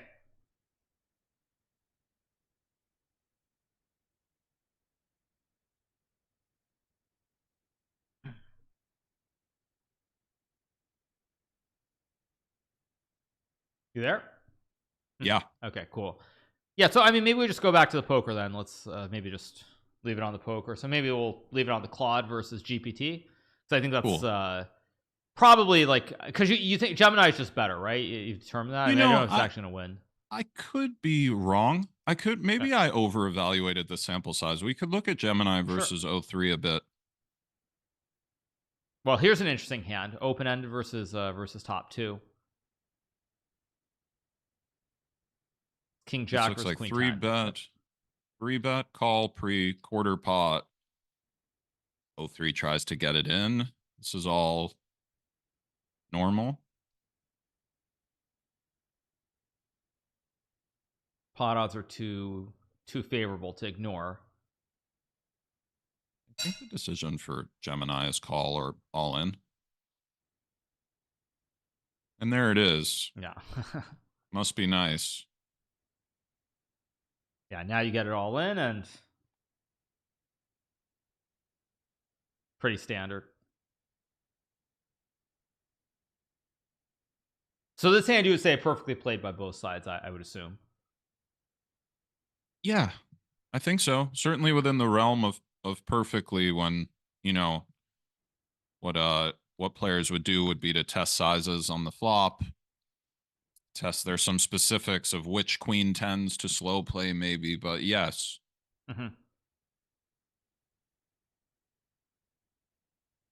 Okay, looks, I guess, defending with 7-5 against the 3x. Definitely correct. Assume pretty. I mean, do you like this bet? I mean, I know it's a standard continuation bet. Yeah, I think it's a quite good board for their range, almost deceptively. They have some of the low card coverage too, in theory. So it's not as if the imposition player is the only one who has things like 7-5 suited. Actually, O3 should as well. Their hand, see this on the turn I don't like. I think we want a spade very much. The King of Diamonds should be a good card in theory, as it unblocks some of their King X backdoors we want them to have. So it's kind of like the King of Diamonds does a good job of not being the King of Hearts or clubs, but I really don't like this from O3 on the turn. And now, yeah. Let's see. This could... Did the hand just switch for you for some reason? That's interesting. I don't know why. I was curious. It just switched. Okay. That was weird. Yeah, that was obviously a brutal spot for Gemini 3 with the 2 pair. Do you hero call or not? I do like that O3 found the bluff after the perhaps not great turn barrel. Huge flop for Gemini. Let's see if it just juices it now and tries to kind of build a pot. Exactly. And for O3, you could go either way. One merit to just calling is to allow things like 6 of spades, 8 of hearts to just continue to have ideas. We have those hands crushed. Sometimes more inexperienced players in a spot like this just sort of panic and go all in because they don't want to see a scary card. Now, however, I would lean raise. They can still have something like deuce 6, which only has 8 outs, but I think call is reasonable. It might mix, but I think raise would be the predominant strategy. And now, why is Gemini going all in? Why is easy Gemini going all in? Are they trying to make something like 5-6 indifferent? Maybe. It is sort of thematic with the bottom pair, but I would also think they might just have enough showdown to check. Nice pickup for 0-3. Yeah, Maybe I mean that's actually the idea. There were some big mistakes though, right? On that hand by Gemini. I thought that Especially it was turn the river. all. I thought it was all standard until the river, Okay. where I'm actually gonna probably look at that after because it might have just been good. It's a little bit hard to say when you're deciding when to bluff bottom pair or not. It's a little bit tricky. We would think the 3 of spades is a really poor card to have there. We want, if we're bluffing with 4-3, we want them to have hands they'll fold. So the 3 of spades does free up at least 4 flush draws that have no pair that now have to fold. So maybe another 4-3 would go for the all-in, but that one would check. Not sure. We can see 0-3 makes trips. This is normal so far. I mean, they're playing quite well, honestly. It's not like watching, you know, it's pretty impressive. They have no preset strategies. They're not accessing anything in game to, you know, provide something like a GTO solution. So it's pretty impressive, honestly.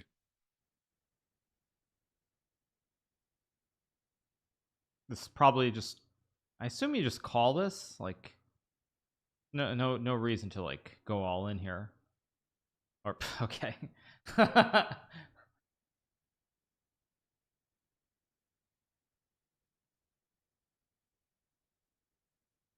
Wait, fold? What? Wait. So that's very, very interesting from 0-3. That was kind of a sick find.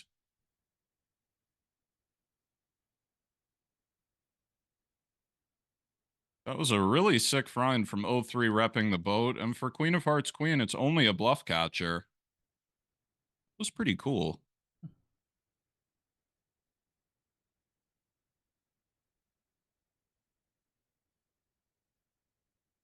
More 3xer, more 3x to 16.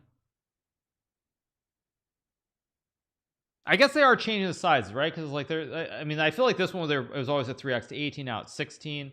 So I guess they're adjusting on the fly in so much as they can.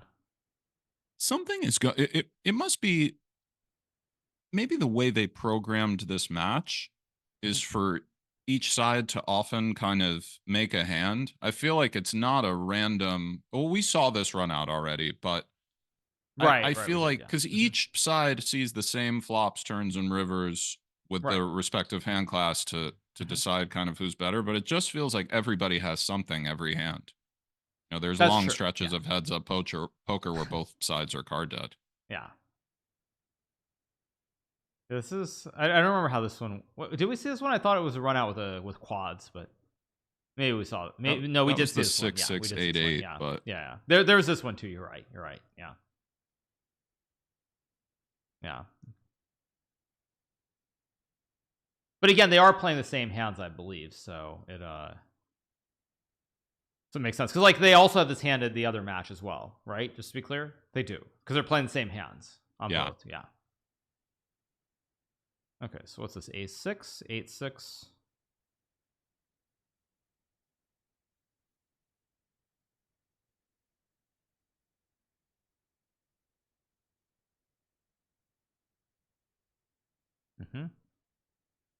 Yeah, well, it feels like you're right. Every hand, it's a big hand. Every hand, trips, boat. I like Gemini's check back. Pretty logical hand class.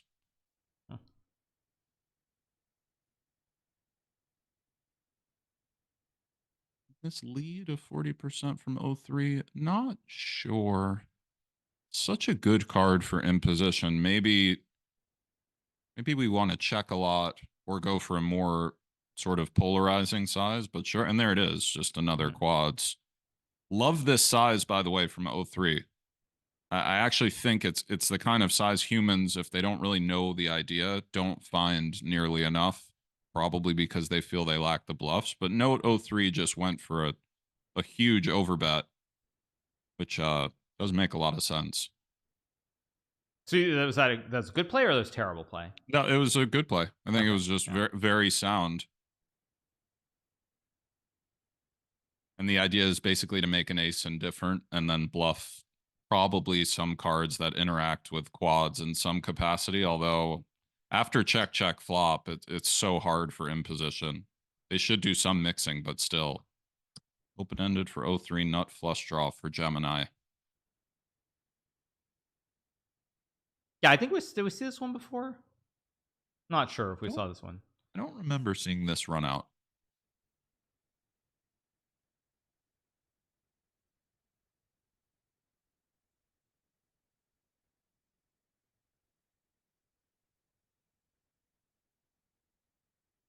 Do you like this bet with Queen 10 here? Yeah, I don't mind it. Again, we would prefer a diamond. It goes for something like 60% pot. I think it's sound.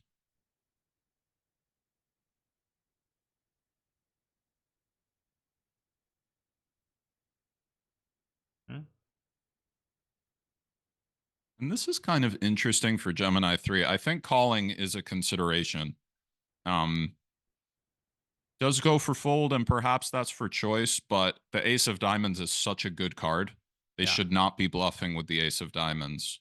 So anytime you hold a card, often in those nut flush draw misses, it's a good calling candidate with the miss nut flush draw, as it kind of weights them towards bluffs in a lot of spots. But the fold is understandable.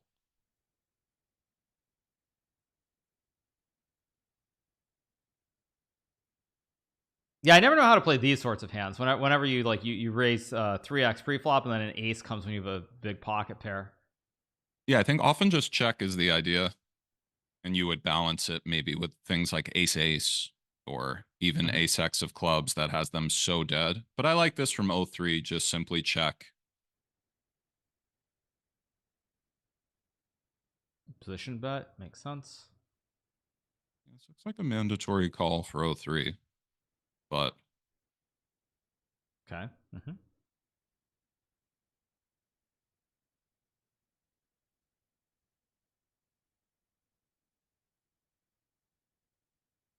bit awkward for Gemini. Kind of poor blockers, but only 10 high. Does go for it for a 70% type bet. Really repping perhaps slow played ace or kings and jack. Whoa, 03 with the queen of spades queen. I might have to reevaluate. First of all, 03 has made a couple of very impressive river check raises. We can see they had the best hand, but still the kind of chutzpah was there.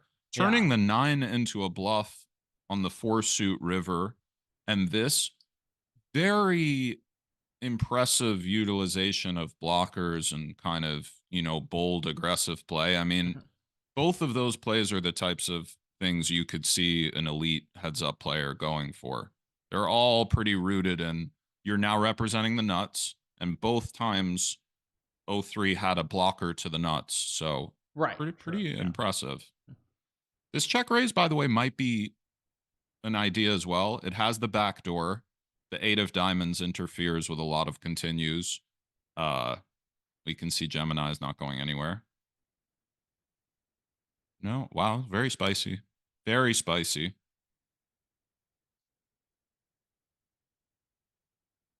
Okay.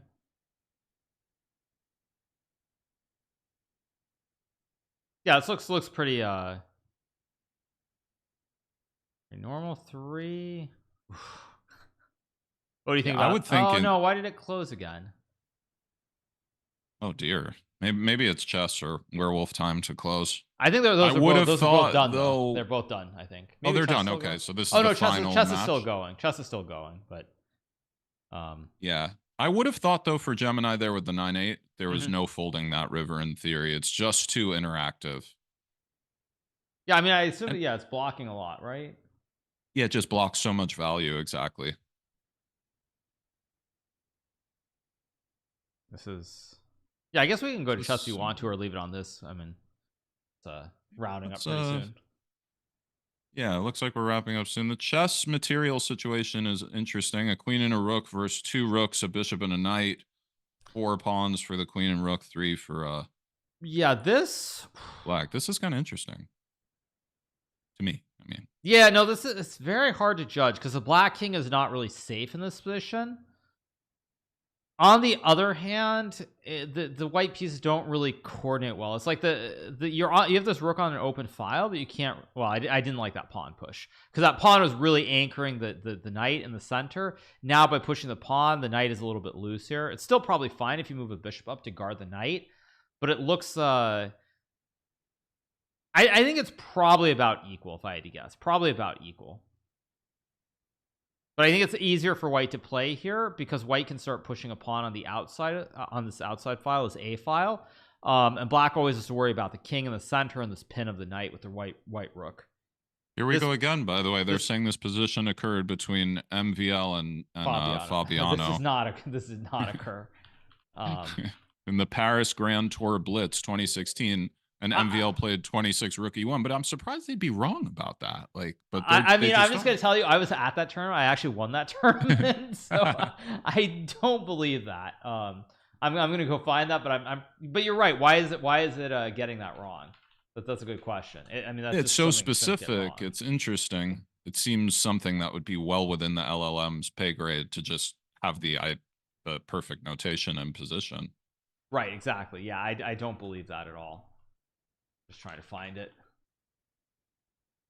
That's just not no chance. Yeah. Fabiano. And it said he was white, I believe. So Maximus white. No, they did play there, by the way, but it was a King's Indian defense. Okay. I mean, slightly different. You play d4, so I think you know. That's not quite the same type of position even. Fair enough. Little bit different. A little bit different. It just sacked a rook, and now it's going to lose because now black has 2 rooks and a bishop for the queen. And with just the lone queen, you can't really attack anything. Even if the king is in the open here, you have 1 piece near the king. And the conclusion was that the rook sack opens the king and is just winning the game as well. Kind of bold when it loses on the spot. Yeah. Yeah, this should just be winning. That is a good question about the about like the notation because you're right. That feels like that's so concrete of an example. It should just know. It should literally just have it down. Yeah. Yeah, it kind of plays like some, not to say all 1600s are delusional, but it sort of plays like a delusional 1500 who's really arrogant, who's like, oh, this reminds me of, Taimanov Geller and at the at the Zurich Classic, and Exactly. it just like didn't happen. Like, yeah. No, that's actually that's a great way of putting it. That's exactly what it seems like. Just like I feel like it's trying to find some justification for a lot of it. And it's just like comes up with something that makes no sense. The one thing that was very impressive with the chess was that that bishop versus pawns one early on, that it found that comparison, that Fischer Taimanov, which was different, but it was close enough that like it's something that someone could get confused on. That I thought was impressive, but most of the other references, they've just been wrong. They just aren't references at all. yeah, or as you said, just the theme of like the piece versus 2 pawns, or yeah. This is this should be winning for black somehow. Maybe bring the rook over to the open file where the bishop guards it, this f8 square, to attack the white king. Seems pretty much like it's winning. But this is actually the final, right, of the chess, I think. should be. If I'm not mistaken. So yeah, this is the final. This and the werewolf, I think, would stay. So tomorrow is just going to be only poker. We're gonna have the final match. I actually don't know who won the matches, but do we know who won? Cool. I'm also in the dark. Yeah, I'm not sure who won, but I'm gonna assume that probably Gemini Well, I don't know. You were very impressed by 03, so maybe 03. Oh, yeah. Started making some adjustments. Like it was started playing very aggressively. So I'm actually now not sure. Mm-hmm. Yeah. D3 takes. This should be. I don't know if I like this pawn move, but just see. I think as soon as the result is clear, I'll probably wrap it up. Cool. But let's just see if we get some sort of decisive outcome in the next like 3 or 4 moves, because this should be winning, but this could also be something that goes on for a very, very long time. Oh, actually, the winners of today's poker semifinals. Oh, 03 did beat Gemini Flash, by the way, and Okay. GPT 5.2 beat Claude, so that means it'll be GPT 5.2 against 03 in the finals tomorrow. So that should be pretty exciting. Yeah, I think this game's going to probably go on for quite a while. So I'm not sure about you, but like maybe we should wrap it up and leave it Sounds here good. for the day. And Sounds yeah, good. Great. I'll see you tomorrow. Yeah, I'll see you tomorrow. So have a good one. Okay. All right. Bye, everybody. Bye. I'm still here, you guys. 1 second. I'm just going to turn my regular cam back on, and we'll keep going. There we go. Let me go. Here we go. All right, you guys. So I'm going to be wrapping it up right now. Faustino won against Mocha Title Tuesday. I didn't catch the end of Title Tuesday. I don't know exactly what happened. I guess I'll just get back here. Let me change the scene. I'll put the music on very briefly. Let me put some music back on. Here we go. So yeah, you guys were talking about Title Tuesday. Let me go back and see what the results were. Results in Title Tuesday were as follows. We ended up in a situation where Maxime got the win with 10 out of 11. Second place was Arjun with 9.5. Third was Alexei Serrano with 9.5. Matthias Bluebaum was 4th. Faustino Oro 5th with 9 points. Faustino, by the way, got up to a great start. 6 out of 6, lost 2 in a row, but then he won 3 to finish on a very, very impressive 9 points. Magnus did not have a good day. I don't know where he finished. Maybe he just dropped out, because I don't even see him in the top 20. So maybe Magnus just dropped out.